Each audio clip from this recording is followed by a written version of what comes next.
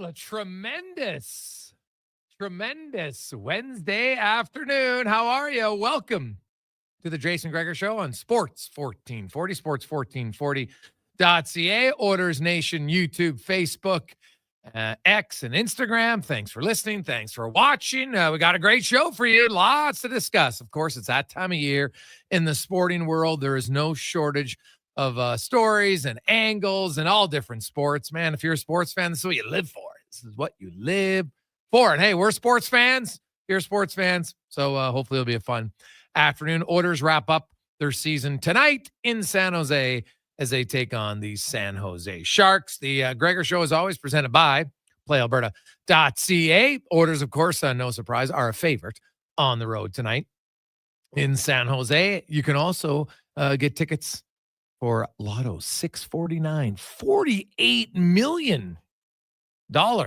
gold ball jackpot.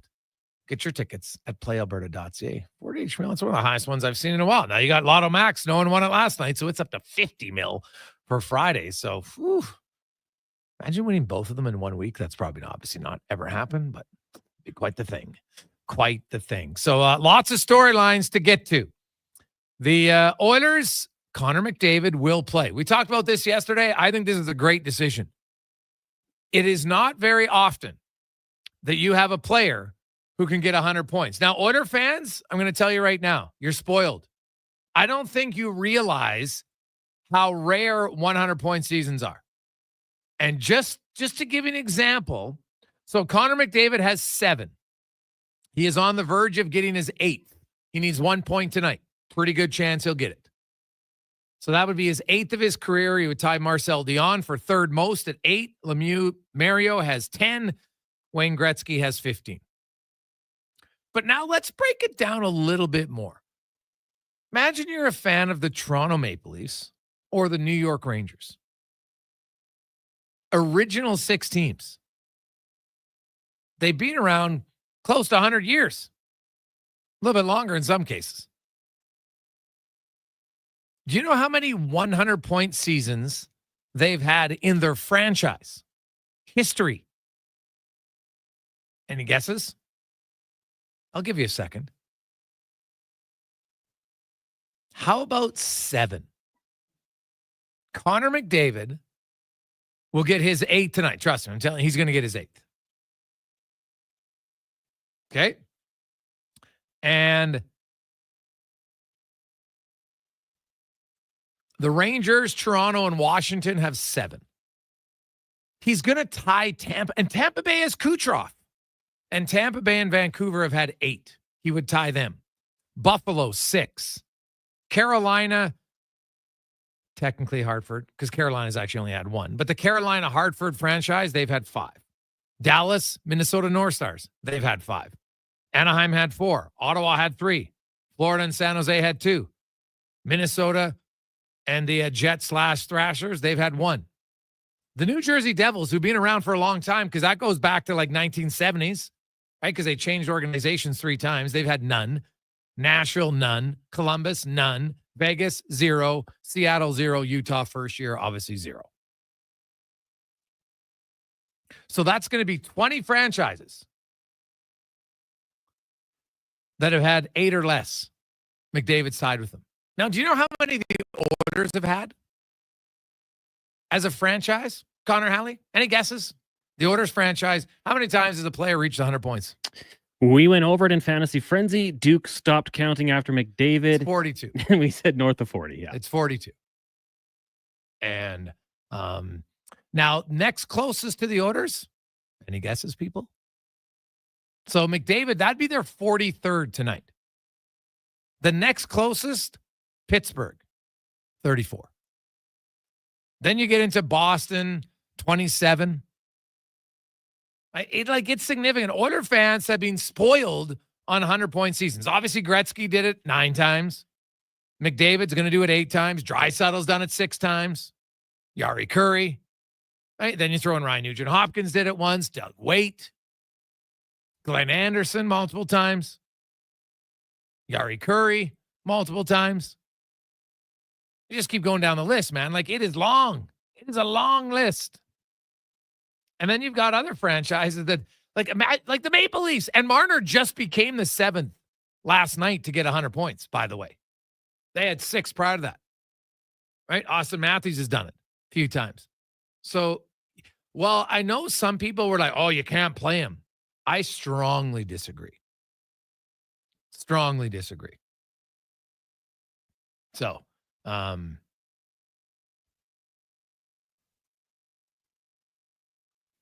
when you look at the 100 points and how important it is, I think it's the right decision by the organization. The other thing I factor in, did you see Connor McDavid's comments from yesterday? Cons, we might have to play some of them for people who missed them. Because Connor McDavid, he was rather fired up, which is great. I think there's been a lot of talk, and a lot of you Oilers fans have already counted out the Oilers. I don't think they can win, man. They're not going to beat LA. Well, they're too banged up. LA, you can't beat them 4 times. You've said all these things. And I'll be honest, I'm kind of surprised by it. I'm surprised by the lack of faith from a fan base on a team that has played the second most playoff games the last 3 years in the NHL. So here's McDavid's thoughts on, you don't have it yet, Cons? Okay, well, we'll get it. From yesterday. You had sent it to me yesterday, didn't you? So, yeah, they weren't saved. That's the problem. Wow, what a rookie. You edited all, you did all the work, and then you didn't save him. Jeez. I'm going to have to do some push-ups for that. It's like a make-work project, which Cons doesn't like doing. You don't like make-work project for yourself. I cut them, and then I get them that day. That's my plan for it. And then you delete them? Yeah. You don't have a folder where you save them?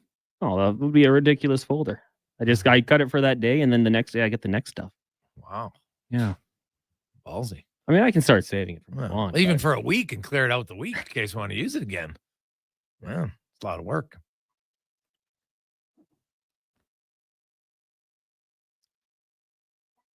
Hey, Gregor, the Jets and Slania have one player with 100 points. No, we're talking that's Jets 1.0, right? I didn't mention the Jets / Arizona because that's not an active franchise in today's NHL technically. So I was only using active franchises. That is now considered a defunct franchise. The Jets went to Arizona and then they stopped. I know Utah. It's weird because Utah players came to Utah from Arizona, but it's a new franchise starting this year. It's very weird. I get it, but so I was going off the technicality of that. I was only including active franchises. Even if you want to include the Jets of that year, they're still under 8, which is mind blowing to me. Like, it's just the Toronto and the Rangers one is the ones who really stand out. We're talking original 6 teams, and McDavid tonight will get his 100 point, and he's going to have more 100-point seasons than those franchises have had in 100 years. So that to me is why it's important. And Oilers fans, I know it's hard, but do not take it for granted. There has been no fan base that has witnessed more high-octane offense than Oilers fans. I don't care what generation you're in. You've seen it. And it's been glorious. It's probably why there's a lot of people who love the offense more because that's what you're used to. That's what you've seen so much. And it's fantastic. It's just it's rare when you look around the rest of the league.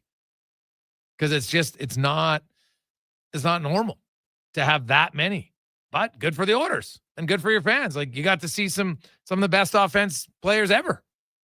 And you'll continue to see it because Draisaitl, of course, has done it 6 times and he's under contract, right? I didn't mention Paul Coffey. Obviously, he had 138 and he also had 126-point season, 121. Like, he's had 320-point seasons as a defenseman, for goodness sakes. So, Jimmy Carson was the other Oiler who had 100 points, did it once back in 89, and then he got traded the following season. That brought in the 2/3 of the kid line from Detroit and Graves and Murphy, which was pretty key for the 1990 Cup win, last win for the Oilers. But McDavid's comments, we'll get to those a little bit later on. He's fired up. He's like, is tired of hearing, oh, we're walking wounded. Oh, we don't have a chance. I love it. So here's McDavid's thoughts about the injuries and people maybe counting this team out just a tad too early. I just don't like the theory that people are counting us out. We're a great team here. Bumps and bruises along the way, obviously. But we're a dangerous team when we're rolling, and we're healthy, and we are healthy. I think you'll see that over the next little while, and looking forward to showing that.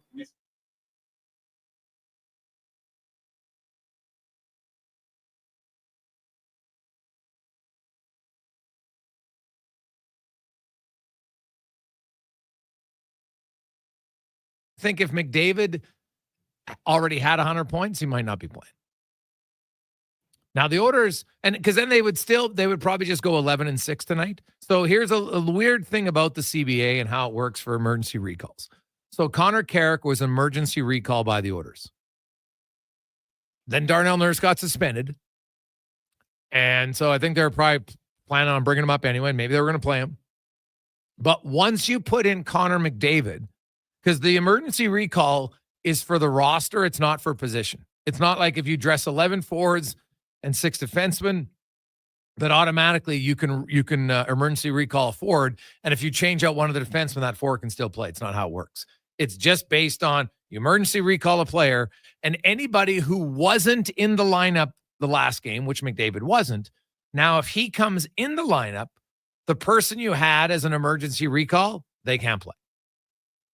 Because you're saying, well, we have another guy healthy. And that was the reason for the recall.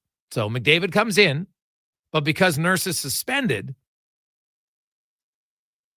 and the Oilers they're not going to dress another defenseman, they'll go with 5 D-men tonight. Now, obviously, the outcome of tonight's game is irrelevant to anything.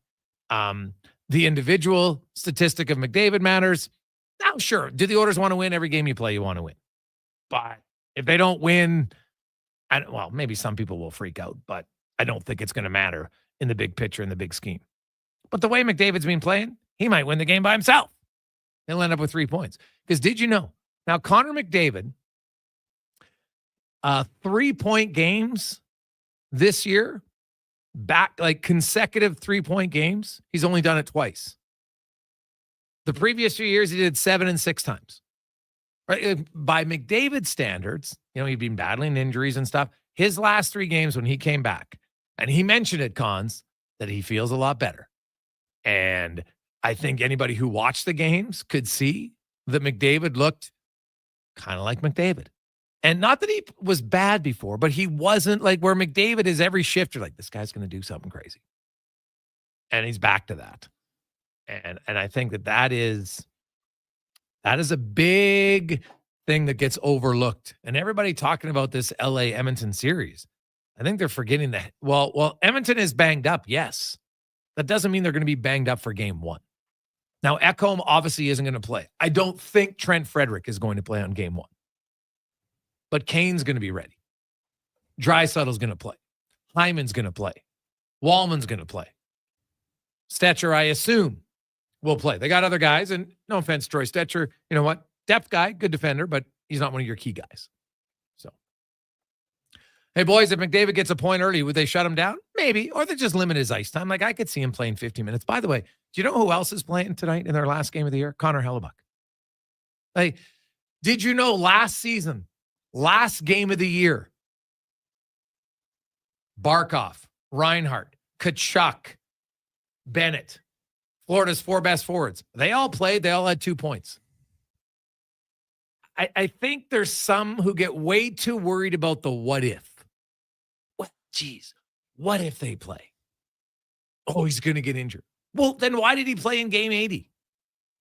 If you're worried that much about an injury, why did he play in game 80? It didn't mean anything. So I don't buy into that factor at all. He could get hurt. Yeah, you can get hurt. He could get hurt. He could get in a car accident. Oh, maybe we should drive less. Right? I always like to use the example. Why don't you wear a helmet when you drive? It's safer. It is safer. Why don't you do it? Because it's overkill. Right?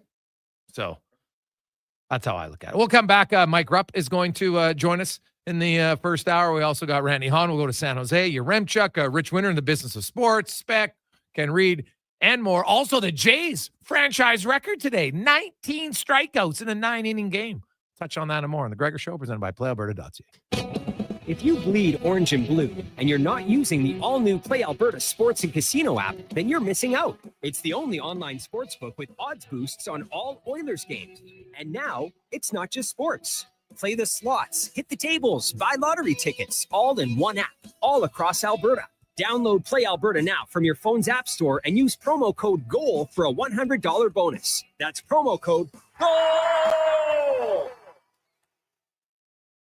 Spring style and road-ready performance are more affordable than ever. Now at Volvo Cars Edmonton. Lease or finance a 2025 XC90 plug-in hybrid from 1.49% and save up to $5,000. Lease a 2025 XC60 plug-in hybrid from 4.9% and save $3,000. Lease or finance a 2025 XC40 from 0.49% and save $2,000.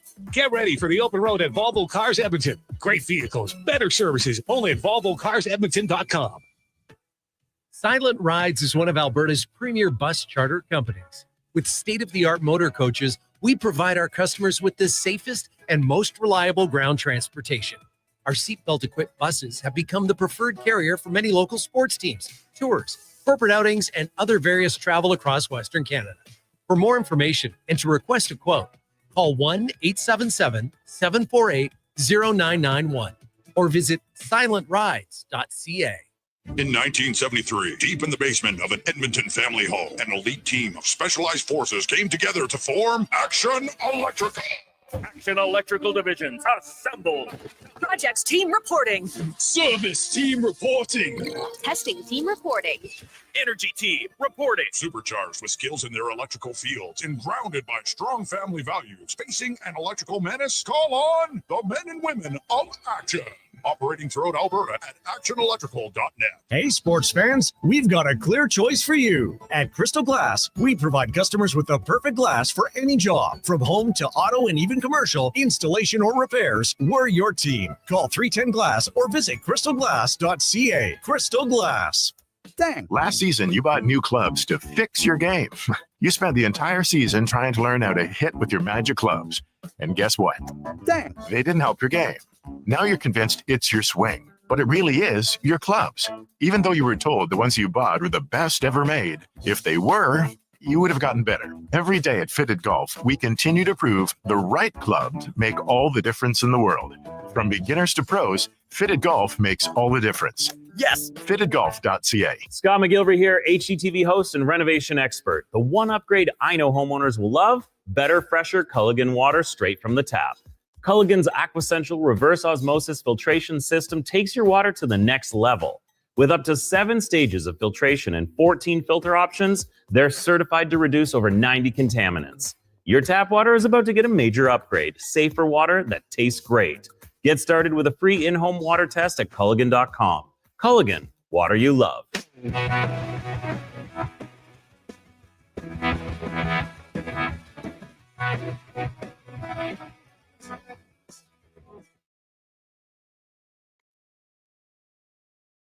Portions of this hour brought to you by EWell. Get your power play amped up with EWell, supplying the city of champions in Alberta with quality electrical gear since 1975. EWell.ca is your partner in power. The Jason Gregor Show, the best of Edmonton sports talk and beyond. This is Sports 1440. Presented by PlayAlberta.ca, Alberta's only regulated online gambling website.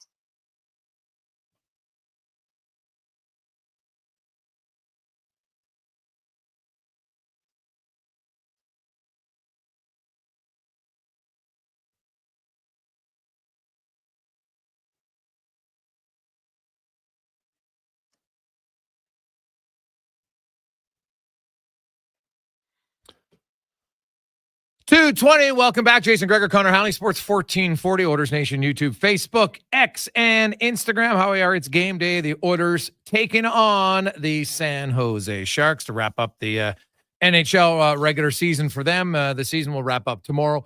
We do have one playoff spot remaining. The Montreal Canadiens and the Columbus Blue Jackets, separated by 2 points. The both Blue Jackets play tomorrow. The Canadiens play tonight and they take on Carolina. Carolina's going to rest some guys, but that doesn't mean anything. Habs got to play better. They got to win. So let's go in the room, brought to you by Action Electrical. Building owners can earn a refundable federal tax rebate up to 30% off a solar's project's capital cost. Learn more at actionelectrical.net. As Mike Rupp, former NHLer, Stanley Cup winner, ace analyst on the NHL Network, joins us. Rupper, how you doing?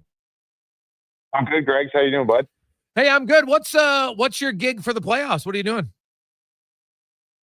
Oh yeah, man. Just like everybody else, excited just to be ripping around and watching all the games. I'll be working NHL Network, NHL Now, from 5 to 7 Eastern time, and Stanley Cup Finals will wherever the finals are at, like I did last year. I was out there at Edmonton, obviously. So yeah, I'm excited to get this thing going. You look at it, last night, Minnesota and St. Louis punched their ticket. Man, Minnesota came right down to the wire. They pulled their goalie, scored to tie the game. They needed a point. Then they put in Fleury for overtime, and the place goes nuts, and then Boldy wins it for them. It was kind of a fitting end to the season for them in the fact that it came right literally down to the wire, because if they lose that game in regulation and then the Flames come back, that they would have been sweating a little bit. Yeah, I mean, it's kind of crazy when you think about how nuts this season has been for them, because I mean, there was a stretch of the season where they were right at the top of the league, right? And we know about all the injuries and everything they were kind of dealing with, and the fact that it kind of took that long, it's kind of surprising. I mean, just the other day thinking, wow, can you imagine if the Wild don't make the playoffs from where they were? And I think it's a really good team that fell on some tough times with this season. So I love the way it went down. I love the way Fleury goes in there. I find that that's really unique with that group. And anybody who's ever talked to Billy Guerin will tell you flat out, one of his biggest attributes he has in acquiring players, drafting players, whatever the circumstance is, he wants good guys. And this team just kind of seems like a really tight-knit group. You can see how genuinely happy everybody is to get Flower in there in the game. I thought it was a nice touch. But they're getting their back end healthy, having Kaprizov and having Eriksson Ek back, I think will help them out in a big way. We'll see if they could look like that Minnesota Wild team from earlier in the season. Looking to Montreal tonight, Rupper. You know what? They couldn't beat Chicago the other day. And I know, there's lots of excitement about Demidov offensively, but man, you saw his back check on the one play, or lack of back check on the one goal. And you're kind of like, kid's got a little bit ways to go and to learn the 200-foot game. That's for sure. Yeah. So here's where my concern is. And I know you just mentioned it, that Carolina is not going to be playing their full lineup.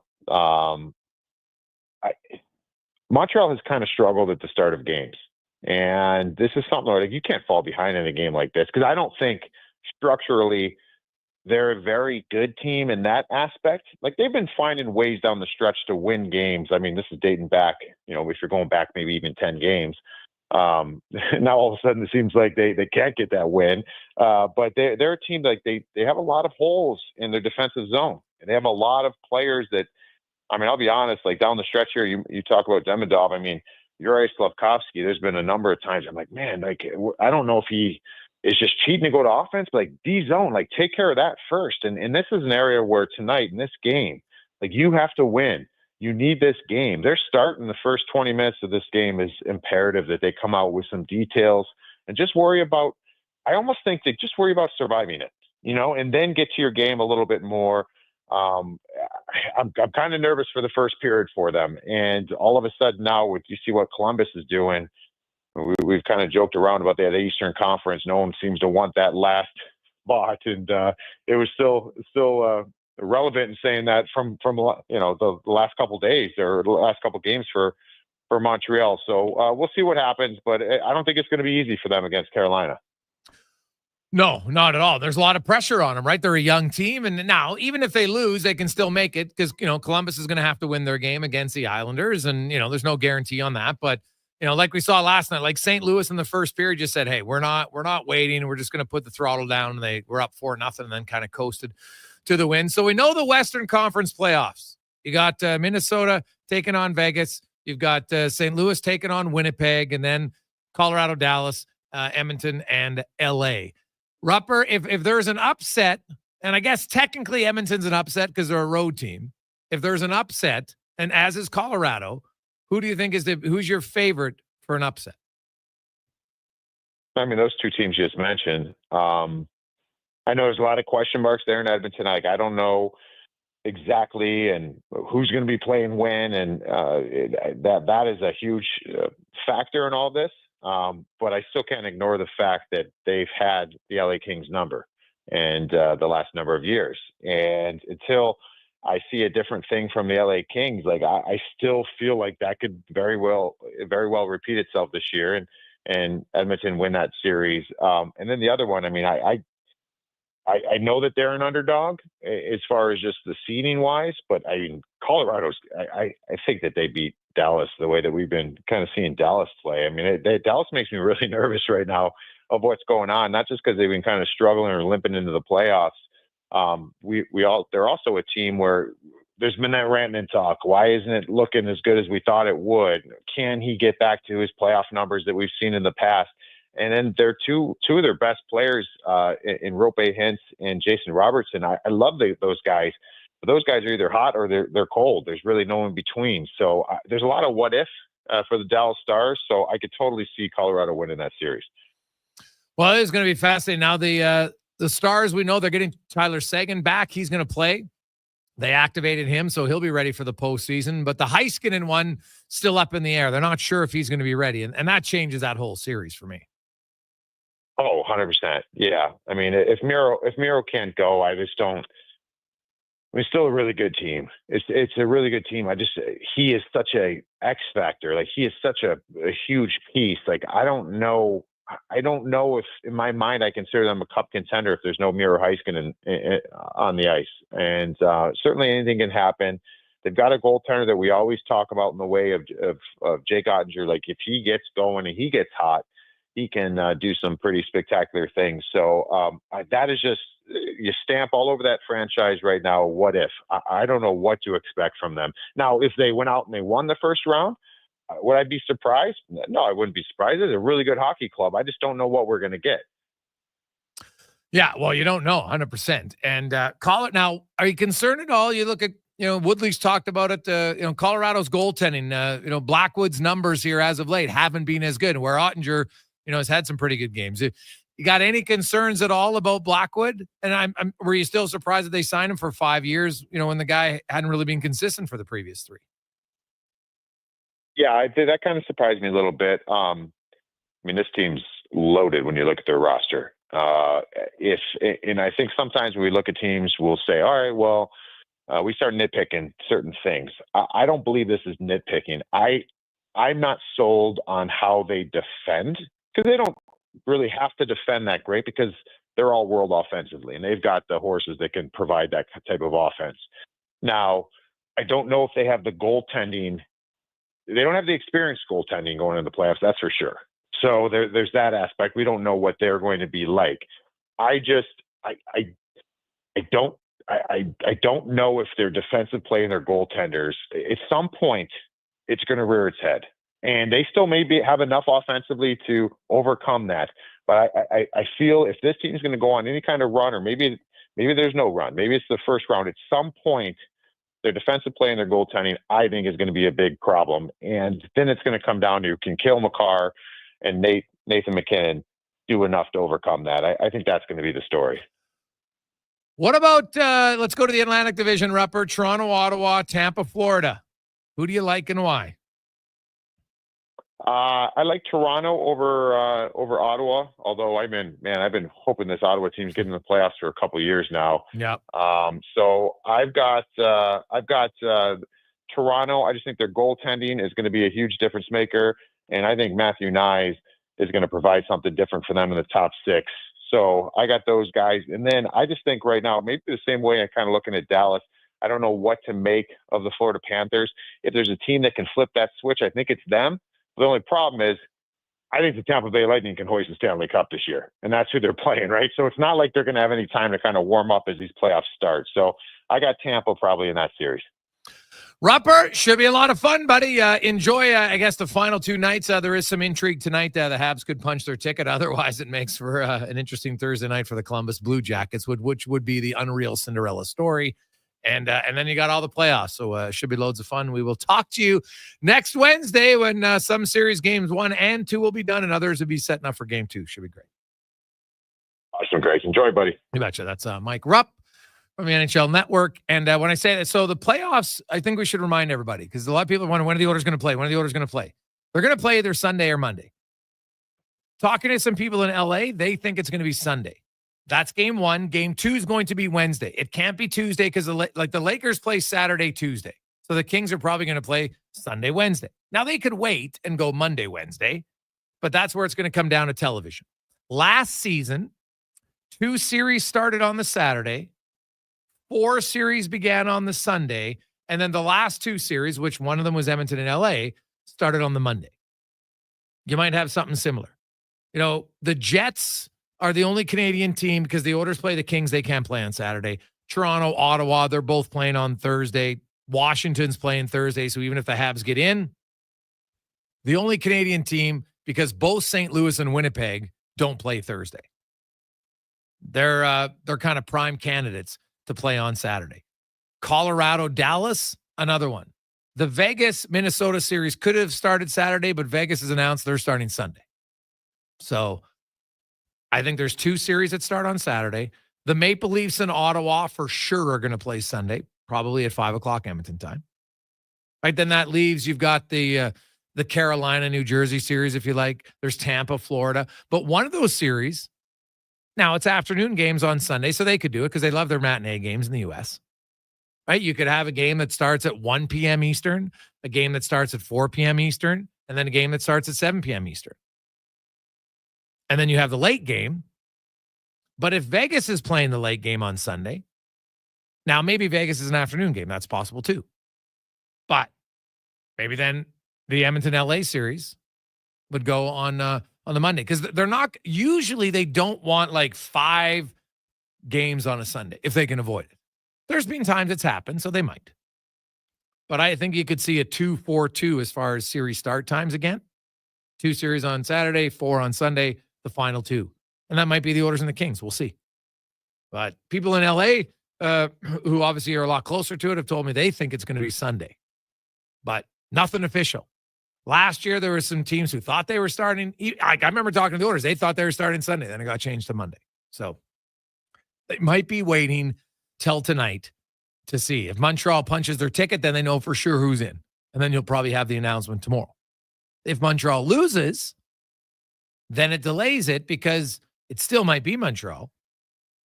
And I should say loses in regulation. If they lose in overtime, they're in. Or shootout. But then they might wait till Thursday because like Sportsnet is like, hey, wait a sec. We want to see if Montreal series is on. Because then that's going to be a big difference in the scheduling. So there you have it. 833-401-1440, 833-401-1440. I don't know if it matters. Now, the one thing that will matter for the Oilers, if they start on Monday, then they're going to fly home after the game tonight. If they start Sunday, then they're just going to stay in San Jose. I was told that from the organization. That's their plan. So that's why they would like to know by tonight. Hey, are we starting? We shouldn't be held hostage because of one Eastern Conference series, right? That didn't make sense. Like Edmonton and Montreal are never playing at the same time, right? It's just not going to happen. So I know the Oilers and the Kings would like to have it sorted out by tonight. Probably before the game starts. You got to plan your flight, everything like that. Maybe they'll know even later today when they're going to get going. But it sounds like it's leaning Sunday, but as I've said, that's not 100% guaranteed. So we'll wait and see. Quick break. We'll return. We got lots more hockey talk to get to on the Gregor Show, presented by PlayAlberta.ca.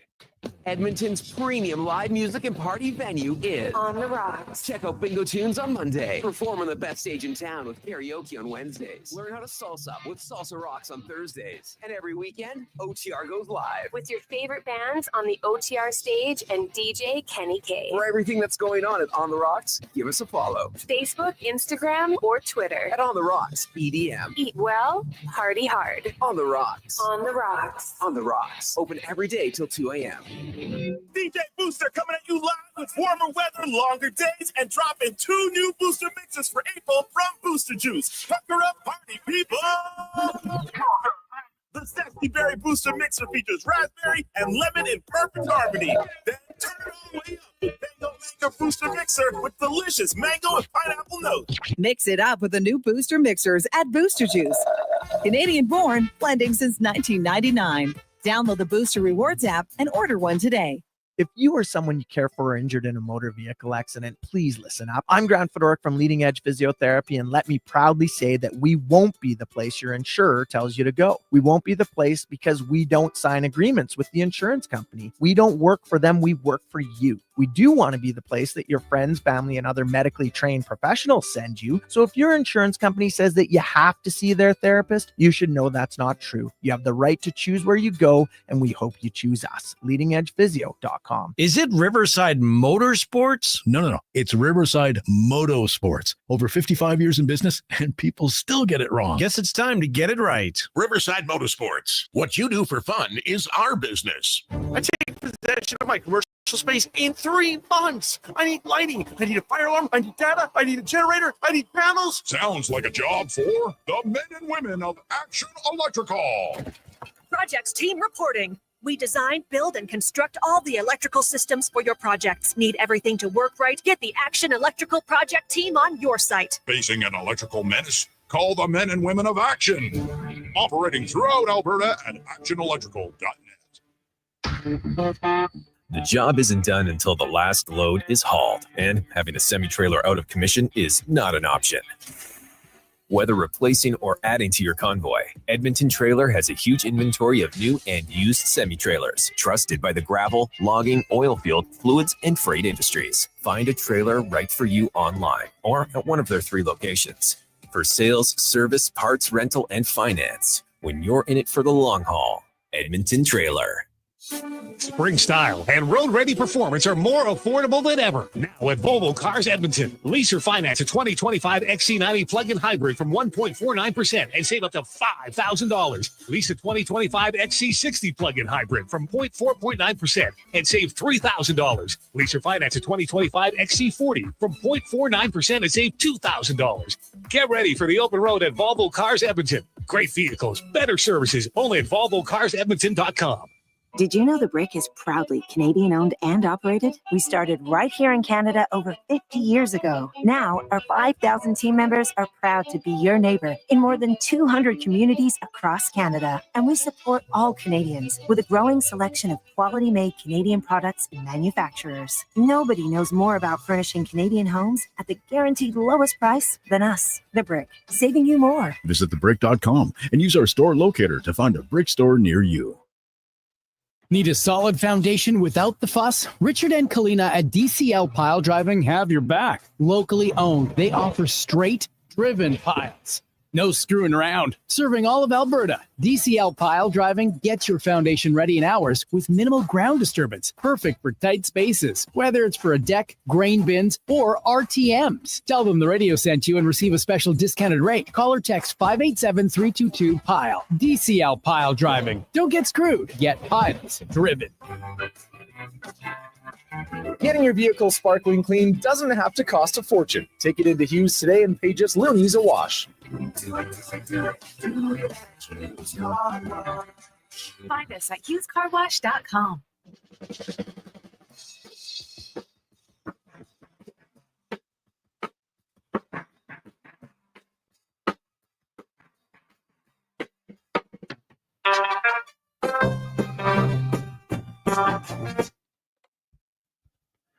Portions of this hour brought to you by the Edmonton Oilers. The matchup is set, and it's time to lock in your round 1 seats for the Stanley Cup playoffs. All potential home games are on sale now at edmontonoilers.com/tickets. Get yours before they're gone.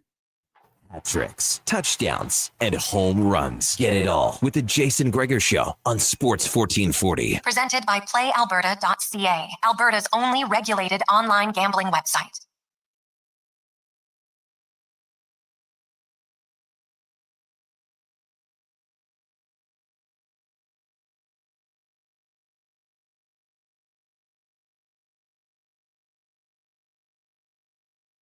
Connor Halley, Sports 1440, Orders Nation, YouTube, Facebook, X, and Instagram.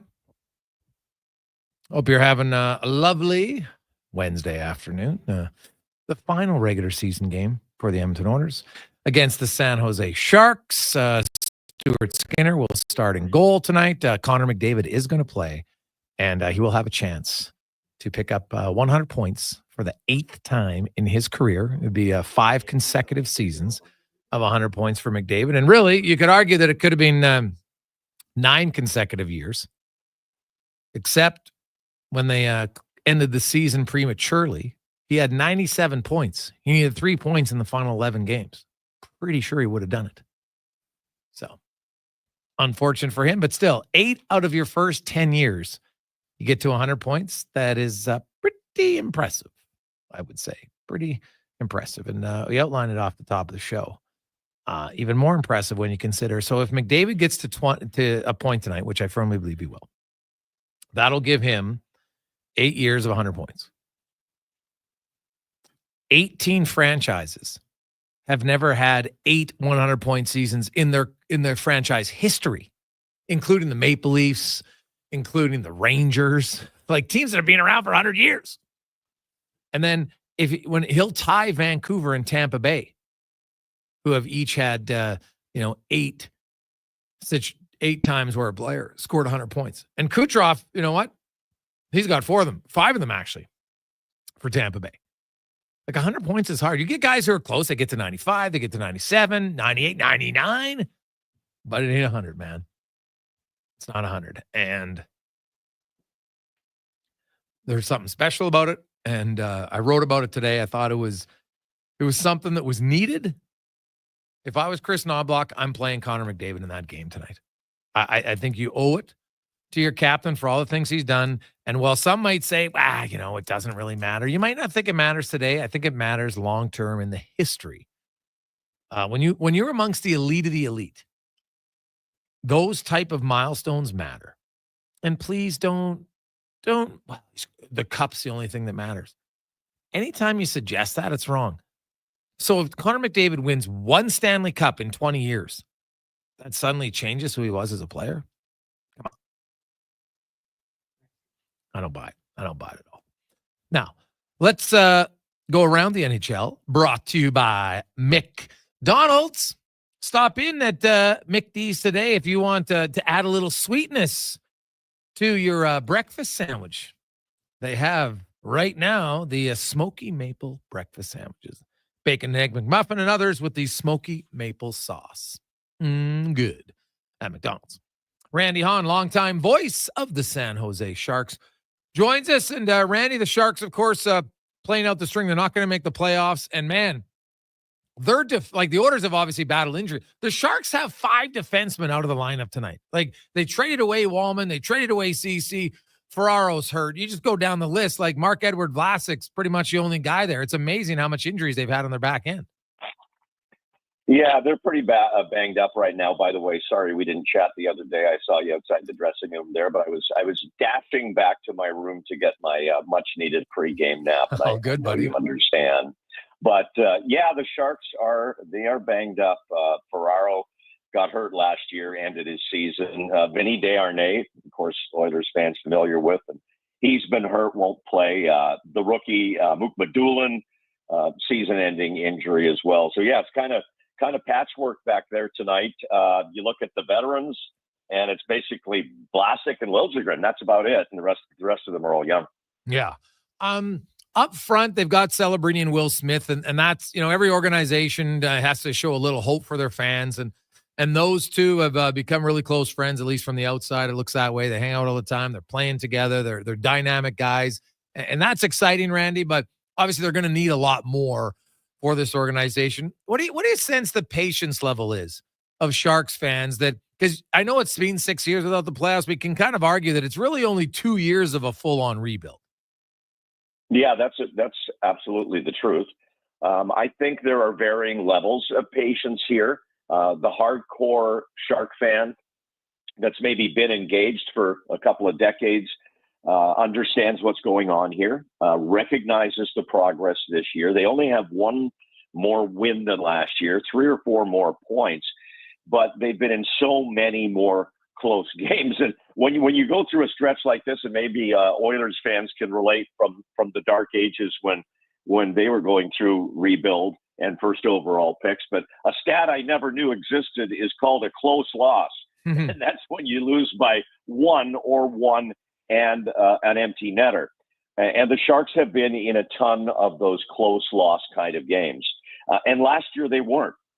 Last year, those close losses were 3-goal, 4-goal losses. And of course, you'll recall a couple of games where they gave up 10 goals last year. So there's been a lot of improvement that doesn't show up in the win-loss column, but does show up if you dive a little deeper. And I think the hardcore fan sees that, recognizes that. And I think the other thing that gives, more patience, more hope, if you will, was last year, Will Smith wasn't here yet. He was drafted, but still playing at Boston College.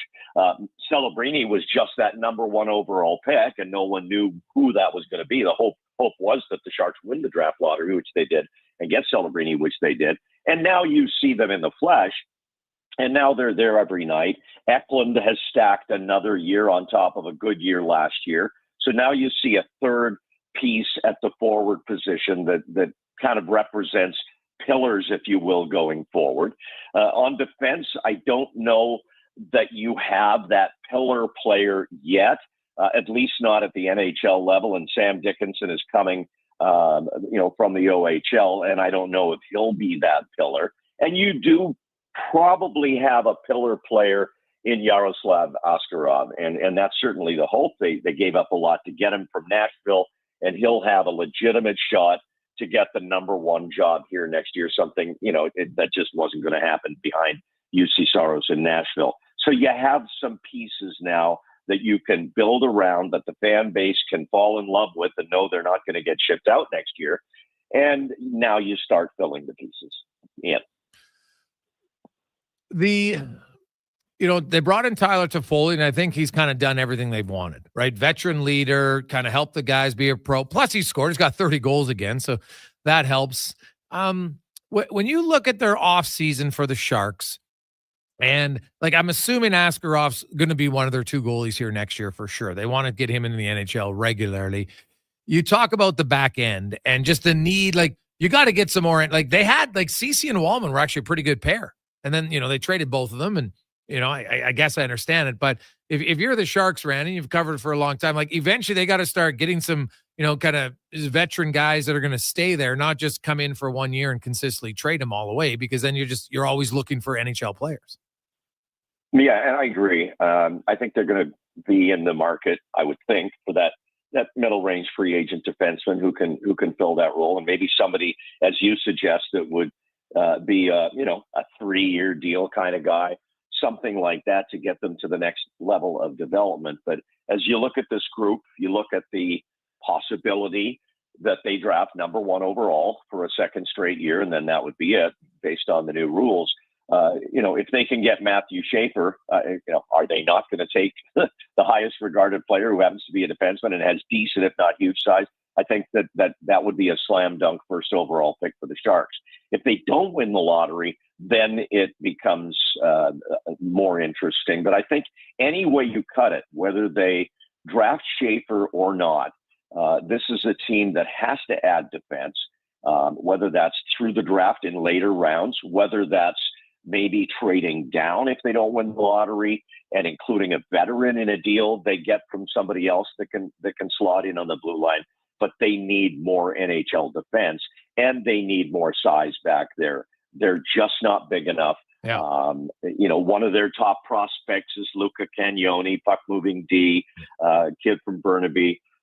Great player, but he's 5'9", and that's not much smaller than Quinn Hughes, don't get me wrong, or even Lane Hudson, who's 5'9", and I'm not putting him at their level. I'm just saying those guys can make it. But they're going to – I think the Sharks team in the draft or the next couple of drafts, they're going to try and bring in as many big-bodied D as they can. And over a couple of years, if you've got 10 of those guys and 3 of them hit, then you've got 3. Yeah, they got Sam Dickinson coming. He's going to be a hell of a player on the back end. To me, he's and they got a few other guys, Quentin Musty, some other guys that'll be down the road that are coming. But, they're going to have to be patient for sure. You look at kind of on this roster amongst, some of their younger players, Smith and Celebrini, any other forwards you see that are ready to take a step? Well, I think William Eklund really did this year. 58 points, second good season. He had 45. It's only his second full year. He's only 22. And I think he has established himself as one of the players now that you look for the Sharks to build around. And it'd be kind of interesting in the draft, too, because his brother Victor, at the last time the NHL put out the draft rankings just about a week ago, he was rated as the top international skater. So I don't know if that's a goal or if he's available, they would take him high or not, but that would be interesting if he ends up there. Colin Graff is another kid who's had a chance to play this year, 33 games. He's with the Barracuda now, and that's more about them heading to the playoffs in the AHL. First time the team has been in the postseason for a number of years. So they want him there. They want him contributing because they want to win games in the playoffs there. But he's a nice piece, but more of a third line, fourth line depth type forward. But this kid came from Quinnipiac, where he had never played on the penalty kill and ended up averaging the most shorthanded minutes of any rookie in the NHL this year. So he's another piece that you look at who took a step this year because he only burned his entry level with a cup of coffee last year. So this is the first time we saw a semi-prolonged look at Colin Graff. And he looks like an NHLer. And another kid who is here tonight and is playing for the Sharks tonight is Colin Graff, not Colin Graff, Cam Lund. Right. But that's been a shorter period of time that he's been around. So much more, smaller sample size. Hard to really get a read on him. But hey, when you're in the spot they're in, 32nd back-to-back years, you can improve your depth everywhere, and that includes it forward. Yeah, well, if you're the Sharks, Randy, you don't want to improve too much next year. Next year's the year you want to finish 32nd because you got the Gavin McKenna coming out of Medicine Hat, and I'm telling you, that guy is he's a hell of a player. So but now you talk about the patience of the fan base, and I start to waver then if this team ends up 32nd 3 years in a row, if that patience starts to wear a lot thinner. We'll see what Mike Greer has in mind here. Does he want this team to start winning next year and start making that climb? Because, and again, I'm talking to the converted with the Oilers when they went through that period as a franchise. And I hear it from fans here. When are the Sharks going to make the playoffs? Well, they're going to have to climb past 8 teams in the West. Mm-hmm. And when is the climb going to start? And are you going to keep waiting for another generational player? And we found out, and not to pick at a scab, but the Oilers had, lots of shots at players who were going to be generational at number 1 overall. And one ended up being that in Connor, but others didn't. So, it'll be a Mike Greer philosophical choice in this offseason. And I'm not saying Mitch Marner's going to be here next year, although anything is possible in today's NHL. But I think that this market needs this team to start showing improvement. And the only way you're going to improve is get out of 32nd. True. I will say this, though. None of those other guys were generational players. I think that term gets thrown out. Connor Bedard's not a generational player for me, and I'm not even sure McKenna is. Like, McDavid's generational, and after that, everybody else, until you show it, you're not a generational player for me.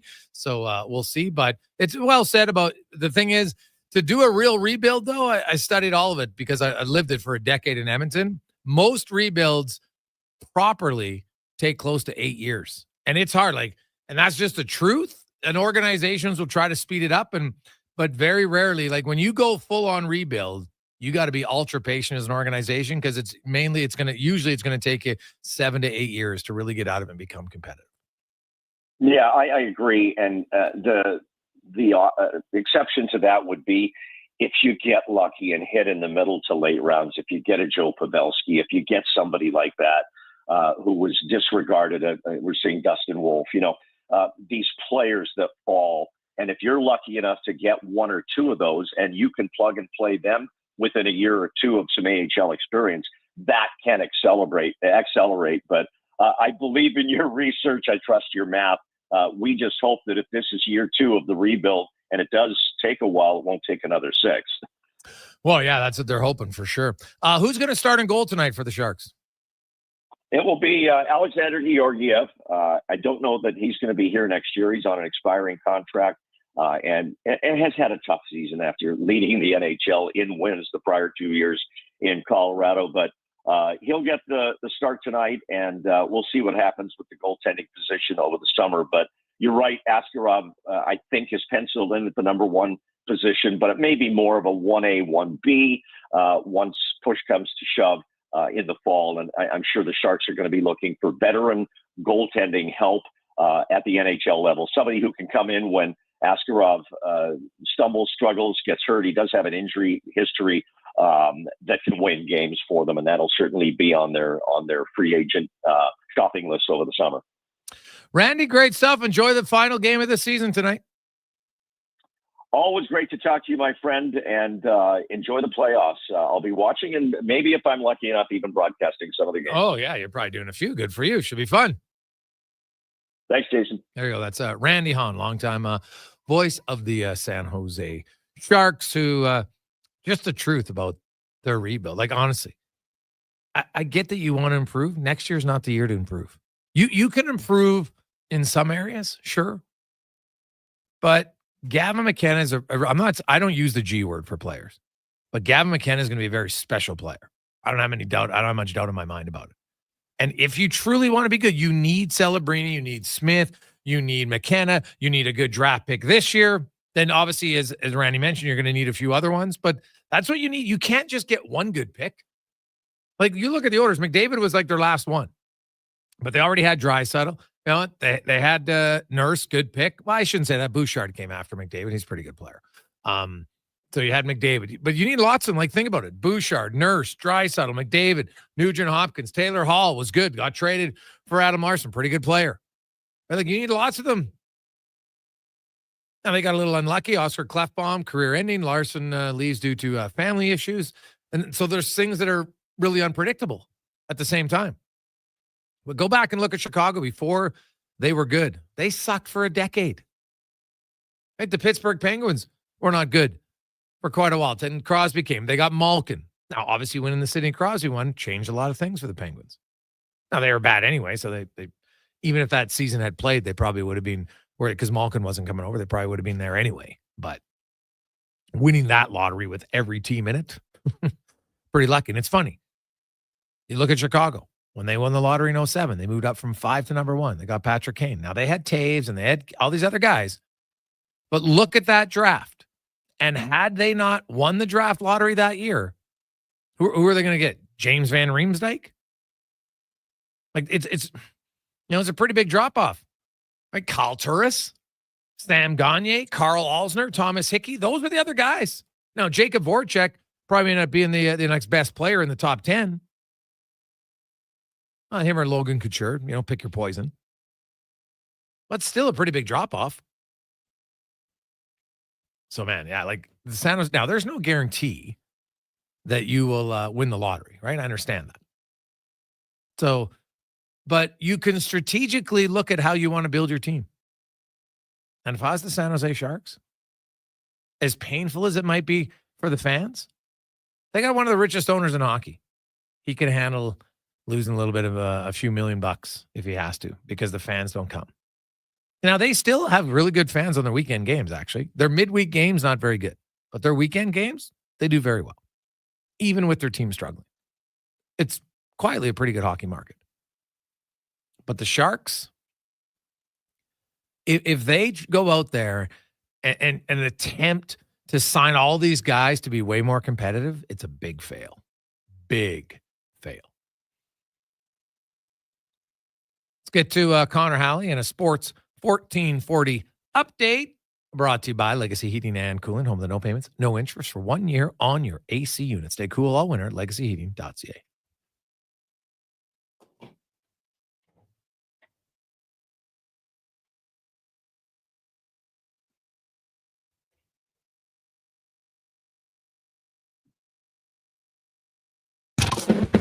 This is a Sports 1440 update.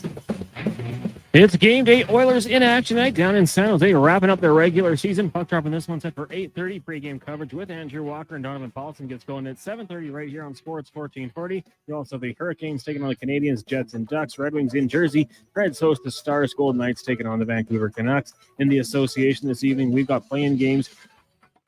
You'll have getting going at 5:30, the Bulls in the Heat in the 9-10 game. Also the Mavericks and the Kings. The winner of these games advancing to the next round, taking on the Hawks or Grizzlies, a chance to get into the NBA playoffs. In the WHL tonight, Hitmen in Lethbridge, Tigers taking on the Raiders. Portland hosting Everett, and the Chiefs meet the Royals. Major League Baseball earlier today, Jays victorious over the Braves, winning 3-1. Also, the Brewers with the Tigers 5-1. In extras, the Twins get past the Mets 4-3, and the Astros losing to the Cards 4-1. Later tonight, Rockies in Los Angeles. The Rangers will host the Angels. Athletics taking on the White Sox. Yankees and the Royals meeting in the Bronx, and you got the Phillies taking on the Giants. And the inaugural season of the Northern Super League kicks off tonight at BC Place with the Vancouver Rise FC taking on Calgary Wild at 7. Coming up in hour 2 of the Jason Gregor Show, we'll get to the Oil Report, hear from Tyler Yaremchuk of Oilers Nation Daily Faceoff, and qualify someone else for Here Comes the Sun. I'm Connor Halley. This has been a Sports 1440 update. 1440, a Stingray radio station broadcasting on Treaty 6 territory. Download the free iHeartRadio app and listen to CKJR wherever you go. Hey, sports fans, we've got a clear choice for you. At Crystal Glass, we provide customers with the perfect glass for any job. From home to auto and even commercial, installation or repairs, we're your team. Call 310-GLASS or visit crystalglass.ca. Crystal Glass. Hey, Alberta, the all-new Play Alberta app is here. Casino, sports betting, lottery, all in one app, right on your phone. And because it's Play Alberta, you know it's safe, secure, and reliable. Download it now and play over 500 online casino games, live dealer tables, and unique games you'll love. Plus, bet on sports from anywhere in the province. You in? Download Play Alberta now from your phone's app store and deposit using promo code OIL for a $100 casino bonus on the house. That's promo code OIL for a $100 casino bonus. Are you looking for safe and professional travel options? Look no further than Silent Rides, one of Alberta's premier bus charter companies. Whether your group is big or small, Silent Rides has you covered. We offer state-of-the-art motor coaches, first-class service, and affordable rates. Get your quote today. For more information, call 1-877-748-0991 or visit silentrides.ca. Are you looking for safe and professional travel options? Look no further than Silent Rides, one of Alberta's premier. Well, that's tremendous. Whether your group is big or small, Wednesday afternoon. How are you? Welcome state-of-the-art motor coaches, first-class service, and affordable rates. Get your quote today. For more information, call 1-877-220. Welcome back, Jason Gregor, Connor Halley, Sports 1440, Oilers Nation, YouTube, Facebook, X, and Instagram. How we are? It's game day. The Oilers. Dive into Edmonton's vibrant basketball scene with exclusive interviews and expert analysis. I'm Paul Sir, and I host the Welcome back, Basketball Jason Show Gregor, Connor every Halley, Saturday Sports morning 1440, at 10 Nation, on YouTube, Sports Facebook, 1440. X. Mr. Instagram. Ruger hits the lick. So I tell the guy it's leaking Hope you're because having you that. have a hole in one. Hey, Mr. Reuter, you have a better chance of hitting the green with a crescent wrench, you bum. Oh, boy. It's my rival, Mr. Plunger. You swing a club like you plumb. Lousy. Lousy, eh? Hey, Mr. Plunger, there's a clog down there that even you could fix. For a plumber you can trust, call Mr. Reuter. With the lead up to the playoffs underway, players are definitely stepping up their game. And the fans are doing the same. Simple snacks like chips and dip may work at the front half of the season, but now more and more fans are rocking the Wilhauk beef jerky for game time get-togethers. Just make sure you bring enough for everyone if you want to be invited back for the playoffs. Make your next hockey game day a Will Hockey game day with Wilhauk beef jerky, only available in Leduc. Get yours today because you don't win games with salad. There's one. And another. No, not spring flowers yet, but rather huge deals. It's GMC's Truck Month at Wolf GMC Buick. Nab 0% financing up to 72 months on our most popular Sierra half-tons, or massive discounts starting at $8,000. Choose your truck from a great selection, like the fabulous all-new Canyon, right up to the trailer-hauling Sierra HD with the industry-leading Duramax diesel. Spring into Wolf GMC Buick today and snag your truck, and see the savings at wolfgmcbuick.com. Struggling to make ends meet? You're not alone. Many people are facing tough times and finding it hard to afford the essentials. I'm hearing from people experiencing this every day. My name is Parveen Middleton. As a licensed insolvency trustee at BDO in Edmonton, I'm here to help you take control of your finances with a solution made just for you. Call 1-833-BDO-TALK or visit bdodebt.ca to book your free consultation and discover your debt-free future.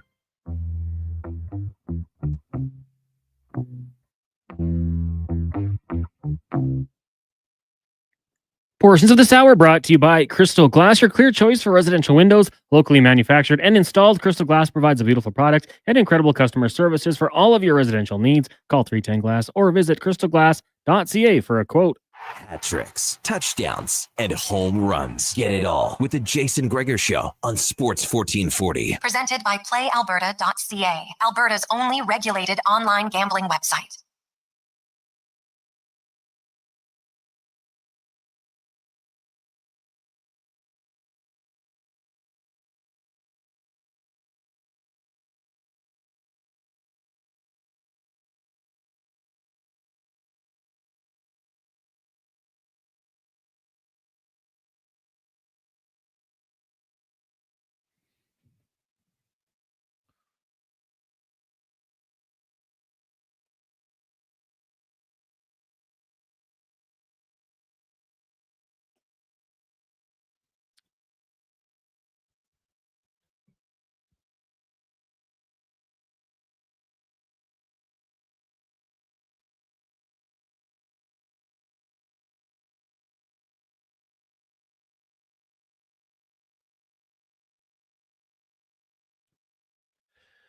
Just after 3 o'clock.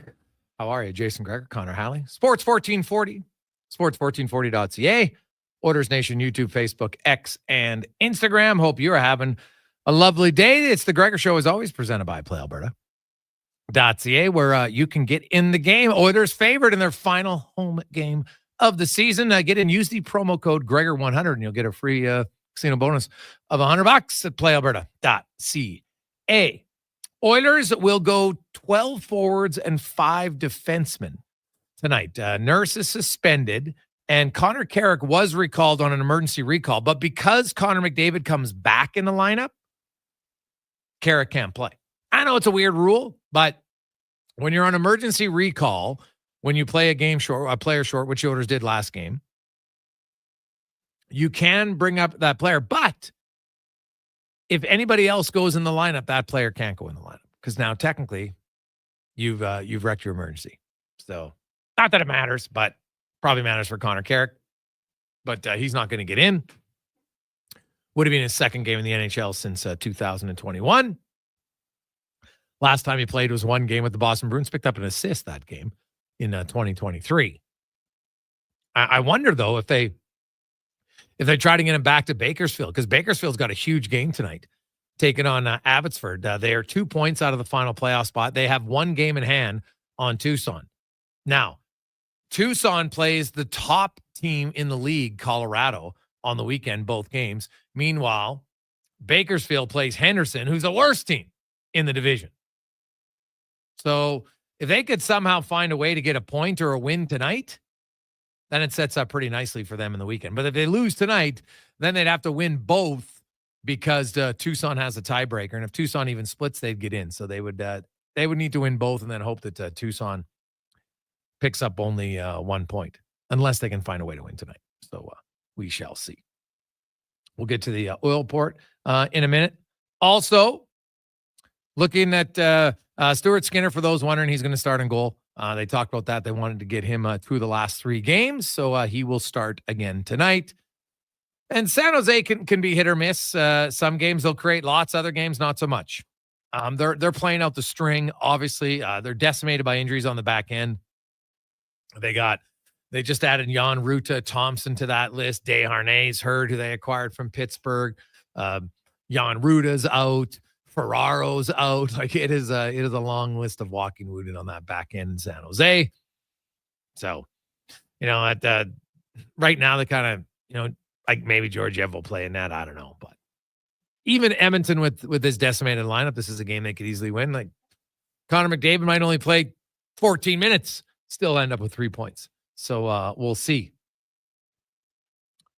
Now let's get to the oil report brought to you by Volvo Cars Edmonton. Stop in at Volvo right now and you can lease an XC90 plug-in hybrid for 1.49%, and you can save an additional $5,000. Great vehicles, better service at VolvoCarsEdmonton.com. Here is head coach Chris Knobloch just talking about the energy around the team. Everybody knows what's coming, and is just kind of what it feels like tonight. Is it muted? Is it just let's get through it? What is he sensing from his team? Everyone's, I think, the eyes on the playoffs and what we're going to be doing. And obviously we want to finish off on high notes and put in a good performance. And I think it's so important. We've been saying this for the last week or so, is just good habits. Going into playoffs, we don't want to make sure that, that we are winning as many games, and obviously we're putting in a fight to get home ice advantage, but it's ultimately rounding out our game and playing well, so we are in a good position when playoffs start. Yeah, and that they're going to want to try to be sound defensively. Easier said than done. Hey guys, we go in with all the best of intentions, but it's either going to be a low event game, and it's not going to be as intense as the LA game was for sure. Right? I don't see a lot of animosity in tonight's game. Like, will there be many scrums? Like, unless someone does something stupid, probably not.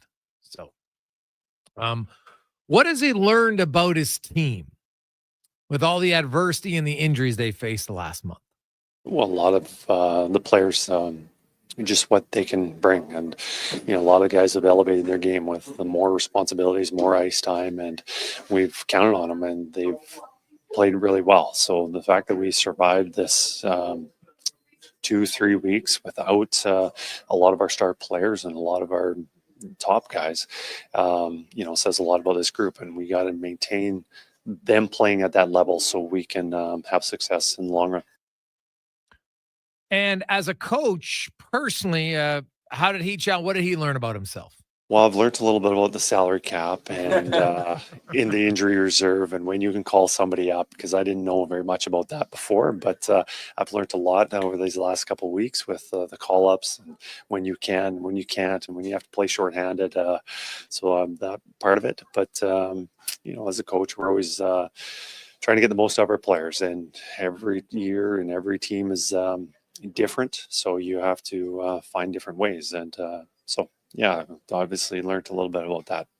And I think the number one question many of you want answered, it's a daily question. And does anything change? What's the latest update for injuries and guys being eligible to play for game one of the playoffs? Yes, we believe that all the guys that we have on our injury reserve will be joining us in playoffs. Most of them for game one, and everyone but Matthias Ekholm. So most of them for game one. That's the key. Because Trent Frederick, we'll see. And who knows? Maybe, maybe there's another surprise. But my understanding, Leon Draisaitl 100% is ready for game one. Zach Hyman will be ready for game one. Obviously, McDavid's playing tonight. He's totally healthy. He's ready to roll. So those are the key ones. Then, Jake Wallman's a pretty key one. And I keep hearing that, yes, they think he'll be ready for game one. To me, that's the major one.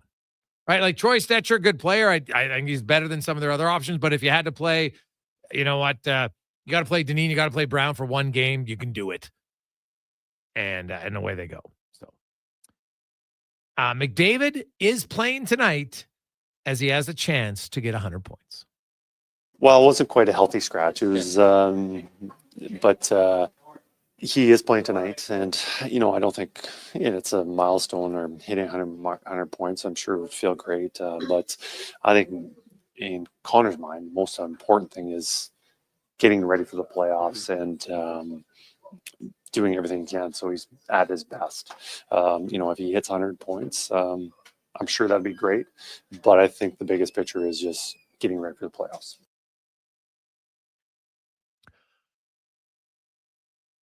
100% ready for the playoffs, but McDavid's ready. I have no doubt in my mind. And then you look at Stuart Skinner.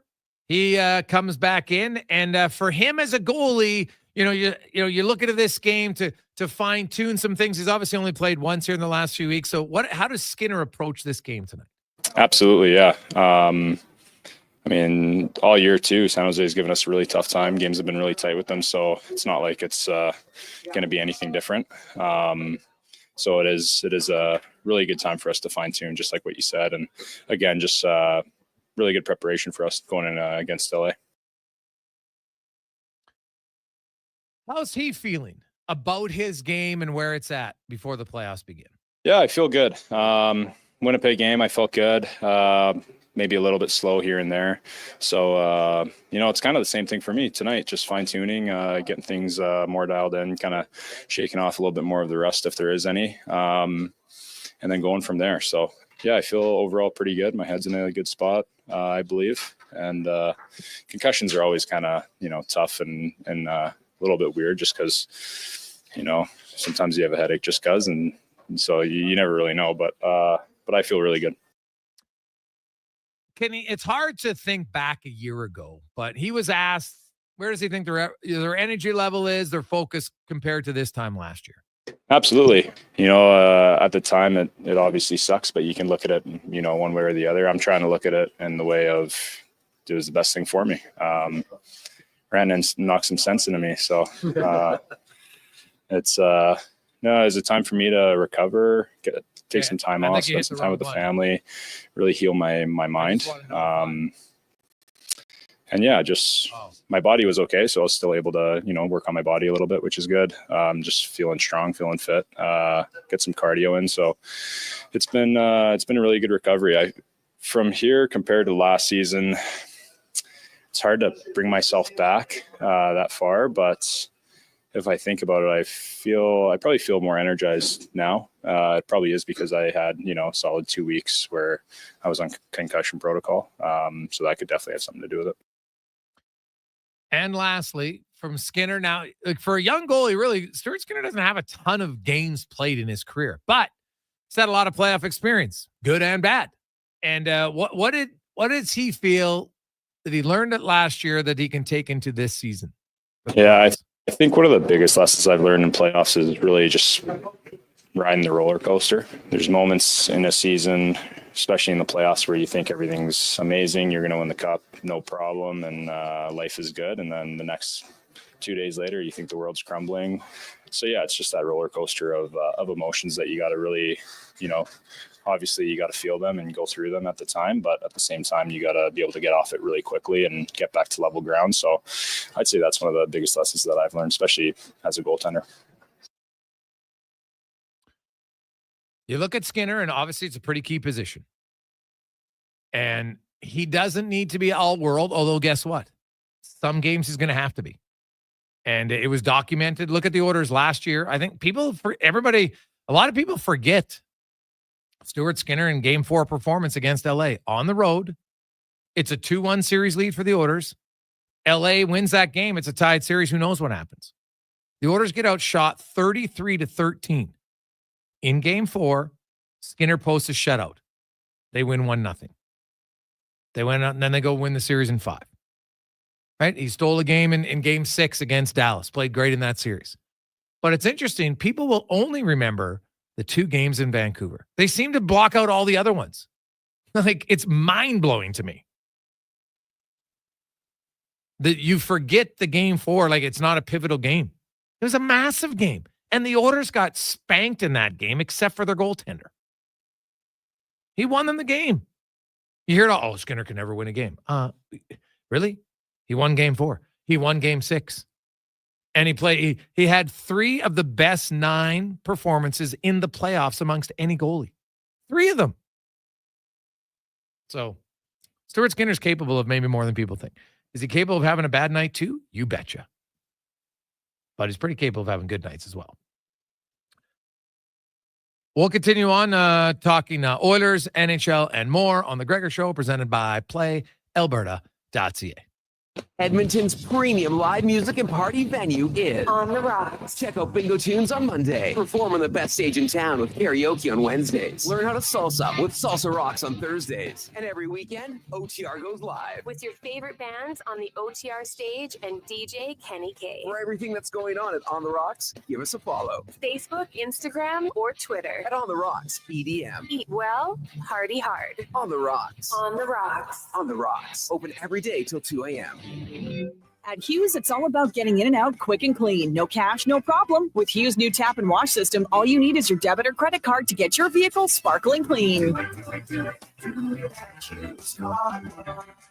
Find us at HughesCarWash.com. If you or someone you care for are injured in a motor vehicle accident, please listen up. I'm Grant Fedoruk from Leading Edge Physiotherapy, and let me proudly say that we won't be the place your insurer tells you to go. We won't be the place because we don't sign agreements with the insurance company. We don't work for them, we work for you. We do want to be the place that your friends, family, and other medically trained professionals send you. So if your insurance company says that you have to see their therapist, you should know that's not true. You have the right to choose where you go, and we hope you choose us. LeadingEdgePhysio.com. DJ Booster coming at you live with warmer weather, longer days, and dropping 2 new booster mixes for April from Booster Juice. Pucker up, party people! The Sexy Berry Booster Mixer features raspberry and lemon in perfect harmony. Then turn it all the way up with Mango Booster Mixer with delicious mango and pineapple notes. Mix it up with the new Booster Mixers at Booster Juice. Canadian born, blending since 1999. Download the Booster Rewards app and order one today. The job isn't done until the last load is hauled, and having a semi-trailer out of commission is not an option. Whether replacing or adding to your convoy, Edmonton Trailer has a huge inventory of new and used semi-trailers, trusted by the gravel, logging, oil field, fluids, and freight industries. Find a trailer right for you online or at one of their 3 locations. For sales, service, parts, rental, and finance, when you're in it for the long haul, Edmonton Trailer. When you see big discounts on a vehicle, you think last year's model, right? Not at St. Albert Dodge. They are continuing to knock 10% off the sticker price of every single 2025 Ram 1500 truck on the lot. We're talking this year's model. Motor Trend's Truck of the Year with a hot new interior and drivetrain options with increased horsepower and better fuel economy. The 2025 Ram 1500, 10% off and over 100 to choose from. That's how easy it is to do business at St. Albert Dodge. The Alzheimer's Face-Off presented by Christensen Communities Limited hits the ice April 25th to 27th. This Edmonton-based tournament pairs hockey fans with some of their favorites from the NHL Alumni Association for a fun-filled weekend featuring a champions luncheon and tournament. Teams are already fundraising in the community, enabling the Alzheimer's Society of Alberta and Northwest Territories to continue providing help for today through free education programs and support services, and hope for tomorrow through research. For more information or to learn how you can get involved, visit alzheimersfaceoff.ca. For a rock-solid start on all your spring and summer projects, Bashaw Concrete Products. From concrete to septic tanks, precast water pads to outhouses, plus aggregates, landscaping supplies, and more. Renos Construction. Start planning right now at BashawConcrete.com or call 780-372-3854. That's 780-372-3854. Family-owned and operated. Proudly serving Albertans since 1960. Concrete Products. Portions of this hour brought to you by Papa John's. Use promo code Gregor and get 20% off your order all day, every day. That's promo code Gregor before entering your order at papajohns.ca. The Jason Gregor Show, the best of Edmonton sports talk and beyond. This is Sports 1440. Presented by PlayAlberta.ca, Alberta's only regulated online gambling website.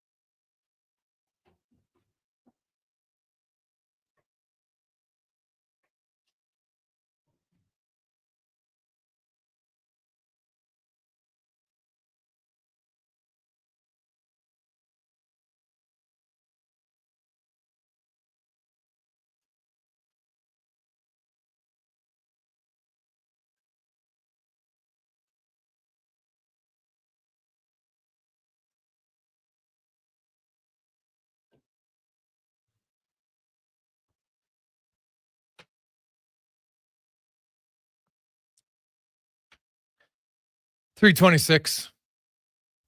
Jason Gregor, Connor Halley, Sports 1440, Oilers Nation, YouTube, Facebook, and X. Hope you're having a great Wednesday, middle of the week. Happy hump day. By the way, coming up in the 4 o'clock hour, your next chance to qualify for Here Comes the Sun and win a $15,000 turnkey solar system for your home. Unbelievable. So that is coming up in about 35 minutes.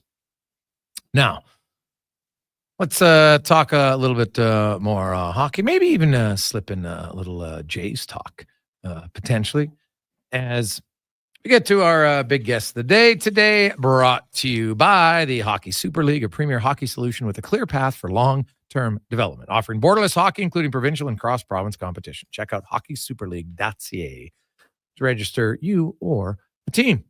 As we welcome in Tyler Remchuk from Oilers Nation and Daily Face-Off. And Ty, Chris Knobloch wisely is playing Connor McDavid tonight. I think it would have been a grave mistake not to give him the opportunity to get to 100 points. It's a massive milestone, and while some might downplay it today, when you have a player who's amongst the greats of the greats, when his career is over, these are the things they look at. And I think it's a great decision to play him, and I fully expect him to get 100 points for the 8th time in his first 10 years.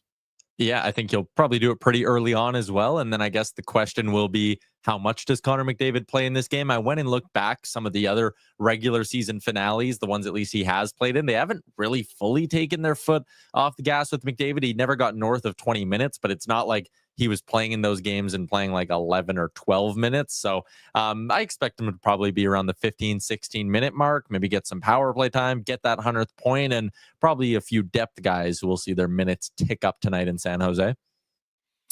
Yeah, as they should. Well, it was funny. I looked at the last game, and by the way, it was the first game all year of any team, any game play that had 14 total power play opportunities.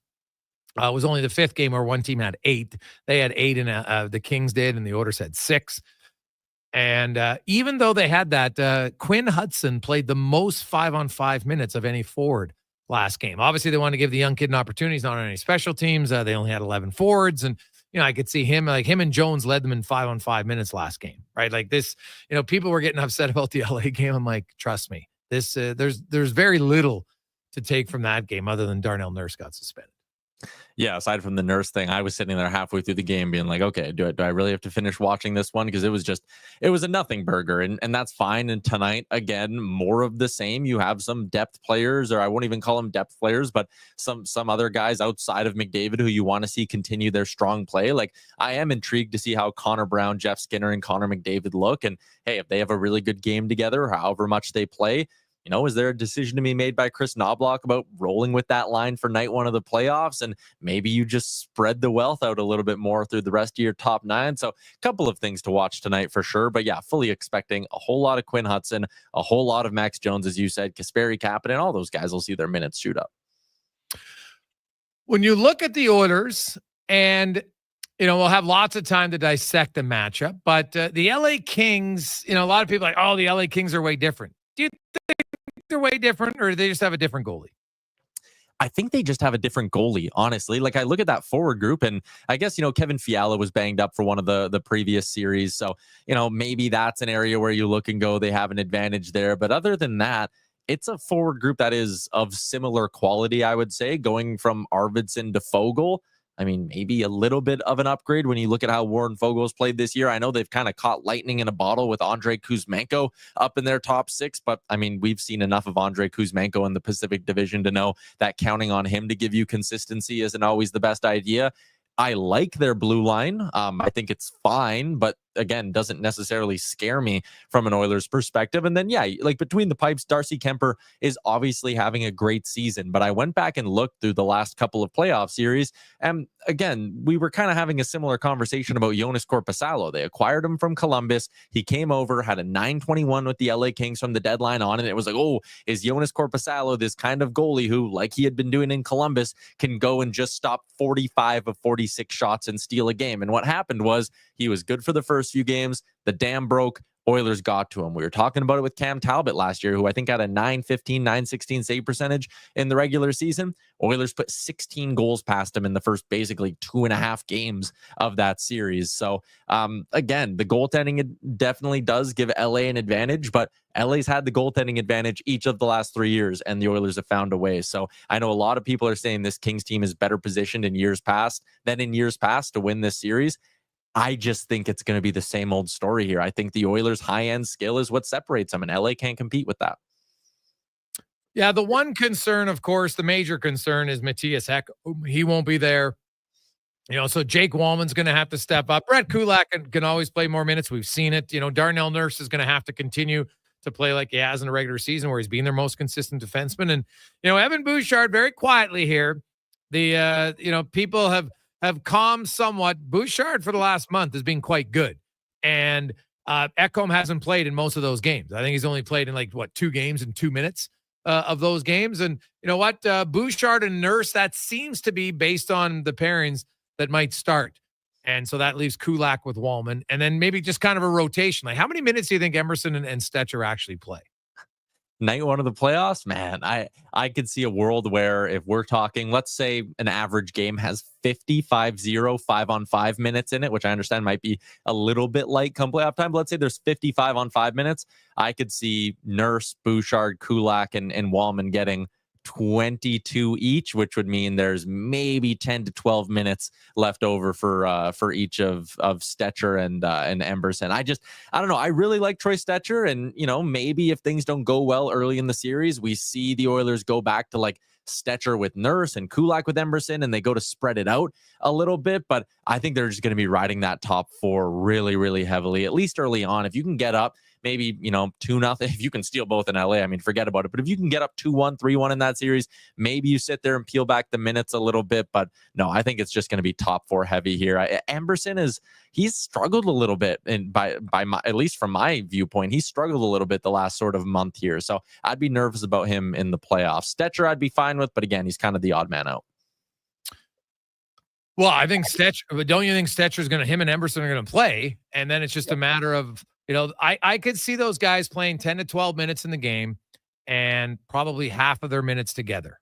Whereas, some shifts you'll get with Kulak, Stetcher will get a shift with Nurse coming out of certain situations, like after a power play, for instance, different because Bouchard might play a lot. And that's kind of what I see happening. They've switched guys up all year long. I don't think you're just going to see 3 pairs and they roll out their 3 pairs 5-on-5 all the time.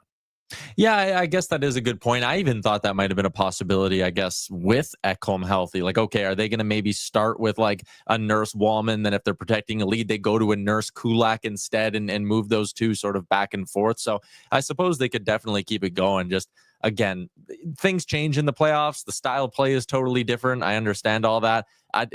Emberson is still the one, and I was a big Emberson guy coming into the year. He makes me the most nervous. If I had to guess who plays the least out of the 6, I'd say it's probably Ty Emberson, at least at 5-on-5. Yeah, I'm curious, for a guy who doesn't play that many minutes, to be in the top few most hits received, that to me shows you're just not moving the puck quick enough. Right, I could see it's like guys who are on the ice all the time and they have the puck lots. If they get hit more, all right, it makes sense. But you're a third pair defenseman who's not playing a boatload of minutes, and you're getting hit the most in the NHL. That's a sign you got to move the puck quicker. So Stetcher does that more. He obviously has way more experience, right? Like Ty Emerson's going to be his first NHL game in the playoffs. So yeah, I'm with you. I think he probably enters the playoffs as the number 6 defenseman. Yeah, and again, I've liked Stetcher. He's got some jam to him. He's not afraid of any area of the ice. And like you said, he moves the puck better. So maybe there's even, coming out of a power play, if Bouchard just played a ton, or if you're coming off a PK, whatever, I think seeing Nurse and Stetcher is more likely than we'll even see Kulak and Emberson together, if that kind of makes any sense. The upfront line combinations. Who do you start with McDavid? There's a little bit of me that says ride the hot hand, and Connor Brown and Jeff Skinner are looking good. And I get that guys are getting healthy, and I get Hyman has been awesome there in the past in the playoffs. And if they were to just say, no, it's McDavid and Hyman to start and we'll go from there, I would understand it. And that is justified. But there is a part of me starting on the road, throwing a bit of a curveball at the LA Kings as they try to game plan your matchups. If you think McDavid can produce with Skinner and Connor Brown, spreading the wealth out through everything else and maybe having Hyman and Nuge as your third line and Draisaitl's with Arvidsson and Podkolzin, I just think you have a chance to make a top 9 that is very, very hard to game plan for if you keep Skinner and Brown with McDavid. Now, granted, I would fully expect that if they do that, it's a very, very short leash. And if they were to go down 2-0 in game 1, it's probably right in the second period. You get Hyman and Nuge right back up there with McDavid, or you get the super line with McDavid and Draisaitl. But again, sometimes just a hot hand going into the playoffs. Play into it a little bit. I would have Skinner, McDavid, and Brown. Again, I guess you could call it third line would probably be Nuge with Hyman. And if he's healthy, maybe Trent Frederick. And then I'd have Podkolzin, Draisaitl, and Arvidsson together on my second line. I think I covered everybody there. Yeah, see, I think Nugent Hopkins playing again tonight with the Podkolzin and Arvidsson. I think they might stick there. If Brown's going to stay with McDavid, then Hyman's playing with Draisaitl, and which we haven't really seen a lot, but it's intriguing to me. And to me, I think Evander Kane's playing in game 1, and I'd be tempted to start him. Well, he's going to play in my top 9, so he's either going to play with Nugent Hopkins or he's going to play with Draisaitl. You're not at all worried about, him having not played a hockey game in 10 months? Like, to me, fourth line, see what he's got in him for game 1, move him around a little bit. I don't know. He's the great unknown in all this. If he is truly back to 100%, and you're right, if you can saddle him next to Leon Draisaitl, and he's the 25 plus goal pace of Evander Kane, who scores a hat trick every 8-9 games like he was doing early in his Oilers career. If you get that guy, it is such a massive, massive boost to your top 9. I'm nervous. He's in his 30s. There's no guarantee he's the player he was before. I'm just a little bit more nervous about that. Well, I guess when I say, but nervous on what? Like, that he can't score at the rate of Podkolzin? Like, it's, to me, Podkolzin's been good, but right now, Podkolzin brings you virtually nothing offensively. Right? Like, he doesn't make a lot of offensive plays. He's reliable. He's smart. He tries hard. He's physical. I get all that. But Evander Kane can be, like, at bare minimum, if Evander Kane is just physical and he's going to be able, he'll skate way better than he did at any point last year, because he really wasn't healthy at all last season. So for me, I just think the emotion, the adrenaline, I might be more concerned about Kane as the series goes along and your adrenaline wears off. But I think game 1, Kane's playing like he's shot out of a cannon. His adrenaline will be fired right up. He's going to be banging everything that moves. And I would play him in my top 9 for sure. And then Janmark, and Henrique are on your fourth line together. And, maybe it's Corey Perry. We'll see. But that's kind of how I view it. Yeah, I get the adrenaline part of it with Evander Kane. It would be kind of cool if they just starting lineup game 1, let him go out there, lay a big hit and kind of, set the tone. Interesting point on the offense as well. Podkolzin really hasn't given you anything. So yeah, maybe a third line that's Podkolzin, Arvidsson, and Nuge. And, they can just play good defensive hockey and maybe chip in here or there. Maybe that's not the worst idea either. I just like Chris Knoblauch has a lot of options here. Again, if Trent Frederick, maybe he's not available for game 1, maybe it ends up being game 2 or whenever it is. But when they have truly every forward back, there are so many combinations that are interesting. Like, we only saw him for 7 minutes. I liked the 7 minutes from Trent Frederick. I'm curious about him as a winger. I think he could work really well with either McDavid or Draisaitl.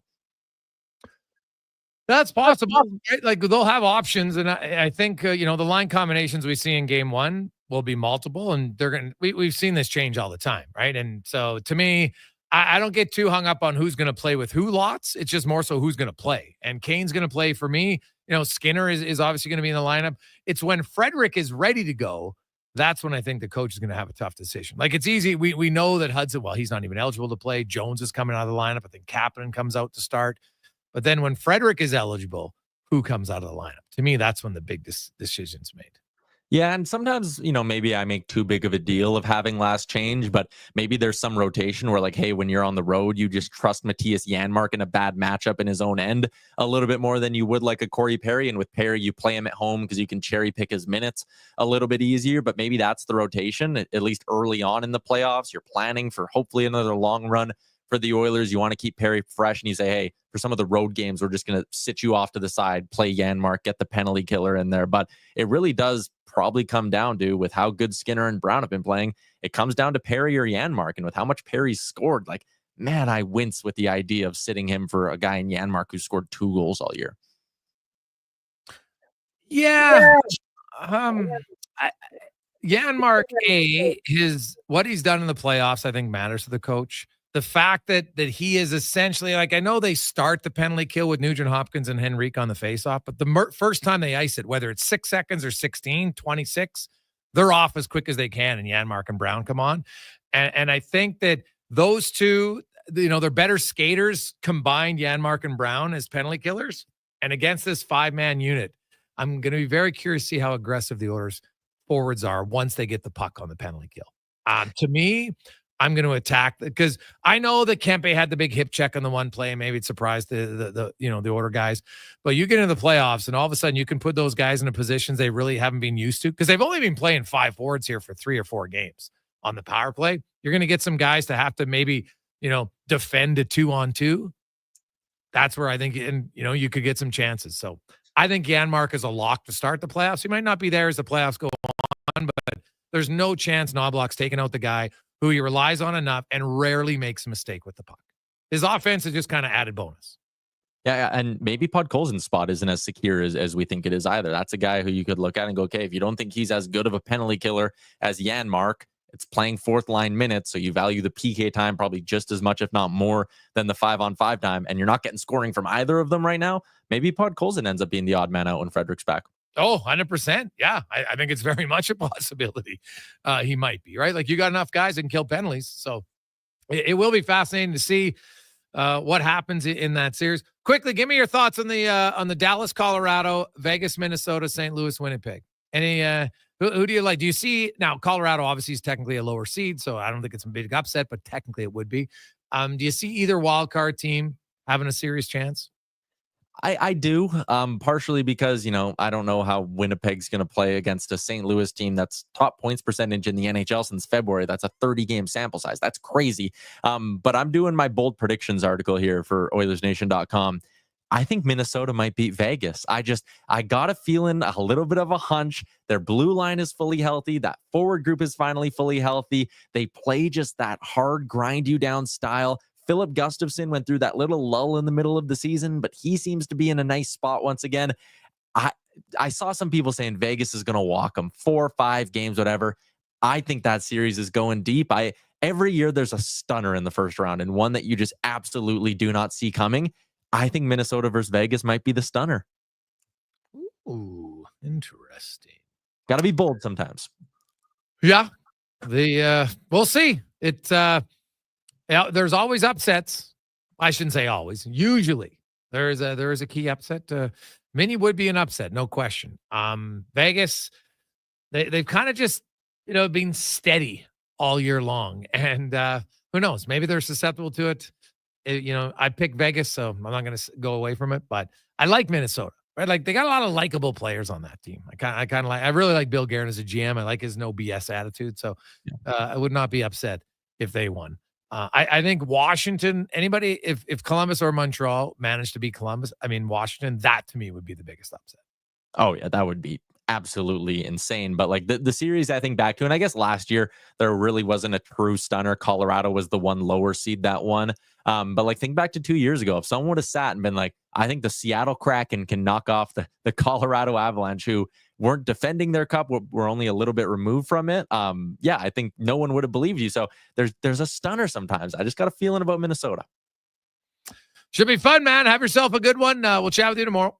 Sounds good. See you, Greggs. That's Tyler Remchuk from Oilers Nation and Daily Faceoff. What would be your lines? Let's discuss that next. 833-401-1440. Who would you start? We know, and I think we all assume that Nugent Hopkins is playing center to start. I think that's fair. Draisaitl, McDavid, Henrique, probably their 1 through 4 at center. Who would be your winger combinations? And we assume Trent Frederick's not available for game 1 to make it a little easier. 833-401-1440 in our eWell inbox. Dang. Last season, you bought new clubs to fix your game.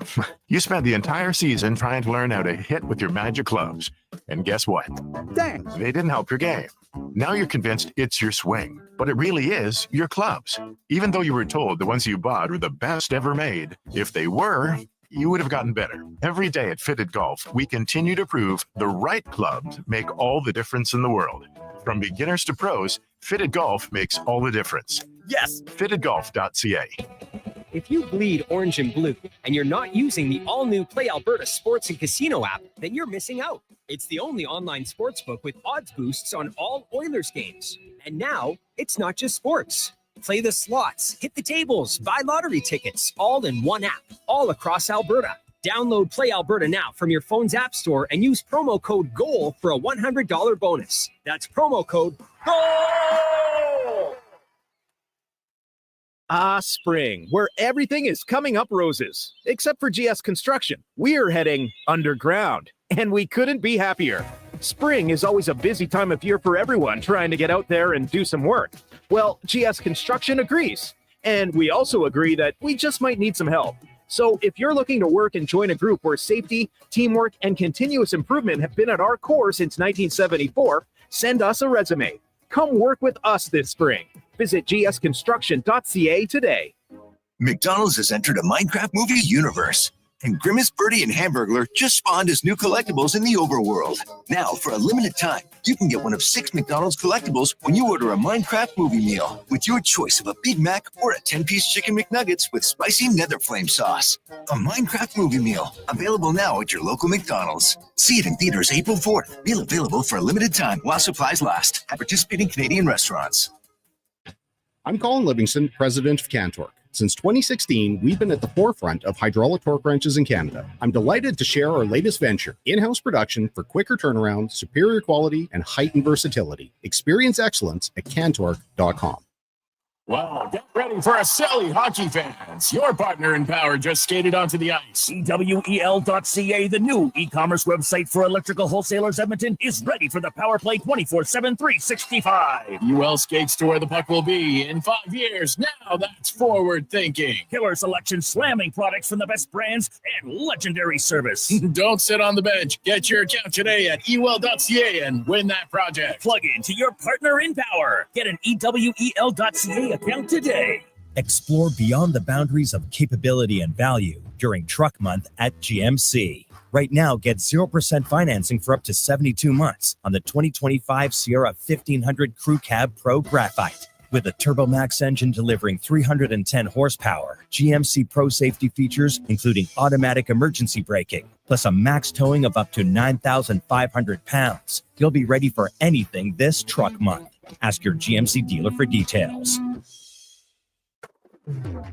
Get ready to revolutionize your job site with Edmonton Kubota's game-changing compact construction equipment. From mini excavators and skid steers to track loaders, carriers, and utility vehicles, they have a model to fit every need, all powered by legendary Kubota diesel engines. These machines are built for performance and reliability.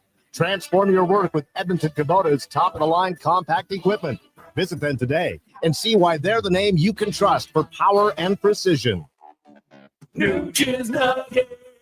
This is Nuggets Nuggets, brought to you by Legacy Heating and Cooling. What nugget of heating and cooling advice does Nuge have today? You can save a lot of money by bundling your new furnace and AC with Legacy. It's kind of like saving money on an endorsement by bundling me, Ryan Nugent-Hopkins, with someone like, Zachary Martin Hyman. Thanks for suggesting me, Nuge. Get no payments and no interest for 1 year on your new AC and furnace from Legacy Heating and Cooling. Proud sponsor of Nuggets Nuggets.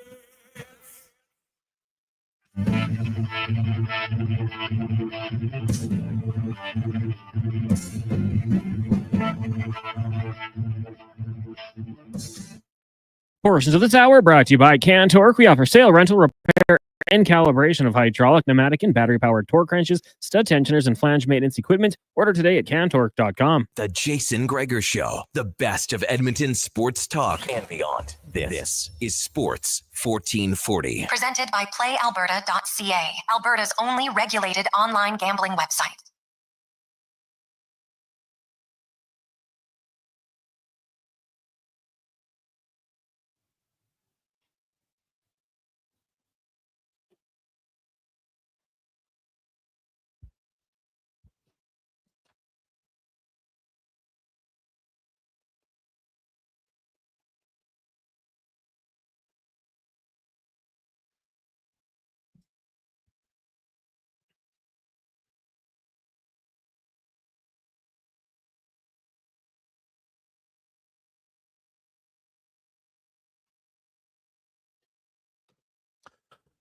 350. Welcome back. Jason Gregor, Connor Halley, Sports 1440, Oilers Nation, YouTube, Facebook, and X. It is the Gregor Show, presented by PlayAlberta.ca. Got a lot of texts flying in with some line combinations, some interesting ones. We'll get to those in a sec. The Gregor Show is always brought to you by PlayAlberta.ca, Alberta's only regulated online gambling website where 100% of the revenue stays right here in the province of Alberta at PlayAlberta.ca. From Red, I'm going Skinner, McDavid, and Brown, Podkolzin, Draisaitl, Arvidsson, Kane, Nugent, Hopkins, and Hyman, and Henrique, Janmark, and Perry. Ontario Mom says he has the same top line as keeping Skinner and Brown there. He has Draisaitl with Hyman and Kane, Nuge with Arvidsson and Henrique, and then he has Janmark as the fourth line center with Podkolzin and Perry. Henrique deserves more playing time than a fourth line center, and he has the skill for Nugent Hopkins. Well, the way Janmark's played at center, that would be, I'll say this, I do believe Adam Henrique, no question in my mind, will bring you more offense than Podkolzin and Janmark. No discussion. So if you feel that, but like the Oilers, to me, it's more about matchups, right? Like the Oilers, I don't know if offense is really an issue for them. They're going to win if they can limit the chances against LA. And we've seen that 3 series in a row. If you want to play a low-scoring game, Edmonton can lock it down and win games 1-0, 2-0, 2-1. They've done it. And then they've won the games 5-4 if you want to get into a shootout. So they've proven they can beat LA in multiple ways. That's why I've said I think the key in this series is Edmonton believes they can win. LA has to show they can win. And I think there's a big difference in the mindset when you look at it that way. Guys, I'm putting Hyman, Skinner with McDavid, Draisaitl, Arvidsson, Kane, Podkolzin, Brown, RNH, Henrique, Janmark, and Perry.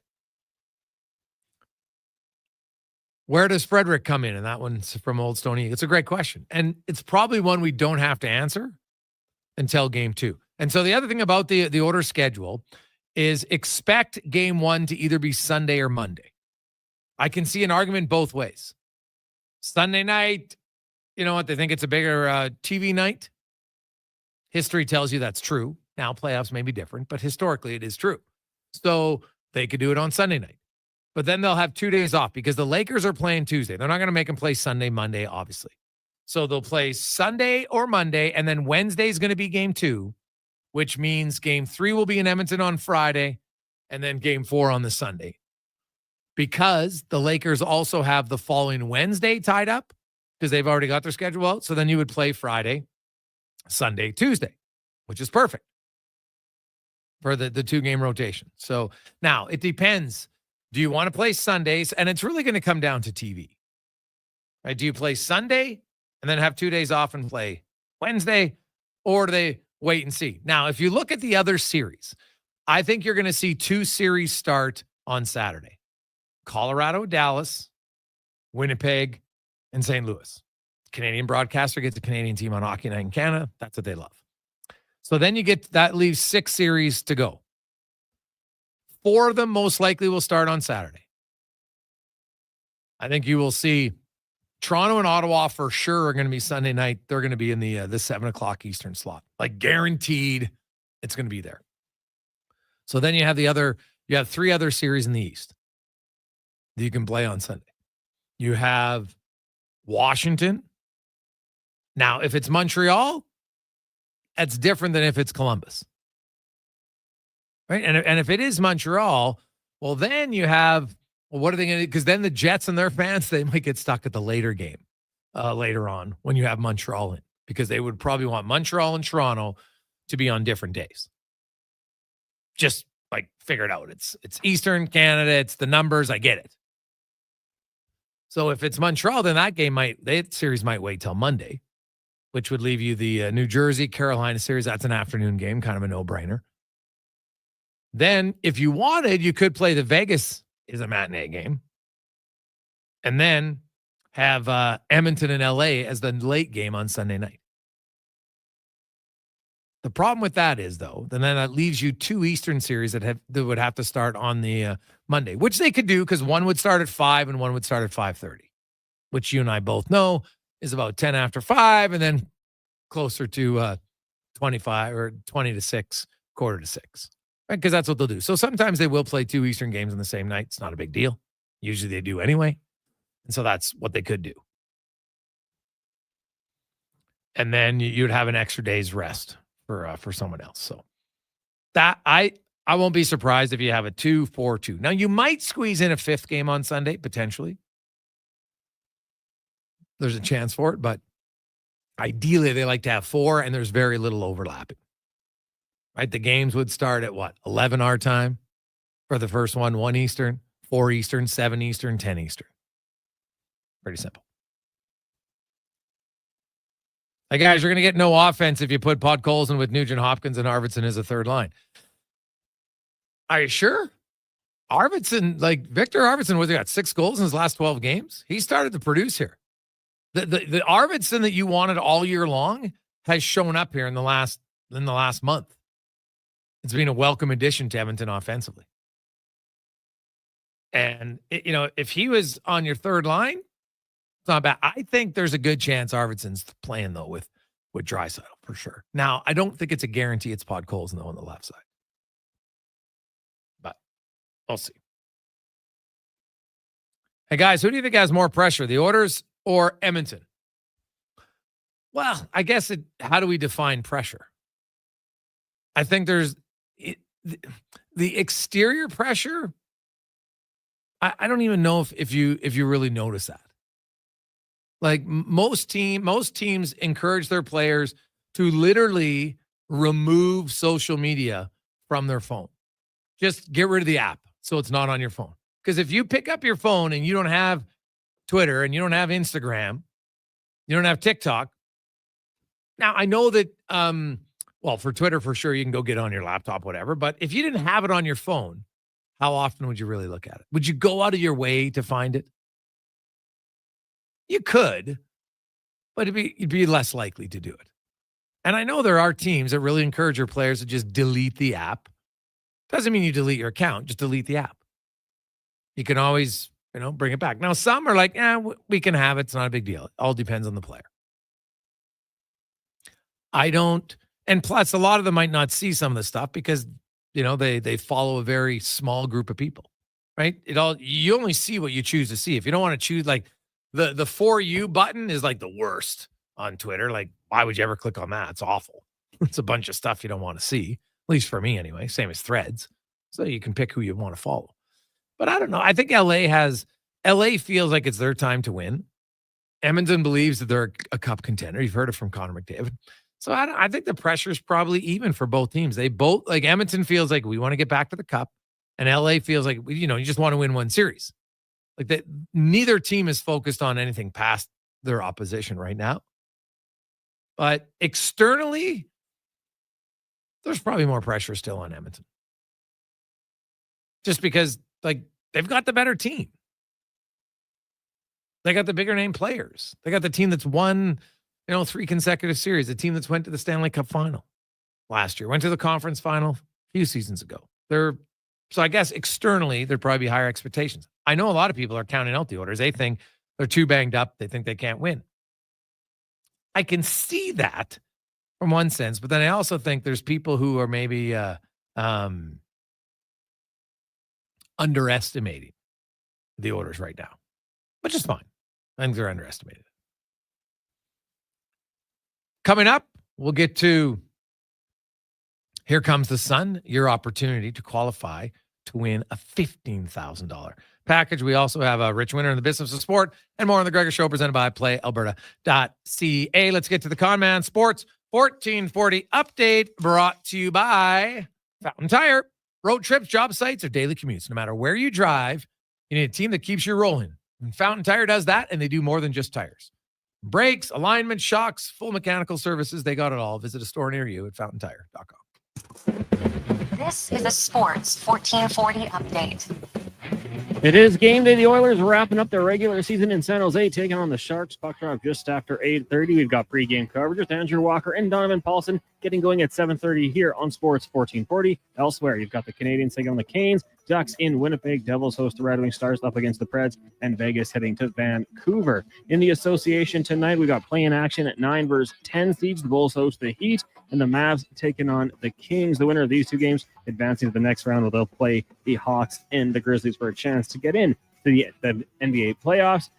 In the majors earlier today, the Toronto Blue Jays were victorious over the Braves 3-1. You also had the Brewers over the Tigers 5-1. Mets fall to the Twins 4-3 in extras, and the Cards over the Astros 4-1. Right now, just one game going on. Padres lead the Cubbies 2-1 in the top of the 7th. Later tonight, Guardians in Baltimore, Reds hosting the Mariners, Giants travel to Philly, Yankees host the Royals, Athletics in Chicago to take on the White Sox, and it's the Dodgers Rockies from Los Angeles.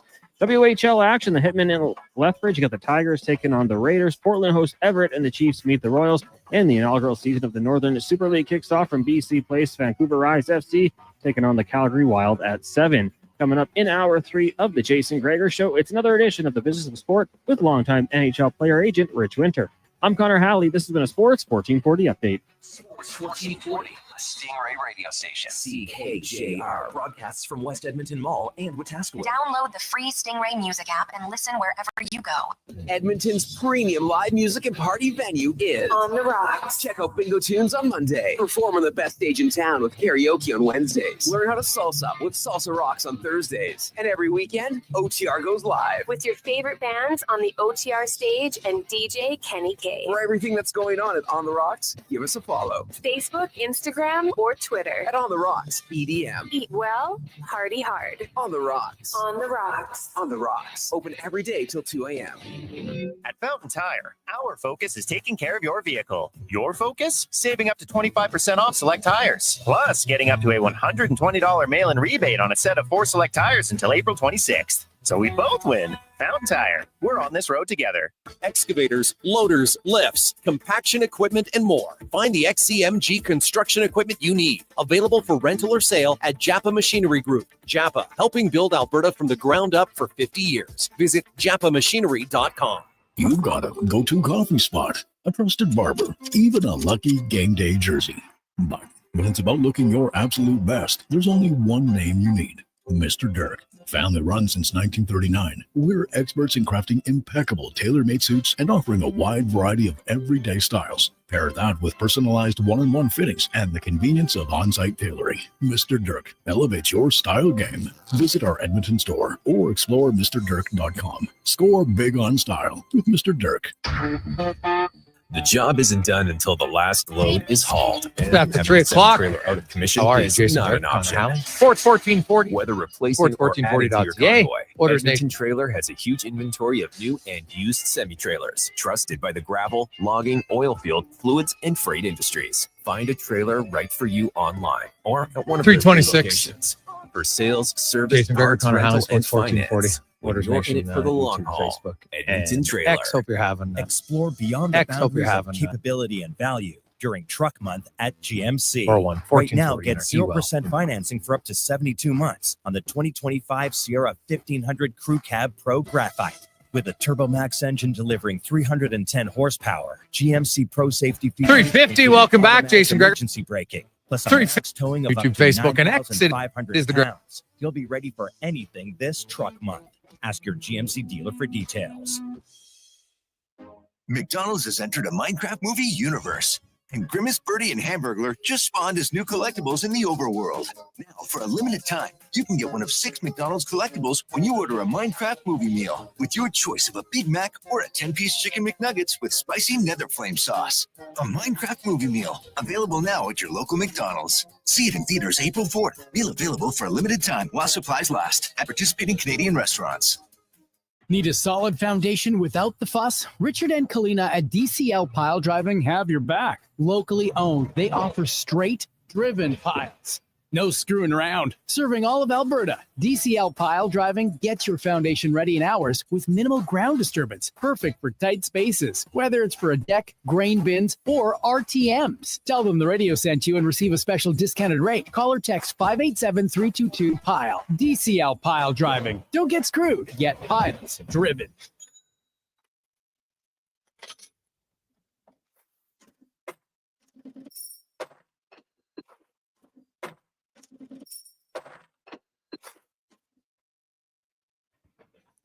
Portions of this hour brought to you by Leading Edge Physio. The team in Old Strathcona have special training dedicated to reducing the impact of cancer care before, during, and after your diagnosis. From lymphedema to the management of fatigue and side effects of chemotherapy and radiation, they can help. Learn more at leadingedgephysio.com.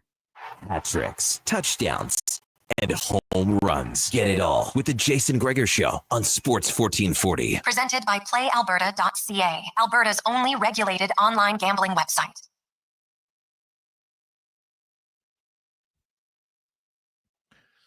It's after 4 o'clock. Welcome back.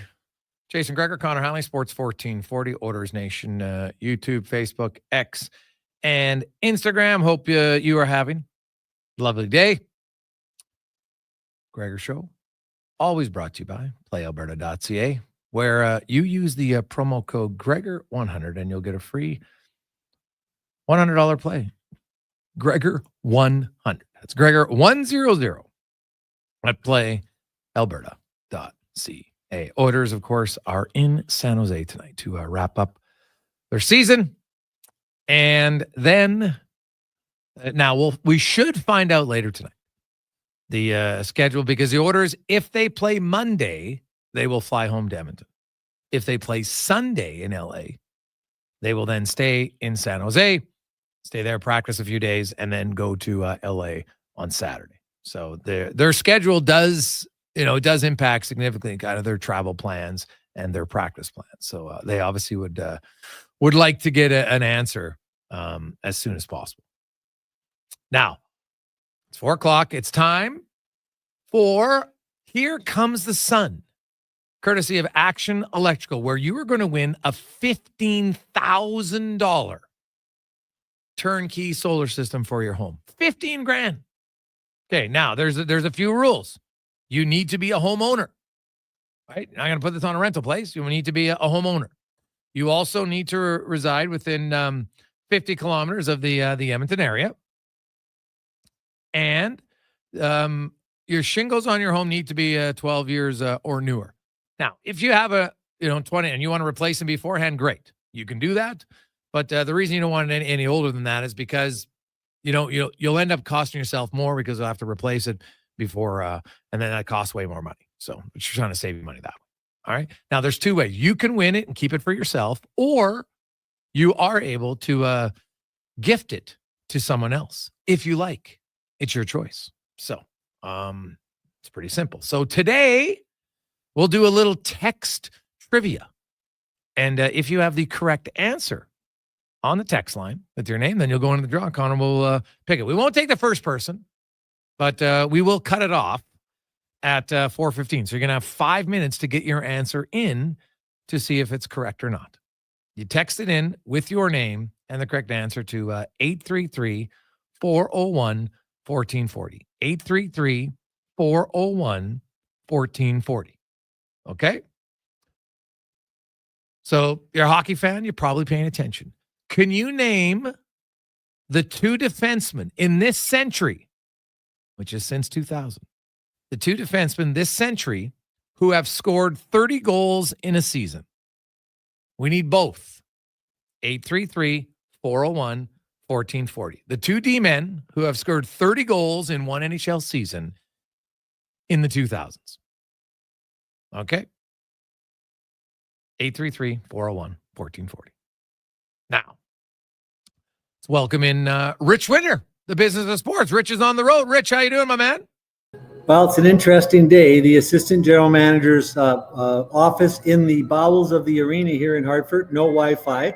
The hotel across the street doesn't have Wi-Fi for the lobby guests unless you have a room. So I'm sitting at a soda shop enjoying a Bananas Foster, which is kind of what you do on the road. You scramble to try and get things done. So it's been an interesting day, but there's nobody else here. And the Banana Foster's milkshake is actually pretty good. So it's worked out really well. And that's usually what happens. It usually works out pretty well. Yeah, well, you got a nice background of like a pink on the walls there. It's very nice. So well, my wife usually says to me, like, what are you doing tomorrow? And quite often I just don't know. Yeah. Because you don't know which guy's going to be at practice. I started this trip in Toronto, drove down all the way here to Hartford, down to Washington and New York tomorrow, and I was going the other way when I left home. So I was going to ask you, as an agent, it's this time of year when you're on the road, you're obviously talking to some guys, NHL players, but also American League players, and some guys have a contract, some guys are probably thinking about what their next contract is. Is this a slow time for agent, and what's the benefit of going around, to see the guys at this time of the year? Well, for me, it's I'm trying to manage my time with 5 kids, and this is a good time. It's really slow at work on the Thursday, Friday, Saturday before Easter. So it's a good time to get on the road and get a lot of stuff done. And guys, there's certain guys that you just haven't seen for a while. The odd guy because you had trouble planning your schedules. But a lot of times, I met with a young man today whose contract's up. He's thinking KHL and other things. We just had a really good conversation around what he's got to do to finish the season. I think this time of year is a really opportune time for a lot of players because, a strong playoff. There's a rule in behavioral psychology called the peak end rule. Most of us know it by experience.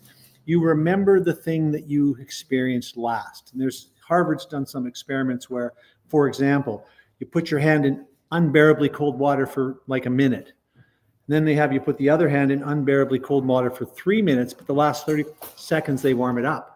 So, and we've all seen these players who have a strong playoff and we get insane money, right? Because that's what they remember. My goodness, if Jason continues this into the next season.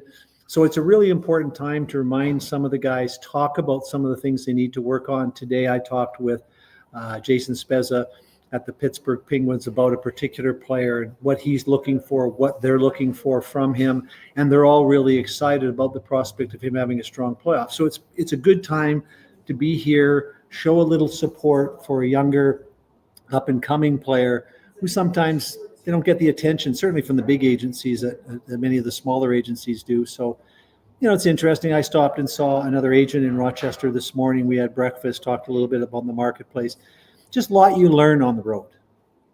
And you learn that the double tree has no Wi-Fi. So here we are.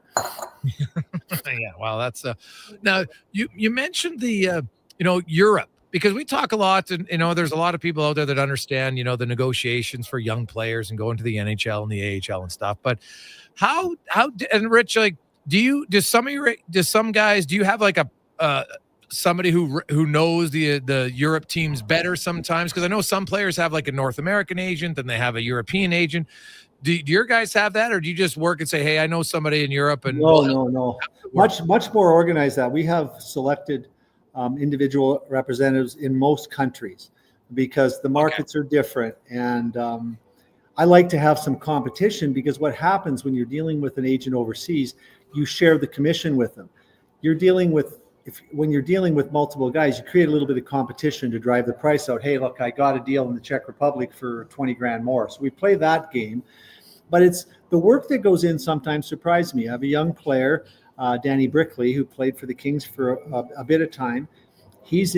Last year was in Finland, had a very good year, and he's looking at a Czech team. Well, it's very important.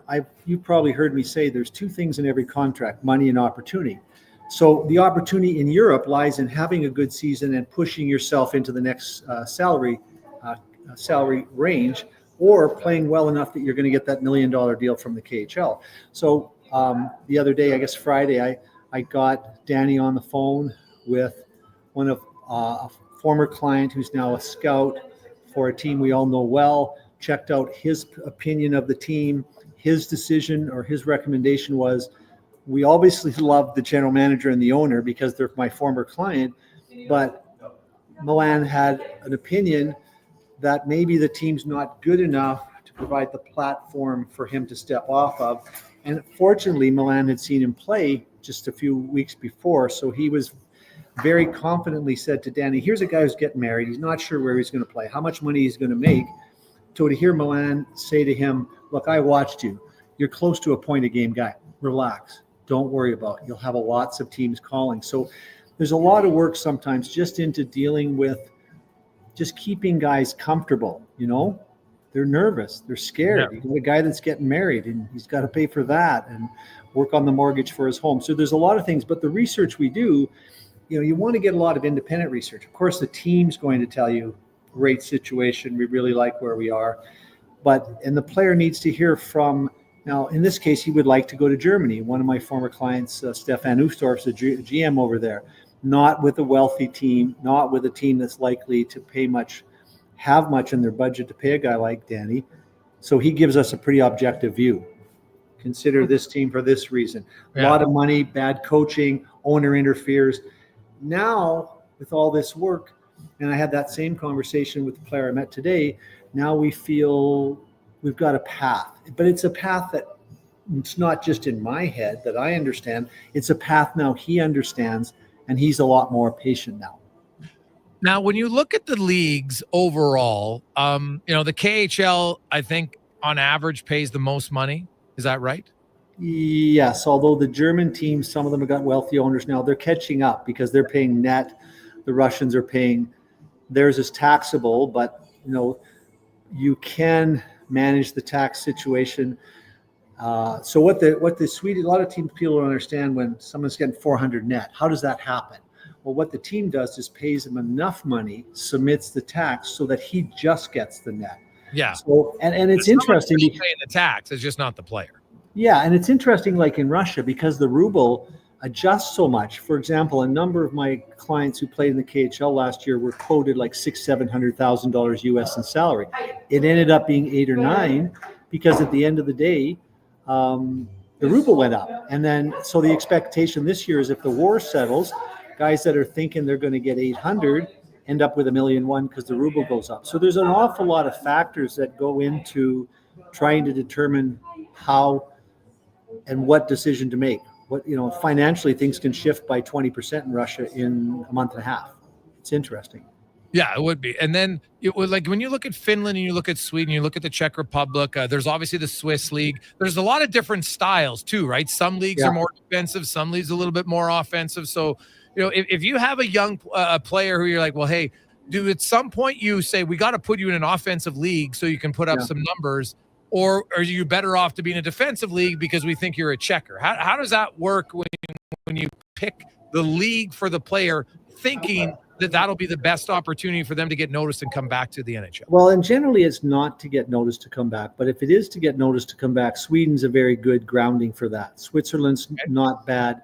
The problem with Switzerland is they demand a high level of skill and a lot of production from their top players. So you don't want to put a player that's modestly offensively talented there because that league's pretty good. It's pretty quick, a lot of skill.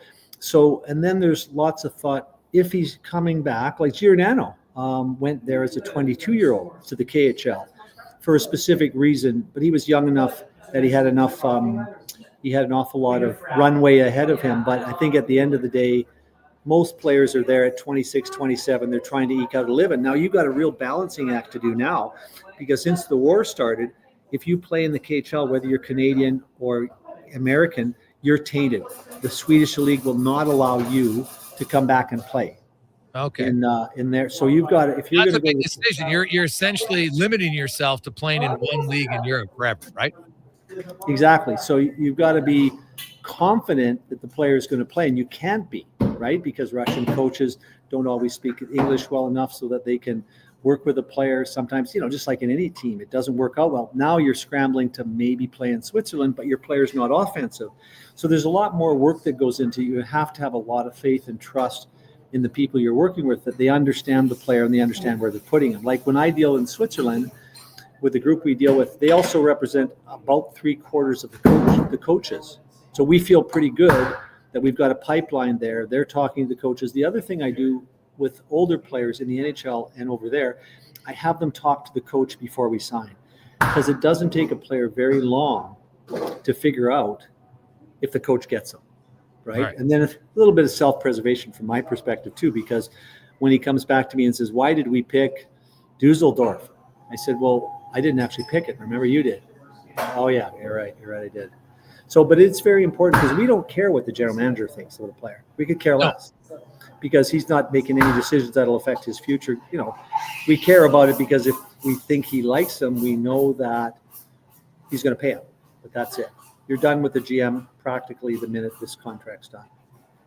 Rich Winter joins us. I'll talk more about the the agent work in that. I got some interesting ones about the NHL playoffs, and I know you're talking to a few clients and just looking at the NHL playoffs, and now it definitely becomes more of the business of sport for sure, where the business is winning and the dynamics change significantly. With all that and more on the Gregor Show, presented by PlayAlberta.ca, and we'll announce who is our qualifier for Here Comes the Sun next on the Gregor Show, presented by PlayAlberta.ca. Spring style and road-ready performance are more affordable than ever. Now at Volvo Cars Edmonton. Lease or finance a 2025 XC90 plug-in hybrid from 1.49% and save up to $5,000. Lease a 2025 XC60 plug-in hybrid from 4.9% and save $3,000. Lease or finance a 2025 XC40 from 0.49% and save $2,000. Get ready for the open road at Volvo Cars Edmonton. Great vehicles, better services, only at VolvoCarsEdmonton.com. Hey, Alberta, the all-new Play Alberta app is here. Casino, sports betting, lottery, all in one app, right on your phone. And because it's Play Alberta, you know it's safe, secure, and reliable. Download it now and play over 500 online casino games, live dealer tables, and unique games you'll love. Plus, bet on sports from anywhere in the province. You in? Download Play Alberta now from your phone's app store and deposit using promo code OIL for a $100 casino bonus on the house. That's promo code OIL for a $100 casino bonus. At Papa John's, you get your everyday favorites for just $9.99 each when you order 2 or more items from the Papa Pairings menu. When you order more, you save more. Choose from medium one-topping pizzas, boneless wings, papadillas, breadsticks, cheese sticks, and desserts. It's easy to order all your favorites when they're just $9.99 each. So the next time your friends come over to eat your food, check out the Papa Pairings menu to save. Better ingredients, better pizza. Papa John's. Actions speak louder than words. Japa Machinery Group puts your construction plan into action with XCMG construction machinery you need. Available for rental or sale. Learn more at japamachinery.com. Do it, do it, do it. Your vehicle is a big investment. Protect it at Hughes Car Wash. We use only clean, fresh water and the highest quality car wash soap. Hughes Car Wash, the Car Wash Pros. Do it, do it, do it. Do it at Hughes Car Wash. Find us at HughesCarWash.com. This is a slam dunk. Dive into Edmonton's vibrant basketball scene with exclusive interviews and expert analysis. I'm Paul Sir, and I host The Basketball Show every Saturday morning at 10 on Sports 1440. You got a go-to coffee spot, a trusted barber, even a lucky game day jersey. But when it's about looking your absolute best, there's only one name you need. Mr. Dirk. Family run since 1939. We're experts in crafting impeccable tailor-made suits and offering a wide variety of everyday styles. Pair that with personalized one-on-one fittings and the convenience of on-site tailoring. Mr. Dirk elevates your style game. Visit our Edmonton store or explore MrDirk.com. Score big on style with Mr. Dirk. Noodle, noodle, noodle, noodle, noodle, noodle, noodle, noodle, noodle, noodle. Noodle, noodle, noodle, noodle, noodle, noodle, noodle, noodle, noodle, noodle,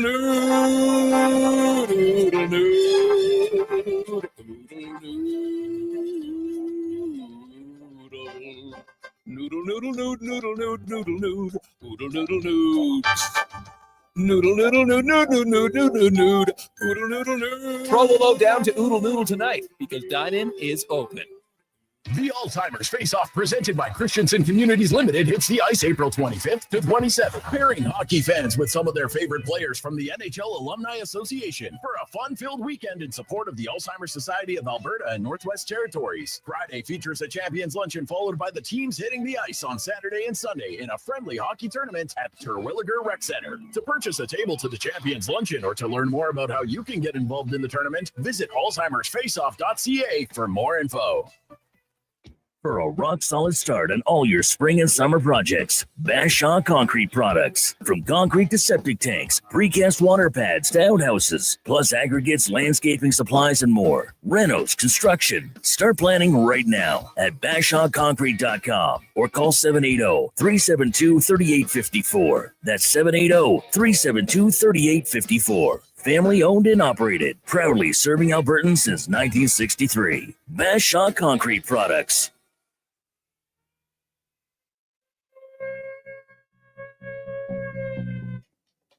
Portions of this hour brought to you by On the Rocks. Watch every Oilers game at OTR with $5.25 Molson Canadian, $5 Pink Whitney shots, and 60-cent wings. Plus, play Oilers score and win for your chance to win On the Rocks gift cards. Oilers hockey at OTR. Book your table today. Jasper Ave in 118th. From puck drop to kick off.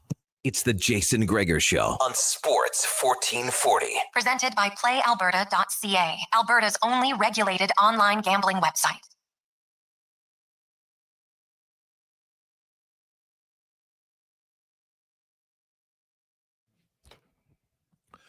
Welcome back to the Gregor Show, presented by PlayAlberta.ca. Hope you're having a lovely Wednesday. Oilers in San Jose to take on the Sharks. And Connor McDavid will play to get his quest for his 8th 100-point season, and Stuart Skinner in goal. Time now to see who is our lucky qualifier today for Here Comes the Sun, courtesy of Action Electrical, where somebody, when we do the draw on May 23rd, is going to win a turnkey solar system for their home, valued at up to $15,000. Need to be a homeowner, must reside $50,000 inside the Edmonton area, newer shingles, 12 years younger. And Jim, he knew the correct answer, which was the two defensemen who have scored 30 goals this century, Cale Makar and Mike Green from the Washington Capitals. Jim, congratulations. Thanks, Gregor. Now, Jim, are you gonna keep this for yourself if you win, or do you want to gift it to someone? What's your plan? Is it too early to say? I'm pretty selfish, so I'll probably keep it. Yeah, nothing wrong with that, man. Nothing wrong with that at all. So, what's your thoughts on the Oilers against the Kings? Guaranteed win. Guaranteed win. I like the confidence. All right. Well, Jim, stay on the line. Connor's going to get all your information. You have one final step as you just need, and Connor will tell you. You just send a paragraph as to why you want the system, why is there, or in some cases you're giving it to someone, but in your case you keep it for yourself, which is totally fine. And that will be your final entry 100% into the draw. So good luck. We'll do the draw live on the show on Friday, May 23rd.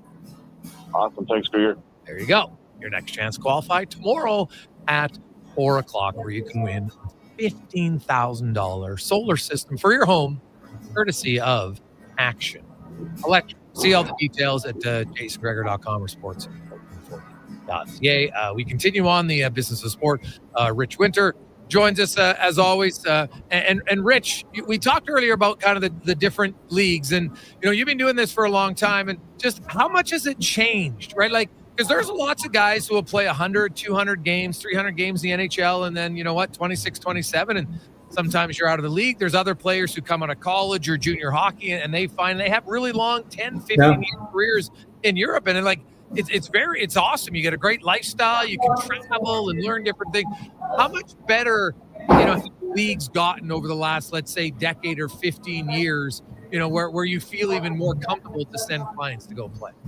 Well, it's be a surprise to a lot of people, but most of the facilities in Finland, Sweden, Russia, and in Germany and Switzerland are as good or better than the NHL. Buildings are good, training facilities are good.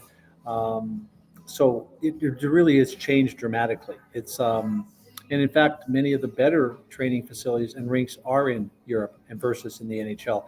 Many because a lot of newer buildings, a lot of great technology and architectural capabilities over there. So it's really interesting. And gone are the days where you had to cross your fingers to see if you're going to get paid. Can I just clarify, this isn't the pictures that are in my office normally? I'm stuck in a soda shop in Hartford. Hey, now when you talk about the finances of the league, and so I believe for many years in the NHL, the hardest job was to be the tough guy, because it was incredibly taxing mentally. You're playing 4 minutes a night, you might get your face punched in. It's pretty stressful. Guys talk about they couldn't sleep. Brutal. Nowadays, to be that 11, 12 forward who's playing 8, 9 minutes a night, and you try to impress the coach, you don't know if you're in the lineup, it becomes stressful, right? Most of those guys are making league minimum, which is still really good money. But if you go to Sweden and you go to Finland, what's an average Canadian or an American player making in those leagues? And when you look at that, and maybe it's tax-free, is the stress level and the enjoyment of hockey better for some players over there? Well, the enjoyment's better for a lot of players because they're skilled enough to get a bigger role, and they just want to play, right? That's right. At the end of the day. But there are a lot of family issues that come into play. For example, Devin Shore is a client who's been in Minnesota most of the year, but on a two-way, starts in the minors, sets up his family in the minors, gets called up, doesn't know if he's coming back, spending a lot of time in a hotel with his young family. And you think at the end of the year, you say to yourself, for a little less money, do I want to be parked in Switzerland where I'm going to be home virtually every night with my young family? There's a lot of factors that go into it. And some of it's just as simple as, look, I played 100 games in the NHL.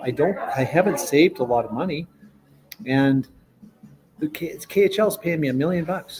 And politically, some people might find that, why are you going there? Putin doesn't have anything to do with the organization, your teammates, or any of those kind of things. But sometimes you just, you're starting to feel it at 29, 30. I got to go. So you factor in family, you factor in finances, and then you do the best research you can to put them in a position, if they're one of those little lower echelon players that's going to have to catch on through Germany and then work his way to the KHL. You make a bit of a plan and try and understand what kind of money they're going to need to be comfortable as they can be for the rest of their lives. And these, like you say, these guys can go over there and play 5, 6, 7 years. It's not as taxing. Travel's not as tough. You eke out an extra 3 or 4 years at $300,000 or $400,000. And your question related to salaries, they range from 150 to 250 in most of the leagues, a little higher at the top end in Sweden and Germany, but basically pretty similar other side of the KHL. So in the Czech Republic now, Czech Republic's paying guys 150, 250,000, and some of those cities are amazing, right? I mean, you play and then do you get a vehicle and room and board on top of that? Yeah, generally. So when you go to, you go overseas, the only thing you're paying for is the food you're buying at the grocery store. Generally, like here, meals at the, breakfast at the rink, lunch at the rink. If you're a single guy, you're buying, now in Switzerland, you're buying pizza and it costs you about as much as a car payment. But outside of that, it is expensive there.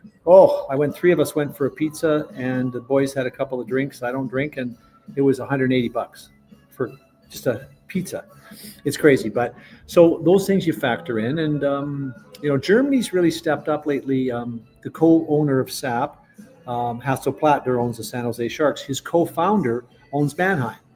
They have accommodations that would rival the nicest places you could find anywhere in North America.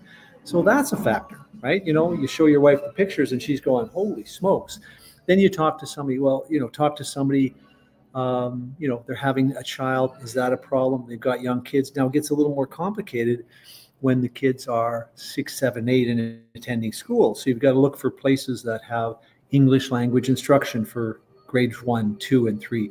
Just an awful lot of issues to manage that you don't worry about here, right? You sign, and usually the wife figures out, the player's wife figures out all of those issues because there's kindergarten everywhere in North America.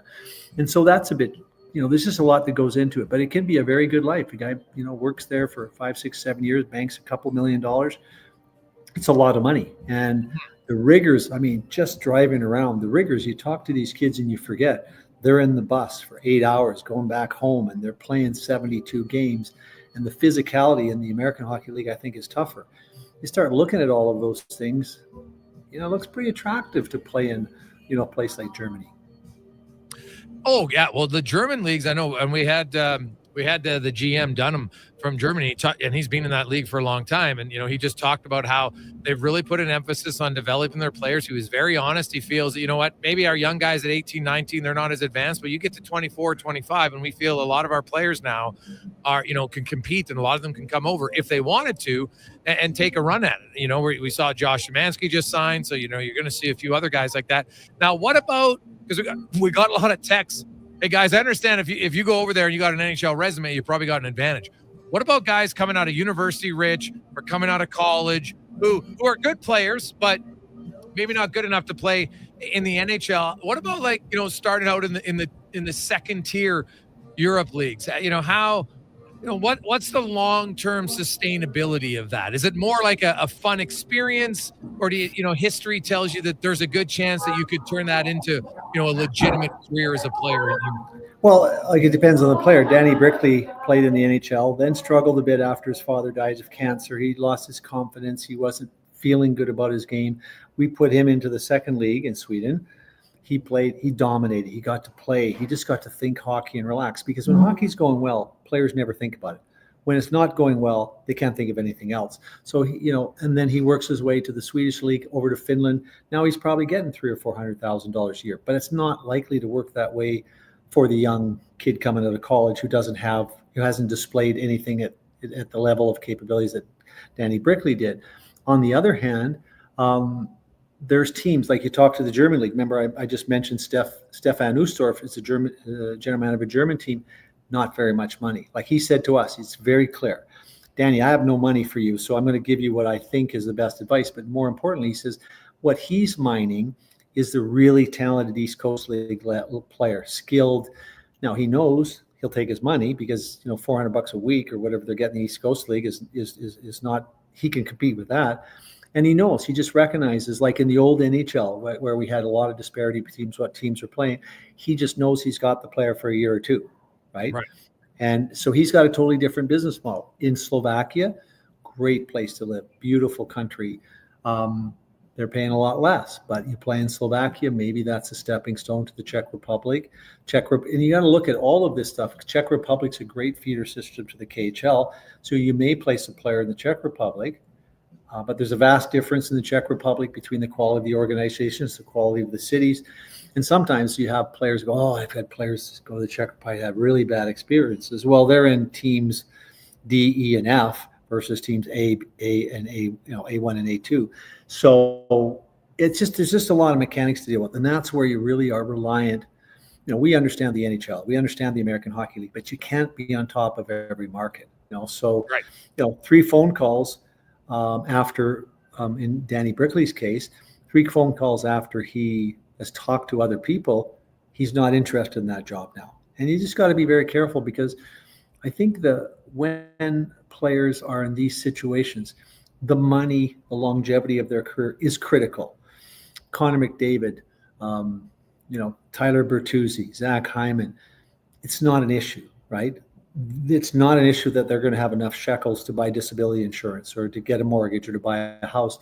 So these decisions you make for players often can, restart and create a new career, a second career, a new chapter, or it can kill it. So there's a lot of risk that comes with it. You got to be careful.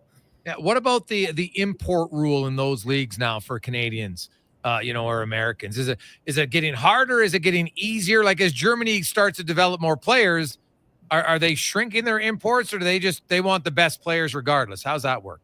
Well, they want the best players they can afford, right? They don't live in a salary cap world, but they live in a budget world. You talk to the guys in Mannheim, I think they're the Detroit Red Wings. We want them, we're paying for them. Like if the owner in Mannheim wants a player, there's nobody in Germany that can compete with the price he'll pay. So, it just depends on some of them are in smaller towns and just don't have the budget. Some of them are community owned. And it's tough, man. I know Marty Strack owns a team in Pilsen, Czech Republic, just getting sponsors and fighting through all of that. It's tough. The economies I'm at an AHL game in Hartford. This is a robust, decent sized American city. Marty's in a small town. It's just not the companies. There's not the sponsorship. So it's really challenging for them. But again, it's just it's an interestingly flip of the model, because we rely a lot on the gate here. And in Europe, in all sports, they tend to rely a lot more on the sponsorship. So those are the relations you need to covet. And if you're in Mannheim or Berlin, your sponsorship revenue stream is incredible. If you're in a smaller town like Freiburg, you're probably pretty much screwed from the get-go. So to me, it's a whole lot different than the old NHL, where you had the Red Wings spending $85 million and, San Jose spending 18 or 20 or whatever it was back then. Yeah. Well, the Oilers were one of the smaller spending teams too, up until post salary cap for sure. Rich Winter joins us. Business of sport today. We're talking a little bit different. We've talked a lot about the NHL, but the whole part of business of sport was to kind of understand all the different levels and elements. And the NHL is obviously what we cover on a daily basis in hockey, but there's lots of opportunities. But again, when we say lots, that's all relative. It's not like every player, because I hear it all that, like I had players tell me, oh, my son's he plays in the Western League and he's at the university right now. You know what? His goal is he wants to go to Europe. And I'm kind of like, oh yeah, well, what are his stats in university? And he's a 4 and he had like 6 goals. And I'm like, dude, where do you think you're going to go? No way, buddy. Like not to be rude, but it kind of it's not like Europe is just, hey, you know what? I'm a former 30-goal scorer in the WHL and I got 6 goals in university hockey. Now suddenly teams are going to be tripping over me to come and play. Like these are still good leagues. They're professional leagues. And the other thing, Rich, is my understanding is they can be pretty ruthless at times. You go over there and you don't start producing and you're an import, you're out pretty quick. Yeah, and there's been some high-profile players that have done that recently, and huge expectations, big money paid, and they find themselves released. There is similar restrictions. Really guaranteed contracts, right? Is it? No, they're not all guaranteed. Many leagues, mostly the European leagues, but in the KHL they have an out at particular times, and that going in.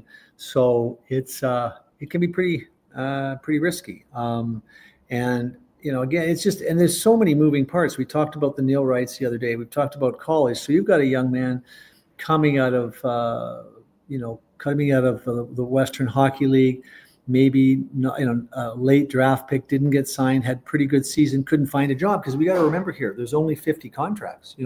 They really like the player, but I'm 2 contracts shy of the max. So can we wait? Can we try an AHL deal? That kid gets a call from Europe, or he gets a call from now a college team. So he's weighing an education, which his parents are pushing for. He's thinking of going to Austria because he thinks he might build a future there. He has a friend who's playing for Salzburg. And the dynamics are now, like it was so much easier before. And it's really come down to, and I think that's one of the reasons you're seeing so much consolidation. Kurt Overhart's company just sold to the Wasserman, which is a fairly big group. And because you need all that support now. You can't just be a guy with 3 clients working part-time as a lawyer. There's just too much opportunity to screw your clients up by being uninformed. Yeah, well, and that's always the key. But I think the out clause is very unique and it's different. And I know sometimes, and we get it all the time, there shouldn't be guaranteed contracts in the NHL. And, it's easy for fans to say that in media because it's you're not on the line, and it's hard to gauge, all the time. Hey, let's just release a guy because the NFL does it. Well, the NFL used to do it, and now they got so much money that's guaranteed on contracts and never before because the players realize, man, this is a tough sport, right? The line, the Connor McDavids and the Leon Draisaitl don't have to worry about anything, but you get to a lot, 60% of your league, and those guys are, game to game, and some organizations are like, we're out just because we made a wrong decision and now we want to get rid of you. So they'll never get rid of the contract. Jason, and people don't really see the real world and how it unfolds. You've got a player that maybe got drafted by the LA Kings. He's played 3 or 4 years with the Kings, a little bit down in the minors there in Ontario. He's made a decent living. He's fallen madly in love with a young girl from California. And then he doesn't give any thought to this. He's fallen in love. He wants to stay in America. He's released, and his career's over at 27, 28. He's got $500,000 in the bank, which sounds like a lot of money until you realize it could be $25,000 to $30,000 a year to buy medical coverage, none of which has been provided by the National Hockey League to these players. It's mind-boggling that these guys can give what they give so we can enjoy what we see on the ice every night, and they don't have benefits when they retire. So now a young man is facing a wife who wants to stay near home, never contemplated moving back to Saskatchewan, who's been working and living in a higher, sort of a more urban environment. Now he can't afford to live where his wife and family are living. He can't. So he's got lots of decisions to make. That's why he might take the KHL offer. But it's oftentimes why families fall apart. This is a very difficult business on families. Yeah, it's easy to say you get cut. Well, and sometimes I forget. I get a player traded and I go back home and have dinner. And he gets on the plane and his wife's scrambling to get the kids, and they got to move. They got to deal with all of these kinds of things. I had a meeting this scheduled for yesterday. Well, the younger player plays here on the East Coast, and his parents came in unexpectedly to help him move out of his apartment. Well, he's 20. He's still a kid. So people just don't really think of the human element. And this is a hard job. I mean, you're going to work and guys can actually body check you out of your desk, take your job, grab your pen, punch you if they like. Yeah, it's easy to say that. And you have, at best, if you're an elite player, a 10 or 15 year career. If you're an average player, it's probably 4, 5, 6. And you come at it with half the money a teacher would save over the course of their career. It's not that. And you're 30 and you have no money to acquire these things. I remember working with a career counselor a number of years ago where we had a client who was a farmer from Saskatchewan, fell in love with a model, in Los Angeles, and she had no inclination to leave. So with a lot of hard work, we found him a job selling dairy equipment to dairy farms in the lower Southern California area. It worked, but he was looking at maybe losing his family. It's a job. I think my family's moved across the river, and when we did that, it was challenging. We had to go to new school. I mean, not that challenging. But, again, this is extremely difficult, and there's so many variables, and you need to do everything you can to help a kid maximize his earnings, because they're not generally equipped for life after hockey. Most have no education. Most have no skills. And you need to try and do the best you can to give them some runway with some income and savings so that they have a bit of time to figure life out. And many of them don't. There's lots of alcohol problems. Claude Liu used to tell me, here's retirement for an NHL player if he has some substance. Takes the kids on a couple vacations they could never do while he was playing. Takes his wife to those two romantic spots, one on the Amalfi Coast and maybe Hawaii. And then he comes back and sits in the kitchen. And he really has no idea what to do. And having gone from star, I remember when I represented the retired players when we brought an action against the NHL for stealing $50 million of their pension money, which we ended up winning.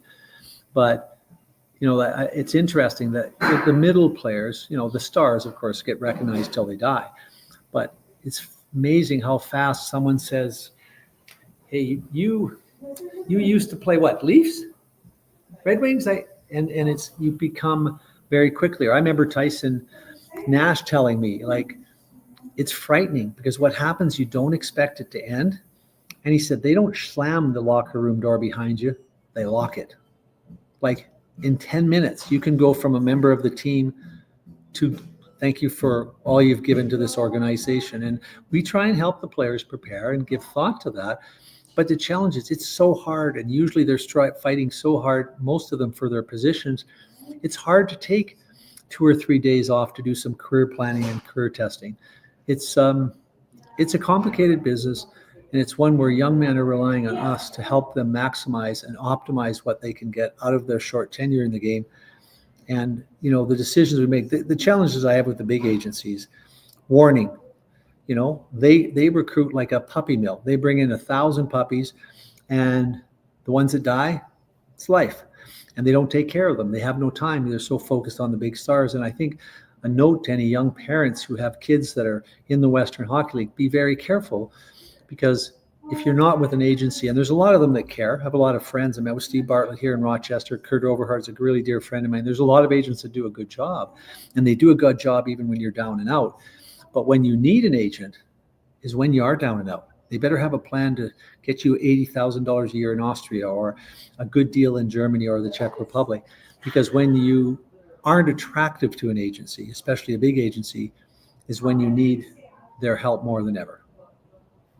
Quite frankly, Jason, my best clients, probably you could do the deal. Anybody could do it. It's a little research. The game very well, figure out the comparables, and hold your own in a negotiation. But it's these other things that are very important to a family. I met with Vinny Prospo. I was here, longtime client of mine. I remember the day he called me and said he fell in love with Monica, and he wanted to bring her to America. They're still married. They have 4 kids, a boy and 3 girls. And it's just that's not every case, And Vinny played 800, 1,000 games, made a lot of money. But there's a lot of these kids now struggling to coach in the American Hockey League just to make $50,000. Yeah. And again, we look at the stars, good for them. But, I think the most important thing in life for all of us is having a purpose. And the purpose for these young men from the age of 3, 4, 5 was hockey. And when that's taken away from them, there's just a lot of dynamics and a lot of support that they need to get on their way. And, Europe's part of the plan, playing there.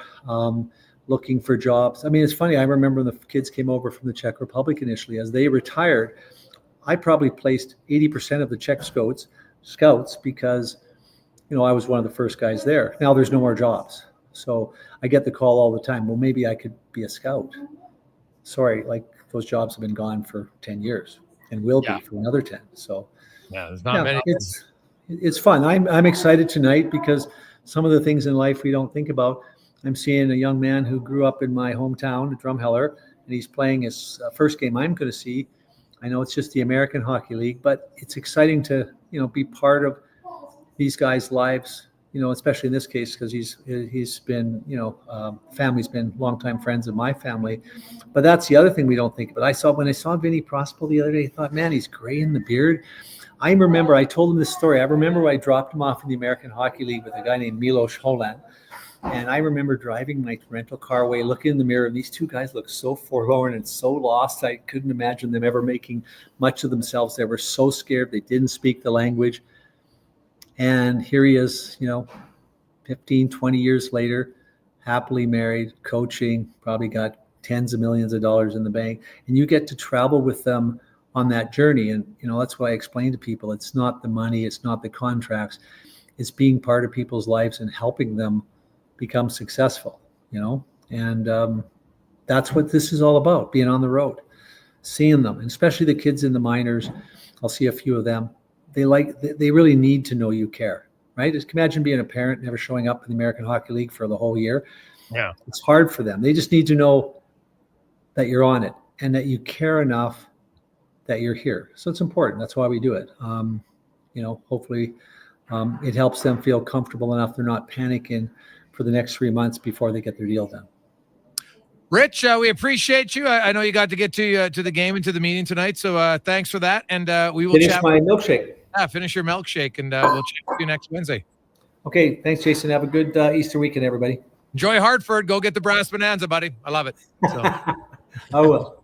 There you go. That's Rich Winter, Business of Sport. We'll take a quick break. We'll return to the Gregor Show presented by PlayAlberta.ca. Use the promo code Gregor100, Gregor100 to get your free play. At Papa John's, you get your everyday favorites for just $9.99 each when you order 2 or more items from the Papa Pairings menu. When you order more, you save more. Choose from medium one-topping pizzas, boneless wings, papadillas, breadsticks, cheese sticks, and desserts. It's easy to order all your favorites when they're just $9.99 each. So the next time your friends come over to eat your food, check out the Papa Pairings menu to save. Better ingredients, better pizza. Papa John's. You know how you look forward to all your favorite sports coming back in the spring? Soccer, baseball, golf. Well, GS Construction looks forward to getting back to work with the warmer weather. We're all excited and geared up for this very busy time of year. The groundbreaking season is upon us, and GS Construction is ready to roll with all sorts of new projects. Projects that help the community and make the place we live in better. For more on what we do, visit gsconstruction.ca.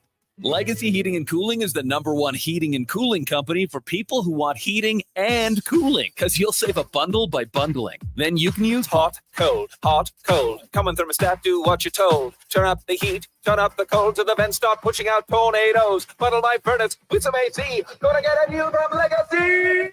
Oh, yeah. Save a bundle when you bundle your new furnace and AC from Legacy today. Plus no payments and no interest for 1 year. That's how you build your legacy. Legacy Heating and Cooling.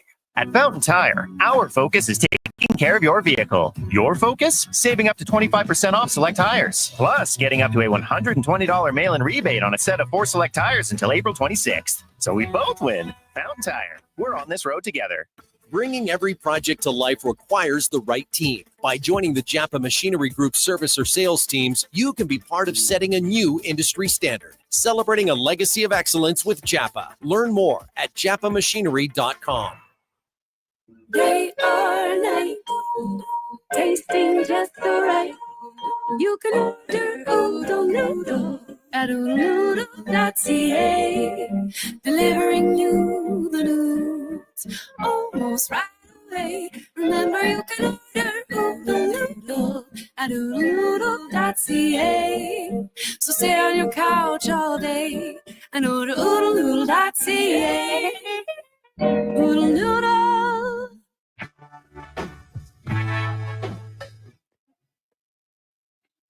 Portions of this hour brought to you by Culligan for all your residential water needs. Your local water treatment company. More than just big bottles. Culligan.com.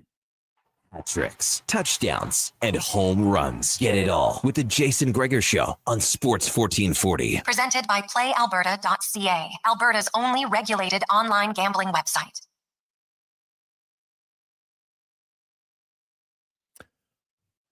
.453. Welcome back, Jason Gregor, Connor Halley, Sports 1440, Oilers Nation, YouTube, Facebook, X, and Instagram. Text is always coming in our UL inbox, 833-401-1440, 833-401-1440. Hey, fellas, I couldn't agree more with Rich. My brother's been in Germany now for going on his 8th season after a short stint in the A. Safe to say he's not coming home. Money's paid in American dollars, too. It's a great place. From Walt. Gregor, love the business of sports. You guys always talk about things I don't really realize or think about. Sometimes I forget the players are human. Thanks for the reminder. That one comes in from Dan. Greg's, I like it. My son, I think, is one of those players who's contemplating Europe. Sounds like I might have to get him to talk to Rich or somebody. I think we're clueless on exactly what to look for.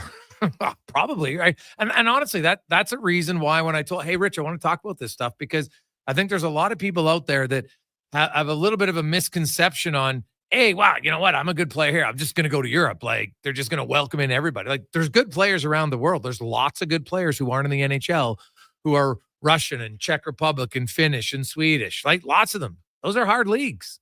And, you know, obviously it's great to have aspirations to want to go there, but you need to do your homework. And like specifically, like playing in Switzerland's great, but it is expensive. I talked to Derek Ryan when he went there. He goes, that was like, he played in the Swiss league and before he came to the NHL. And that was over like a decade ago. And it was still expensive. But now it's got to be one of the most expensive places in the world. Like ridiculously expensive. He played over there in I don't know, 2012, something like that. I have to look because it was in Austria too. And Austria is another. Didn't even talk to Rich about the Austrian league, and it's a pretty fun league too, right? Like it's improved a lot as well. Like there is more options too, but you want to do your homework, and there's lifestyle factors and everything else. So it's always good sometimes to think about a little bit different conversations on the show. Obviously, we have tons of time to talk about it. Hey guys, you think you can make money playing hockey in Asia? From Jim. Well, I don't know, Jim, but I can tell you this.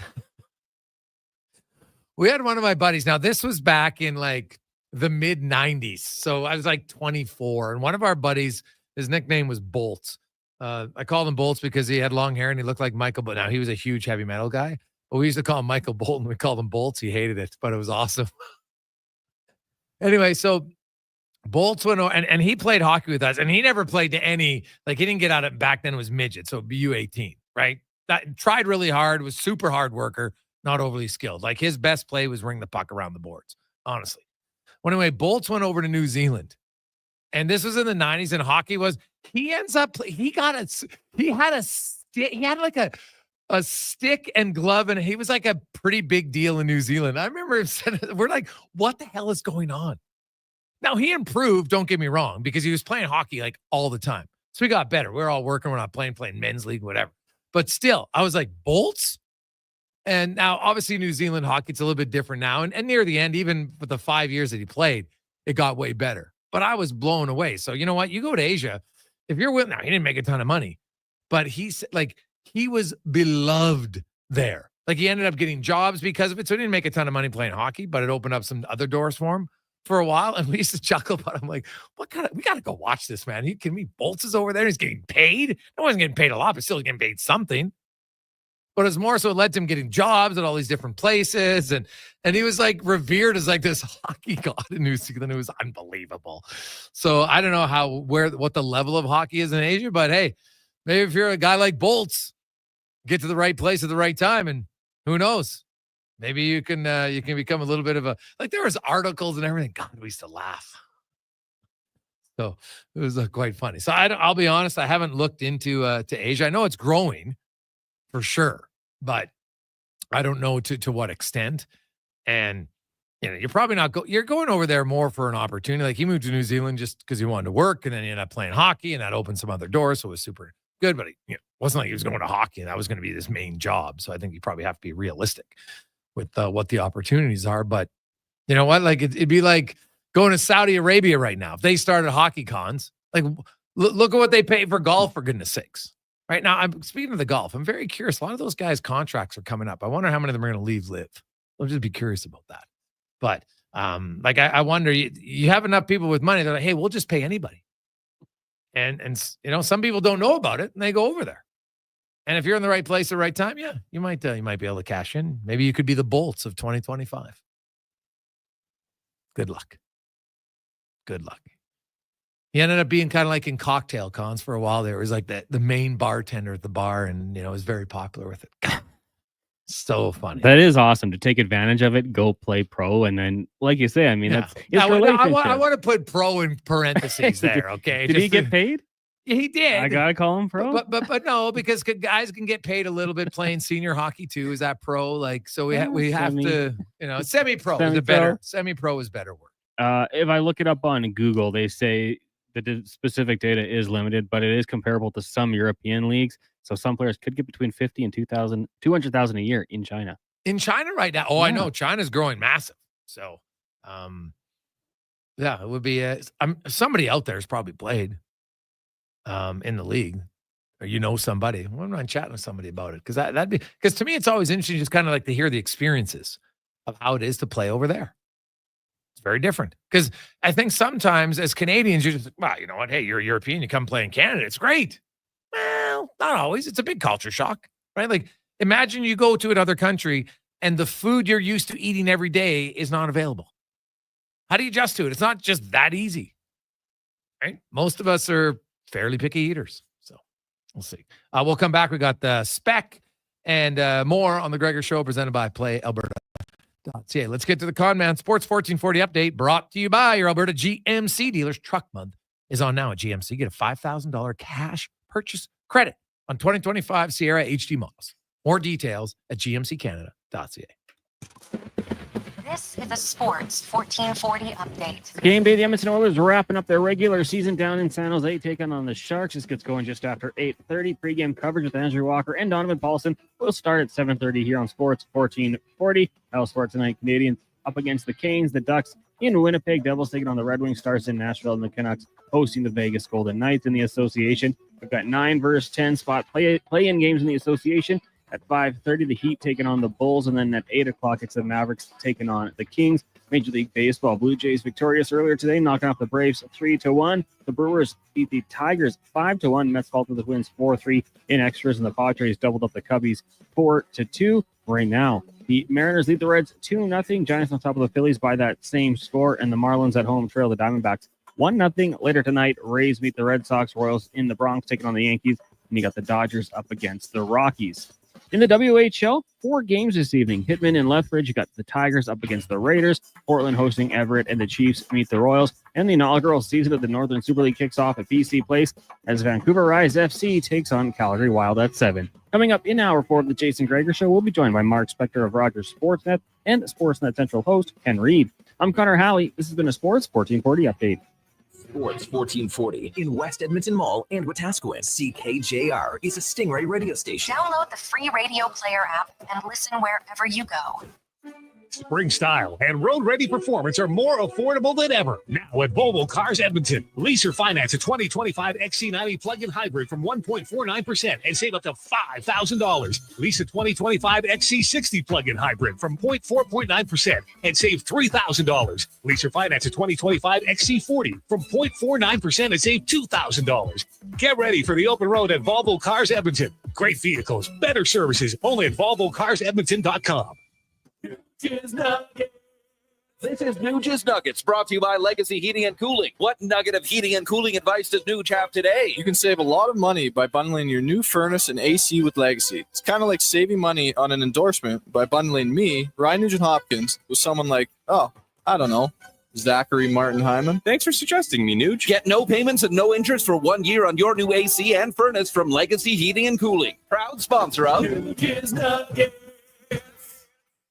At Papa John's, you get your everyday favorites for just $9.99 each when you order 2 or more items from the Papa Pairings menu. When you order more, you save more. Choose from medium one-topping pizzas, boneless wings, papadillas, breadsticks, cheese sticks, and desserts. It's easy to order all your favorites when they're just $9.99 each. So the next time your friends come over to eat your food, Staff check out the Papa Pairings Love menu it. to X. save.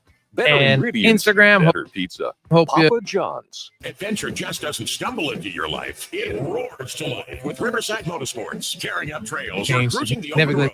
Gregor Yamaha Show. ATVs, side-by-sides, motorcycles, and dirt bikes deliver the performance you crave. Welcome back to the Gregor Show, presented by PlayAlberta.ca. Yamaha's legendary We have a performance lovely and reliability Wednesday. take you there. Make Mother Nature your playground on a Yamaha from Riverside Motorsports, located on St. Albert Trail. RideRiverside.com. Riverside Motorsports. What you do for fun is our business. 4:53. Welcome back, Jason Gregor, Connor Find Halley, the Sports perfect tractor 1440. for Oilers any Nation. job at Edmonton Kubota. Their massive selection of compact tractors has something for everyone, whether you're tackling small tasks or big projects.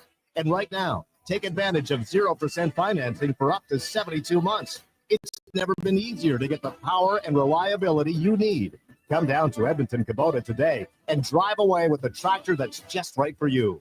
Edmonton Kubota, where your perfect tractor awaits. McDonald's has entered a Minecraft movie universe, and Grimace, Birdie, and Hamburglar just spawned as new collectibles in the overworld. Now, for a limited time, you can get one of 6 McDonald's collectibles when you order a Minecraft movie meal with your choice of a Big Mac or a 10-piece chicken McNuggets with spicy nether flame sauce. A Minecraft movie meal, available now at your local McDonald's. See it in theaters April 4th. Meal available for a limited time while supplies last at participating Canadian restaurants. When St. Albert Dodge gets a deal, you get a deal. That's how it works. And right now, they've made a special purchase of new 2024 Ram Heavy Duty 2500 and 3500 model trucks. These are Cummins diesel models with an exclusive offer that you can only get at St. Albert Dodge. What's the deal? A no-charge Cummins engine option, which works out to $9,450 in savings for you. Over 35 available. Get yours now and see how easy it is to do business at St. Albert Dodge. Need a solid foundation without the fuss? Richard and Kalina at DCL Pile Driving have your back. Locally owned, they offer straight, driven piles. No screwing around. Serving all of Alberta, DCL Pile Driving gets your foundation ready in hours with minimal ground disturbance. Perfect for tight spaces, whether it's for a deck, grain bins, or RTMs. Tell them the radio sent you and receive a special discounted rate. Call or text 587-322-PILE. DCL Pile Driving. Don't get screwed. Get piles driven. Spring cleanup is a breeze with the Lawnmower Hospital and BCS Market Garden Equipment. Winter left a mess, and the Lawnmower Hospital brings you solutions. From BCS tillers and rotary plows to power harrows and two-wheel garden tractors that go places a traditional tractor wouldn't dare. You'll find everything BCS at the Lawnmower Hospital, including attachments, accessories, hitches, wheels, and tires, plus more. TheLawnmowerHospital.com. The Lawnmower Hospital.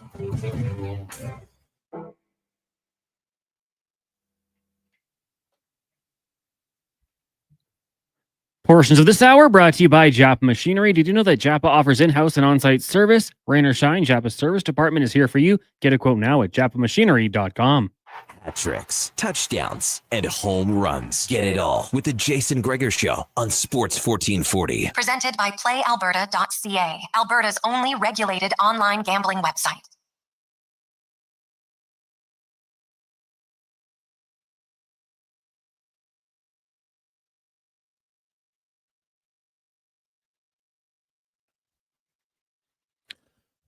We roll through a lovely Wednesday afternoon. You made it. Happy hump day as you get on the road on the way home. Drive safe. Stay calm. We got lots of time to get home. You're probably going to want to watch the Oilers game. The outcome of the game doesn't mean a whole bunch. You know, Chris Knobloch talked about the fact that, sure, he'd like his team to kind of just continue to play, quote, the right way.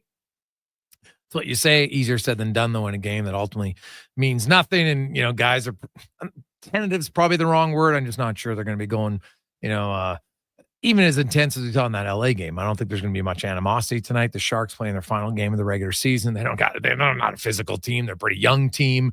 You know what? They've got guys who are thinking about, hey, maybe some of them will get invited to the World Championships, right? If you're Celebrini, right? Will Smith, Eklund, that's probably what you're hoping to go represent your country. And a lot of the other guys are just like, hey, I'm going home for the summer. But the one big storyline, of course, is Connor McDavid and the quest for 100 points. He needs one tonight. That'll be 100 on the season in 67 games. And also, would be the 5th consecutive year he's had 100 points and the 8th time in his career. Only Marcel Dion, who had 8, Mario Lemieux 10, Wayne Gretzky 15, have had the same or more seasons of 100 points. So McDavid, pretty good chance he'll be passing Dion. I think he'll pass Lemieux. He's got an outside chance to track down Wayne, depending on how long he plays. When you consider the greatness of the superstars in sports today, there's a really good chance that McDavid at 37, 38 could be scoring 100 points. No, Crosby had 90 points, and McDavid's been more productive player through the first decade of his career. So it's very plausible. It is the Gregor Show, presented by PlayAlberta.ca. Now let's get to the Spec Report, brought to you by GS Construction. They specialize in underground infrastructure to make your life more enjoyable with running water and indoor plumbing. They are the grinders of construction. GS Construction is Mark Spector from Rogers Sportsnet. Joins us. Spec, how you doing? Doing pretty well. Jay, what's going on, man? Well, we're just counting down the days. I think the bigger question is the schedule for the Oilers. We know that Game 2 is going to be on Wednesday. We know that because the Lakers are playing Tuesday. They're not going to make them play back-to-back Saturday, Sunday. So it's now just coming down to, will they play Sunday or Monday? Vegas is going to play Sunday at home because that's the only night they have available with the arena. So they're going to play Sunday. If you look at the other Western, conference games, we knew that Dallas and Colorado are going to play most likely on Saturday. Same as Winnipeg and St. Louis. And then after that, they'll probably have to split up and switch them. So, I'm kind of curious, do they go a Sunday late game? Because if Vegas can't play the afternoon game, then they probably play the night game, and Edmonton's the night game on Monday. So, we could see that. We'll see. I don't know if it matters either way, if it's Sunday or Monday, but people do want to plan, especially on Easter Sunday. You're like, do I have to have an early dinner? I want to be ready for the game. Yeah, honestly, that's what I'm hearing from friends and family and people is like, well, what time's the game? Because it's Easter Sunday, right? And even people in LA who are lucky enough to be home for Easter Sunday, but if they're going to be at the rink, like the wife wants to know here. So we dance this dance every year on this time at this time, waiting for the schedule to come out, predicting who's going to play when, and we're seldom very right. I think you got it nailed on the Wednesday night, and we've all been hearing Sunday, Wednesday. So we've been hearing, but you know what? All I know is this, I feel like there's only 2 Pacific series here, and they're both at home. They're both starting at home. There's only, there's Vegas and there's LA. So they got to go on separate nights and be the late game every night to the doubleheader. Doesn't that make sense to you? Oh yeah. No, normally Edmonton, trust me, Edmonton's going to be the 8:30 or the 8:52 puck drop, realistically, right? That's what it's going to be. Yeah, so, 8, depending. Sometimes they're 8, but sometimes they're 8:30. Yeah, well, whatever. The late game. So you and I both know 8:30 is the broadcast start. The puck drop is at 8:50. So I hear you. So either way, my point is we don't know much here, but I have to say that the Vegas series and the Oilers series are going to be on opposite each other, because they're both the late game. Now everybody out east can figure out what they're doing. They like their day games out there, right? They like their day games on a Sunday afternoon. Someone's going to be playing day games out there for sure. We don't like those so much out west for whatever reason. It's not something we do in the playoffs. So I don't know, man. I'm just a guy waiting for the schedule to come out, and we'll figure it out from there. Yeah, I wouldn't be surprised if Edmonton plays Monday and Wednesday, to be honest, so, especially with Vegas playing Sunday night. So we shall see. Connor McDavid, Spec, he is going to play tonight, and I think that's the right decision. It's an opportunity to chase a milestone. But it might not mean as much today, but when you look at the history of a player and you look at where he's going to end up, to me, that's very important. I think it was the right move. The only unfortunate part is that with him coming in, Connor Carrick can't play now. He's ineligible because he was an emergency recall, so he can't get in the lineup when you bring someone else in the lineup who didn't play the previous game. Oh, that's too bad for him. He could probably use the NHL money for a couple of days heading into the season, his summer. If he stays with the team, he gets paid either way, even if he doesn't Is he play. getting paid NHL money? Well, really, I mean, the game would be nice, but at this point, probably that money's not so bad either. So that's good. I agree. I think the other thing that I think it's important, like McDavid, obviously, I didn't hear him say this, but knowing him, I think it's important for him that the team plays well here and has a good feeling coming out of this game and into the playoffs. They just got smoked by LA, and that lineup wasn't close to LA's lineup. You know, you don't draw anything from that game, but you also didn't get any positive vibes either. I think McDavid would like to see his team have a positive night here against San Jose, score a few goals, which he's got to be part of, and go into the series at least coming off a game where they got something done, right? Yeah, well, I think the way McDavid's played his last 3 games, he has looked great. He said it. He feels great. You know, I mentioned I saw him leaving the rink really early after the skate the other day, which is usually a sign the guy's not even getting treatment. So then you know they're healthy. Yep. I think McDavid's definitely going to come out guns a-blazing. I'll be curious after he gets a point, because I fully expect him to get a point. Do they just shut him down, or do they just say, hey, we'll rotate you in a 4-line thing here, maybe plays 14 to 16 minutes? Yeah, I think that's what you'll see is him playing exactly that, a 15, 16-minute game. I think he'll probably won't play a whole lot more than a guy like Adam Henrique plays in this game. So, you know, I mean, you have to. The funny thing about tonight, it's 40 guys skating around trying to be a little bit careful here. You know, the Oilers don't want to get hurt. The guys on San Jose are starting this summer, or like you just pointed out, some of them are going to Worlds. Nobody wants to screw that up in a last-second game. No one wants to spend their summer on crutches because of a meaningless game 82 where they stuck a knee out the wrong time. So, you know, you're watching the game tonight, it's going to be a bunch of guys skating on eggshells a little bit, don't you think? Yeah, I think there's probably a chance of that for sure. When you look at do you think there's some guys spec like until Trent Frederick's available? I don't know if there's a big discussion. I think it's probably Jones and Kapanen who are your 2 forwards that are out.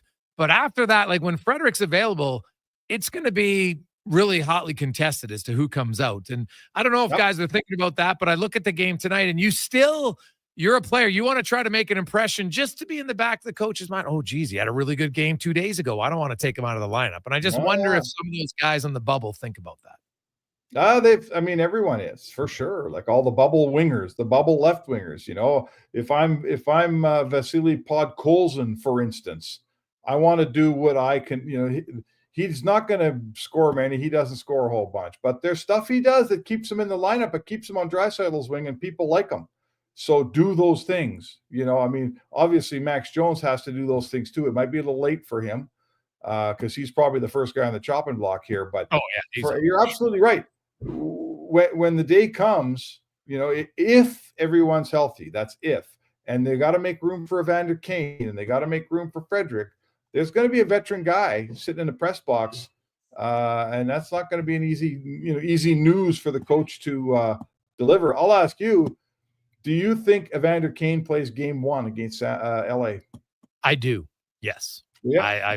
I'd be surprised if he didn't at this. Yeah. That'll make this team look a little bit different. Oh, 100%. Like, and honestly, Spec, like I'm not having huge high expectations of Kane, you know, coming back in and, you know, scoring at the rate that he did, although I'm sure he'll believe he can, which is great. Right. And, you know, Kane obviously doesn't lack any self-belief, but if Kane comes in and like people said, well, he won't be as good as last year. I'm like, what are you talking about? He was playing on one leg last year. He should be. And he still scored 4 goals in 20 games, right? Like I think Evander Kane, he hasn't played in 10 months, but it's not like he's been skating for the last month, right? Like he's been shooting pucks, you know, maybe his quick timing, like he might not be able to have a quick split-second reaction, but Evander Kane coming down the wing who could beat guys from 30 feet and 25 feet, I don't think he's suddenly lost that ability to shoot the puck. You know, so I think Kane may be able to score you 1 or 2 goals in a series. You're right. To me, it'll be the little parts of the game, recognizing defensive assignments. Where am I supposed to be? And you know, he's played a long time, so he knows those things. But it happens awful fast. Like when we talk about getting your timing back, it's not just your hands and puck handling. Your timing is all kinds of other things, making quick decisions, knowing when to go, knowing when not to go, knowing, you know, spotting when the other guy's going. Like your brain has to get back up to speed. I think he'll be, you know, I'd rather see, how would I say, a veteran player is going to do it more quickly, because he's been around, he's been through these things. He's not freaked out by playing playoff games. So history tells us that the guy who misses the whole year, Jason, isn't very productive. That's what history tells us. But I agree with you. His role on this team, the things he can do, he can lay the body, he can intimidate a little, he makes a little space for the centerman he's playing with, and he can bury a puck from 15 feet as good as anyone. So there's got to be a couple goals in there, I'd say. Oh, yeah, I would think so. Now, Frederick's a different one for me. Obviously, he's got a high ankle sprain. We saw that.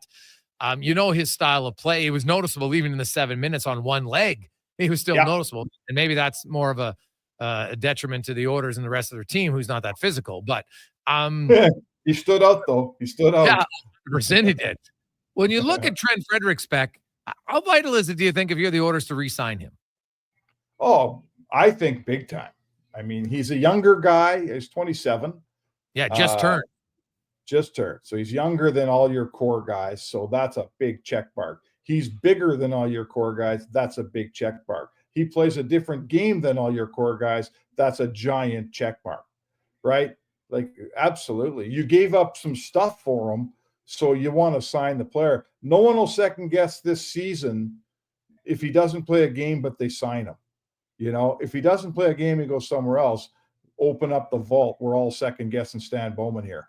So absolutely, I think it's vital to re-sign him. He's exactly the players the Oilers need. You just said it. He played 7 minutes, and we noticed him the whole 7 minutes because he stands out like a sore thumb in this lineup in a good way. Yeah, exactly. And I think that's what Kane's going to bring. At bare minimum, Kane's going to be able to run around and be aggressive. Bare minimum. Right? And he can skate. He's always been a decent skater, right? He's never been a great passer, to be honest. So, if Evander Kane's missing some passes early in the game, I'm like, well, it's kind of normal. Evander Kane passing's never been his forte, right? So, what about Connor McDavid's line mates? We know it's going to be Brown and Skinner tonight, but for game one of the playoffs, are you still not going back with the guy who's top 10 in goals here the last few years in the NHL and Zach Hyman with the Connor McDavid? I feel like if you don't play Hyman there, Arvidsson's been locked on Draisaitl's wing all season. What are you going to play Hyman on your third line and Brown on your first line? Like, that doesn't make sense. Brown's a third line player. Hyman's a first line player. Find me anybody in the NHL who disagrees with that. So, hats off to Brown. Like, he's filled in nicely. He's upped his game. He's giving you some basically first line production over the last 5 or 6 games. And that's credit to him. But he's not Zach Hyman. He's never going to be Zach Hyman. He's an effective third line guy. He's killing penalties for you. So, I assuming Hyman can play the amount of minutes you have to play when you play next to McDavid, and that's something. Sometimes if he doesn't have 20 minutes in him, maybe he plays on the third line till he does. But assuming he's got the minutes you got to have next to McDavid, he plays on my first line every day. Yeah. Would you automatically just play Podkolzin and Arvidsson with Draisaitl, or do you look at other combinations? Well, you got a couple left wingers coming along here. Like, let's say for fun, Evander Kane comes in game 1. Where are you playing him? Well, I'm playing him either with Nugent Hopkins or with Draisaitl, and I'm strongly considering Draisaitl and keeping Nugent Hopkins with Arvidsson and Podkolzin. Yeah. Or even putting, let me say, I put Arvidsson with Draisaitl and Kane, and I say Nugent Hopkins and Podkolzin. That's more of my defensive, reliable third line who I can play against anybody. I don't really care. And maybe Connor Brown's my right winger on that line. Yep. You got some speed.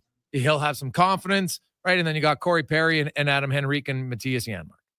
That's your fourth line. So to me, your third line, for probably my second line is Evander Kane and Arvidsson with Draisaitl. Again, the only question mark there the only caveat for me is, do I feel like Evander Kane's ready to come in and play Leon Draisaitl minutes or anything close to that? Do I want to work him in on a lower line his first couple games? Maybe a coach does want to do that. I'm not sure. But in the end, to me, if he gets anywhere near up to speed, he's a top 6 left winger, right? Evander Kane's a top 6 left winger. Now, when Frederick comes in the ball game, if he's ready to go, now we got to start thinking about things. Now there's 3 top 6 left wingers in Skinner, Kane, Frederick, and there's only 2 spots. So we'll figure it out, I suppose, when that happens, huh? Yeah, Frederick. Everything I'm seeing is Frederick. I don't see ready for game one, but I'm curious when he gets in the series. Lastly, Spec, the Montreal Canadiens. Will they get it done? Will they get it done tonight? They're up 1-0. Caden Gooley scored just what we were talking. So I hope so. You know, I was watching the Sportsnet interval. I was waiting for you to get to me. And they had a bunch of pictures of Rory missing the putt on 18. And the metaphor is the Habs have had 3 chances to get this thing done and haven't done it. Now they got to do it tonight. So it's kind of the same thing. And I hope they do. The hockey's a better place when there's fans packing the Bell Center for a playoff game, man. And no one can tell me I'm wrong when I say that. It's a better place. God bless Columbus, but don't tell me don't compare the Columbus Blue Jackets to the Montreal Canadiens for me, please. I'm not going there. Yeah, although I would like the Cinderella run of Columbus would have been unbelievable for them to get in. But like Montreal, hey, they got to finish it off though. Scoring first is one thing. Can they finish it off? That's going to be a challenge. They got to finish it off. I'm a Canadian guy. What are you going to, I'm going to give you that answer every day. I'm also, I'm also happy to see, I'm happy to see Ottawa get over that hump. That rebuild's been going on a long time, man. And look at how happy the people are in Ottawa, like the hockey fans. They're just elated there. And that building's going to be, just awesome. And Montreal's the same. I'm happy to see their fans. They got a giant fan base. And those fans deserve to have a couple of playoff games. Come on. Yeah, no, I don't disagree with that. Spec, enjoy it. We'll find out the schedule likely later on tonight for the orders. Sounds good, Jake. There you go. That's Mark Spector from Rogers Sportsnet. Take a quick break. We'll return. Jason Gregor, Connor Halley, Sports 1440, Orders Nation, YouTube, Facebook, and X. We'll return on the Gregor Show. We'll continue on. We'll talk some hockey. Also, we'll talk a little baseball. Ooh, a record-setting day today. We'll tell you about it next. If you bleed orange and blue and you're not using the all-new Play Alberta Sports and Casino app, then you're missing out. It's the only online sportsbook with odds boosts on all Oilers games. And now, it's not just sports. Play the slots, hit the tables, buy lottery tickets, all in one app, all across Alberta. Download Play Alberta now from your phone's app store and use promo code GOAL for a $100 bonus. That's promo code GOAL! At Papa John's, you get your everyday favorites for just $9.99 each when you order 2 or more items from the Papa Pairings menu. When you order more, you save more. Choose from medium one-topping pizzas, boneless wings, papadillas, breadsticks, cheese sticks, and desserts. It's easy to order all your favorites when they're just $9.99 each. So the next time your friends come over to eat your food, check out the Papa Pairings menu to save. Better ingredients, better pizza. Papa John's. Truck Month is on now at GMC, and it's one of the best times to get behind the wheel. Right now, get a $5,000 cash purchase credit on 2025 Sierra HD models with a 13.4-inch diagonal center touchscreen, an available Duramax 6.6-liter turbo diesel V8 engine with 470 horsepower, plus the most trailering assistance technologies in its class. Sierra has some serious hauling power and is the only off-road ready HD. Truck Month is on now. Ask your GMC dealer for details. Legacy Heating and Cooling is the #1 heating and cooling company for people who want heating and cooling, because you'll save a bundle by bundling. Then you can use hot, cold, hot, cold. Come on, thermostat, do what you're told. Turn up the heat, turn up the cold, to the vents start pushing out tornadoes. Bundle my furnace with some AC. Gonna get a new from Legacy! Oh yeah, save a bundle when you bundle your new furnace and AC from Legacy today. Plus no payments and no interest for 1 year. That's how you build your legacy. Legacy Heating and Cooling. At Fountain Tire, our focus is taking care of your vehicle. Your focus? Saving up to 25% off select tires. Plus, getting up to a $120 mail-in rebate on a set of 4 select tires until April 26th. So we both win. Fountain Tire. We're on this road together. McDonald's has entered a Minecraft movie universe. And Grimace, Birdie, and Hamburglar just spawned as new collectibles in the overworld. Now, for a limited time, you can get one of 6 McDonald's collectibles when you order a Minecraft movie meal with your choice of a Big Mac or a 10-piece chicken McNuggets with spicy nether flame sauce. A Minecraft movie meal, available now at your local McDonald's. See it in theaters April 4th. Meal available for a limited time while supplies last at participating Canadian restaurants. Experience more at the Edmonton Expo Center. Come for Canada's largest trade show, the biggest names in entertainment, exhilarating sporting events, and more. Stay for the experience. But it doesn't end there. Maximize your brand exposure with Edmonton Expo Center's new cutting-edge feature screens, spanning Western Canada's largest venue space. Captivate an annual audience of over 1 million visitors during iconic events like Pro Rodeo, Disney on Ice, Glow, K-Days, and so much more. To learn more, call 780-660-0514 or visit EdmontonExpoCenter.com today. I'm tired of waking up tired. Waking up tired. Yeah, waking up tired. Are you tired of waking up tired? Come visit our sleep experts at the Brick Mattress Store. Get Canada's guaranteed lowest prices on all things sleep. Plus, try your new mattress for 6 months. If you don't love it, we'll find one you do. Some conditions apply. Stop waking up tired. Get the right mattress, guaranteed. Only at the Brick Mattress Store. Metal Supermarkets is locally owned, locally operated. They love this city and serving its people. We're talking metal cut to your exact specifications, fast. In fact, at Metal Supermarkets, they're as Edmontonian as checking your basement sump pump in the spring. And, oh no, not good. But on the bright side, I do need to work on my backstroke. And don't even get me started on my butterfly. Count on the local convenience stores for Southside, West End, metalsupermarkets.com.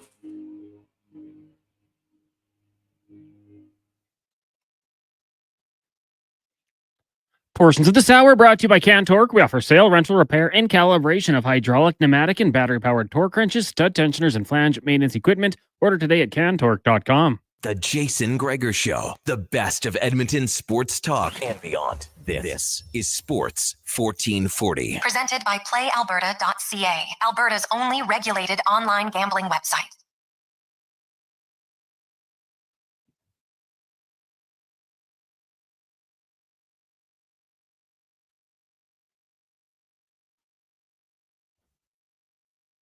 Welcome back, Jason Gregor.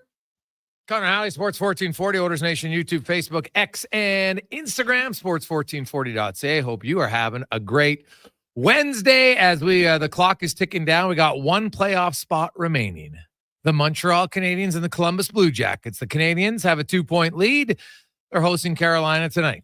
The Hurricanes just tied the game. And if Montreal loses in regulation, then Columbus has a chance.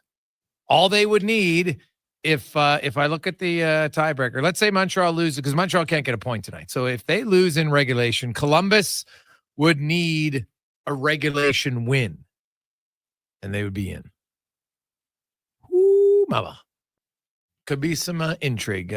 Canadians scored early, but Carolina just tied it, and suddenly the pressure is on in Montreal. Let's get to our playoff report, brought to you by your Alberta GMC dealers. Truck month is on now. Get a $5,000 cash purchase credit on a 2025 Sierra HD model. See more at gmccanada.ca. Talk some hockey. Talk a little record-breaking day. Ken Reed from Rogers Sportsnet joins us. Now, Reader, I know that TV is deciding the schedule, and so I'm sure you're working on it. What's the do you know the Oilers' schedule yet?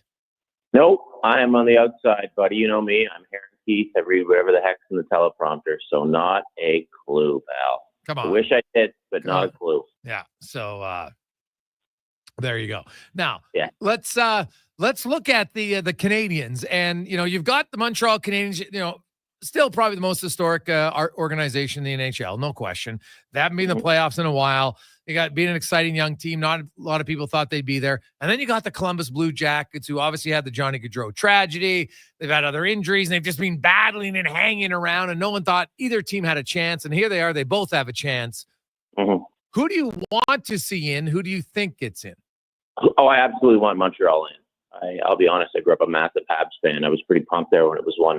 Now I'm doing better because they're going on the power play. But the plethora of young talent on the Habs, I mean, just on that first goal, it was sick who was passing the puck to each other. And, I mean, Suzuki's really emerged as a top-notch guy for me. I didn't always think he was, but now I've bought into that.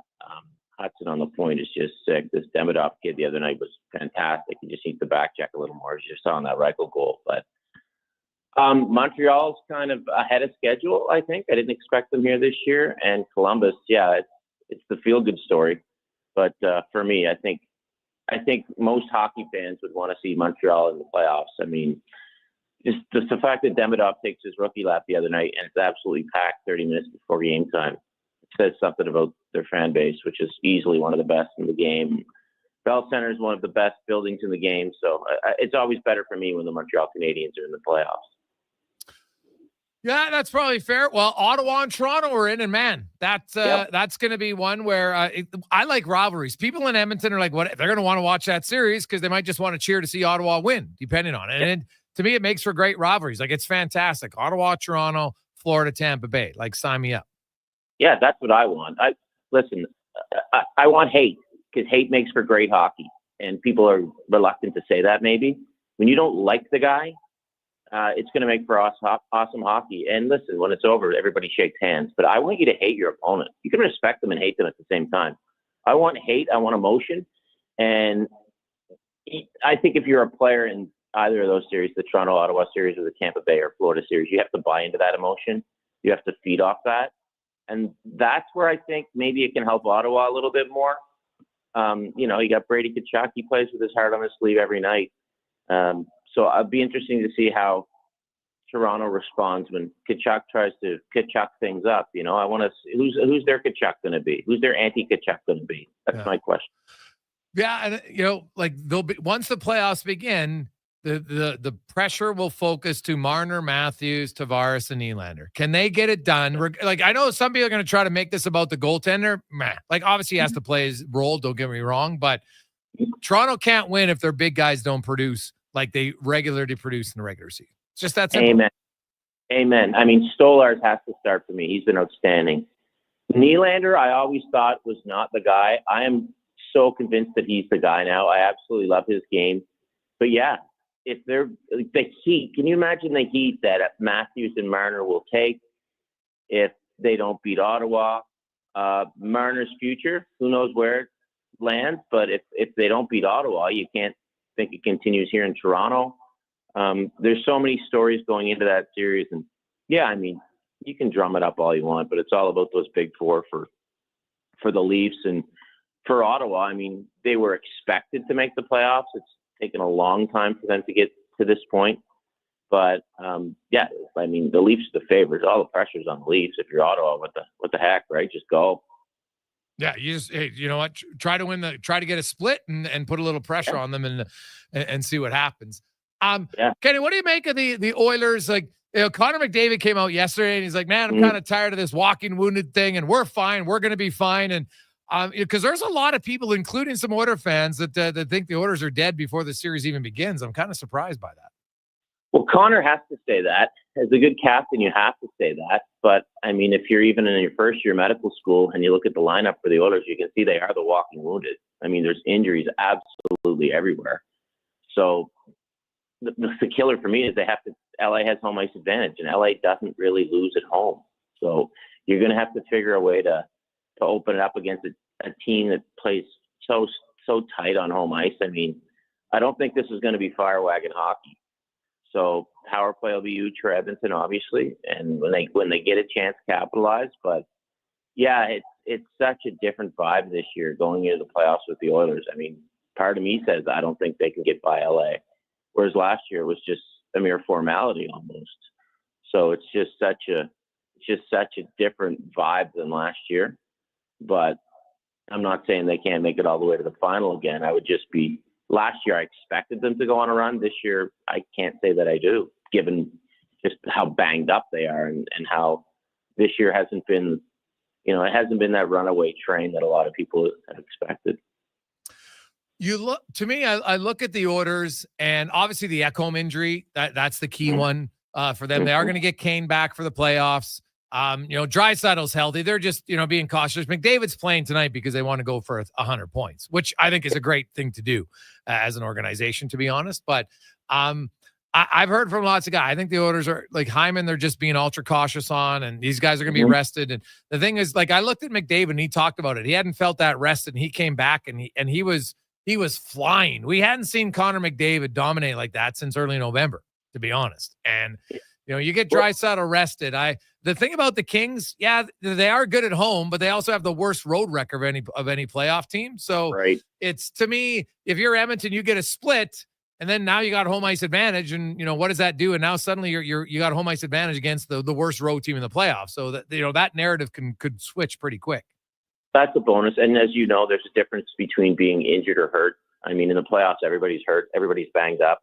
So if they are being overly cautious, I think that's a good thing, because, I mean, I think the Oilers are more than well aware that the President's Trophy doesn't mean much. And if you win your division, good. If you don't, well, we'll see. It'd be great to have home ice advantage against LA, but if you do get that split, great point. But if there's two reasons why McDavid is saying we're not the walking wounded. He's either doing it to pump up his team's tires, or he's doing it because they're not as seriously banged up as the medical reports would have you believe. So which one is it? I guess we'll find out. Yeah, no, that's fair. Ken Reed joins. Now, Reader, today the Blue Jays set a franchise record 19 strikeouts through 9 innings. Bassett had 10. Garcia struck out all 4 batters he faced in his inning. The Jays starting pitchers are unreal. What do you make of this start for the Blue Jays? And Vladdy finally hit a home run. Well, I was down at the ballpark today with my 2 boys. We watched the game, much like Kevin Costner's character in Bull Durham. I too believe the strikeout is highly overrated until you really need it. There was a lot of whiffs, man. My young guy loves Michael Harris II, and he whiffed 4 times. He got the golden sombrero. So I'm a proponent of balls in play, but I think the 19 strikeouts are probably has a lot to do with modern baseball, has a lot to do with slumping Atlanta, but it does have a lot to do with how Chris Bassett comes out, sets the tone with 10 Ks. And Garcia was magic. They couldn't touch Garcia. And Vladdy, nice home run. So I think the Jays, I want to say 11-8. So if you told me the Jays would have one Vladdy home run in their first 19 games and they'd be 11-8, I would absolutely take that. And for the Jays to be over 500 at any point in the season, I will take it. As you know, I've been on your show just steamrolling over the Jays front office. So, hey, I got to admit I was wrong. They went out and nailed it with Vladimir Guerrero. So well done. Took a little longer than a lot of people would expect. But, yeah, pleasantly surprised that this team is 11-8. Shocked that it took 19 games for Vladdy to hit a homer. And super shocked that they're 3 games over 500 when you factor in the fact that it took them that long to get a homer. So strange that they can rack up wins with, I think, only 12 home runs so far in the season, which is crazy. But, if you can find a way to win, that's always a good thing. And, I'd say my expectations so far from the Blue Jays are beyond fulfilled. I mean, the signing of Vladdy shocked me, and the fact that they're 3 games over 500, 19 games in is also quite a surprise to me as well. Reader, enjoy it. Do you have an upset special that you're seeing in the NHL playoffs? I am. I've been saying it for about 2 weeks now. If the Canadians get in, they take out the Capitals. Because really? Yeah, if they get in, it means they're rolling. The Caps have been rolling, but for me, the focus of the Caps this year, it's like they've had fun, right? Because they've wanted Ovi to break that record. They've kind of always been the story there. And I think it's awesome. But I just wonder if that was such an emotional high point. How do you keep it rolling? And I just love Montreal's game. They play tight, and they seize their opportunities when they get them, and they got so much young talent out there. So that's my upset special. I take the Canadians over the Caps if they make the playoffs. Ooh. All right, Raider, great stuff, buddy. Always good to catch up. You enjoy it. We'll talk to you again soon. See you, buddy. Talk soon, Deke. There you go. That's Ken Reed from Rogers Sports Center. Quick break. We'll come back, wrap things up on the Gregor Show, presented by PlayAlberta.ca. Spring style and road-ready performance are more affordable than ever. Now at Volvo Cars Edmonton. Lease or finance a 2025 XC90 plug-in hybrid from 1.49% and save up to $5,000. Lease a 2025 XC60 plug-in hybrid from 4.9% and save $3,000. Lease or finance a 2025 XC40 from 0.49% and save $2,000. Get ready for the open road at Volvo Cars Edmonton. Great vehicles, better services, only at VolvoCarsEdmonton.com. The locks are on a timer. They're going to get out. Sounds like the men and women of Action Electrical. Service team reporting. With the remarkable reach of our bucket trucks and other equipment, we assess, service, and maintain your electrical lighting and automation systems. Facing an electrical menace? Call the men and women of Action. Operating throughout Alberta at actionelectrical.net. Spring, where everything is coming up roses, except for GS Construction. We're heading underground, and we couldn't be happier. Spring is always a busy time of year for everyone trying to get out there and do some work. Well, GS Construction agrees. And we also agree that we just might need some help. So if you're looking to work and join a group where safety, teamwork, and continuous improvement have been at our core since 1974, send us a resume.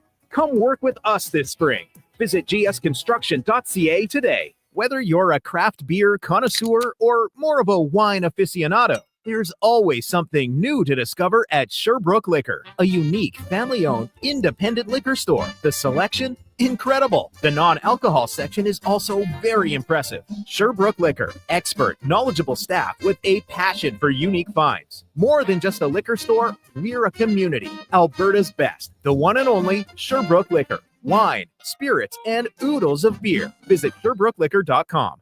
At Papa John's, you get your everyday favorites for just $9.99 each when you order 2 or more items from the Papa Pairings menu. When you order more, you save more.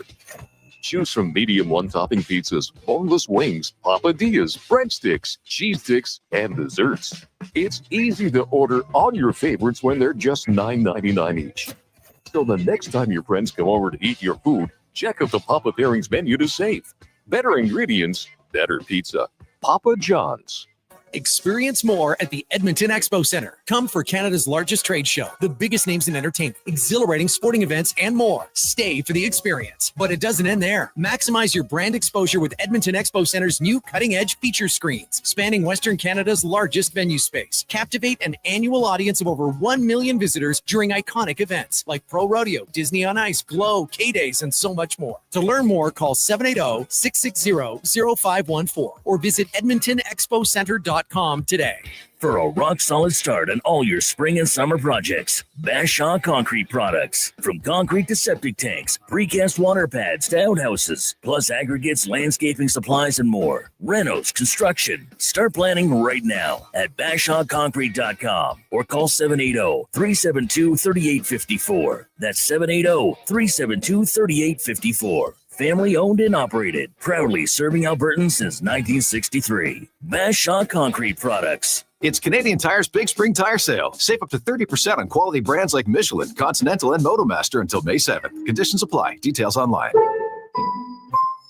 Drought Fighter and disease control are both included with every Green Drop program at no extra cost. Since 1979, Green Drop has been making beautiful weed-free lawns guaranteed. Book today. Canada's lawn expert since 1979. Visit greendrop.com. At Fountain Tire, our focus is taking care of your vehicle. Your focus? Saving up to 25% off select tires. Plus, getting up to a $120 mail-in rebate on a set of 4 select tires until April 26th. So we both win. Fountain Tire. We're on this road together. Spring into savings at The Brick. Refresh your home with huge discounts. Get up to 35% off sofas and sectionals and up to 25% off bedroom and dining furniture. Dreaming of better sleep? Upgrade your mattress game. Get a king for the price of a queen on select mattresses. Plus, save the tax when you buy 3 or more major kitchen appliances. Some exclusions apply. See in store for details. The Brick, proudly Canadian since 1971.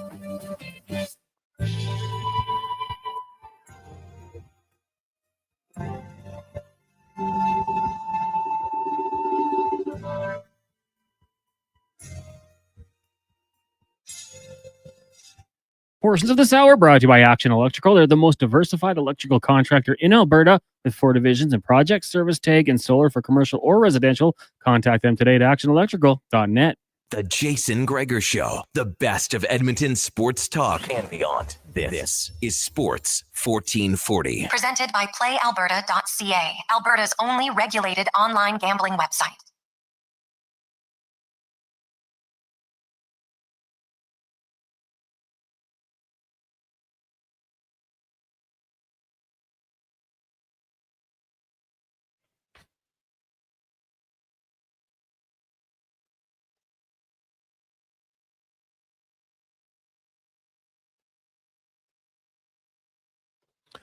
Jason Gregor, Connor Halley, Declan Kruger, as we make it through a lovely Wednesday afternoon. The Gregor Show presented by PlayAlberta.ca. Tonight, Lotto 649. The Noah Philp of Lotto 649. 48 million. Get your tickets at PlayAlberta.ca. It's time now. We get to the lineup report brought to you by Sherwood Power Sports and Marine. Home of the $50 bi-weekly ATV. You plan ahead, you want to be in a boat this summer? How about as low as $105 bi-weekly? Stop in now. Where sports fans help sports fans at Sherwood Power Sports and Marine. The Edmonton Oilers lineup will have Stuart Skinner starting in goal, and I fully expect Stuart Skinner to be the starting goaltender for Game 1 of the NHL playoffs. He'll be going up against Gorgiev for the San Jose Sharks. The Oilers line combinations, Connor McDavid will play, and McDavid has a chance to go for his 100th point of the season tonight, which would be the 8th time in his career. He'll play with Skinner and Brown, Nugent Hopkins with Podkolzin and Arvidsson, Henrique with Perry and Kasperi Kapanen, and then you have Janmark with Max Jones and Quinn Hudson. On the defense, you got Bouchard, Cam Dineen, Kulak, Josh Brown, and then Ty Emberson. So only 5 defense tonight because they brought in Connor McDavid. Connor Carrick, who was recalled on an emergency basis, he can't play, and they've actually reassigned him. So they're hoping they could get him back in time to get on the ice in a pivotal game tonight in the playoffs for the Bakersfield Condors, as they're 2 points out of the playoffs. They got a game in hand. Tucson's ahead of them. Tucson has 2 games left on the weekend. They play Colorado, top team in the division. Meanwhile, the Oilers play Henderson, the bottom team. So now they have San Jose tonight, who's in second place. Tough game. If they can get a point tonight, a win would be great, but that'll give them a chance to at least be in the playoff hunt. So should be fantastic. On behalf of Connor Halley and Declan, I'm Jason Gregor. If you missed any parts of the show, go to jasongregor.com. Each interview is up there. We had a great business of sport with Rich Winter today. If you have anybody you know that's contemplating Europe, some really good advice to go play hockey over there.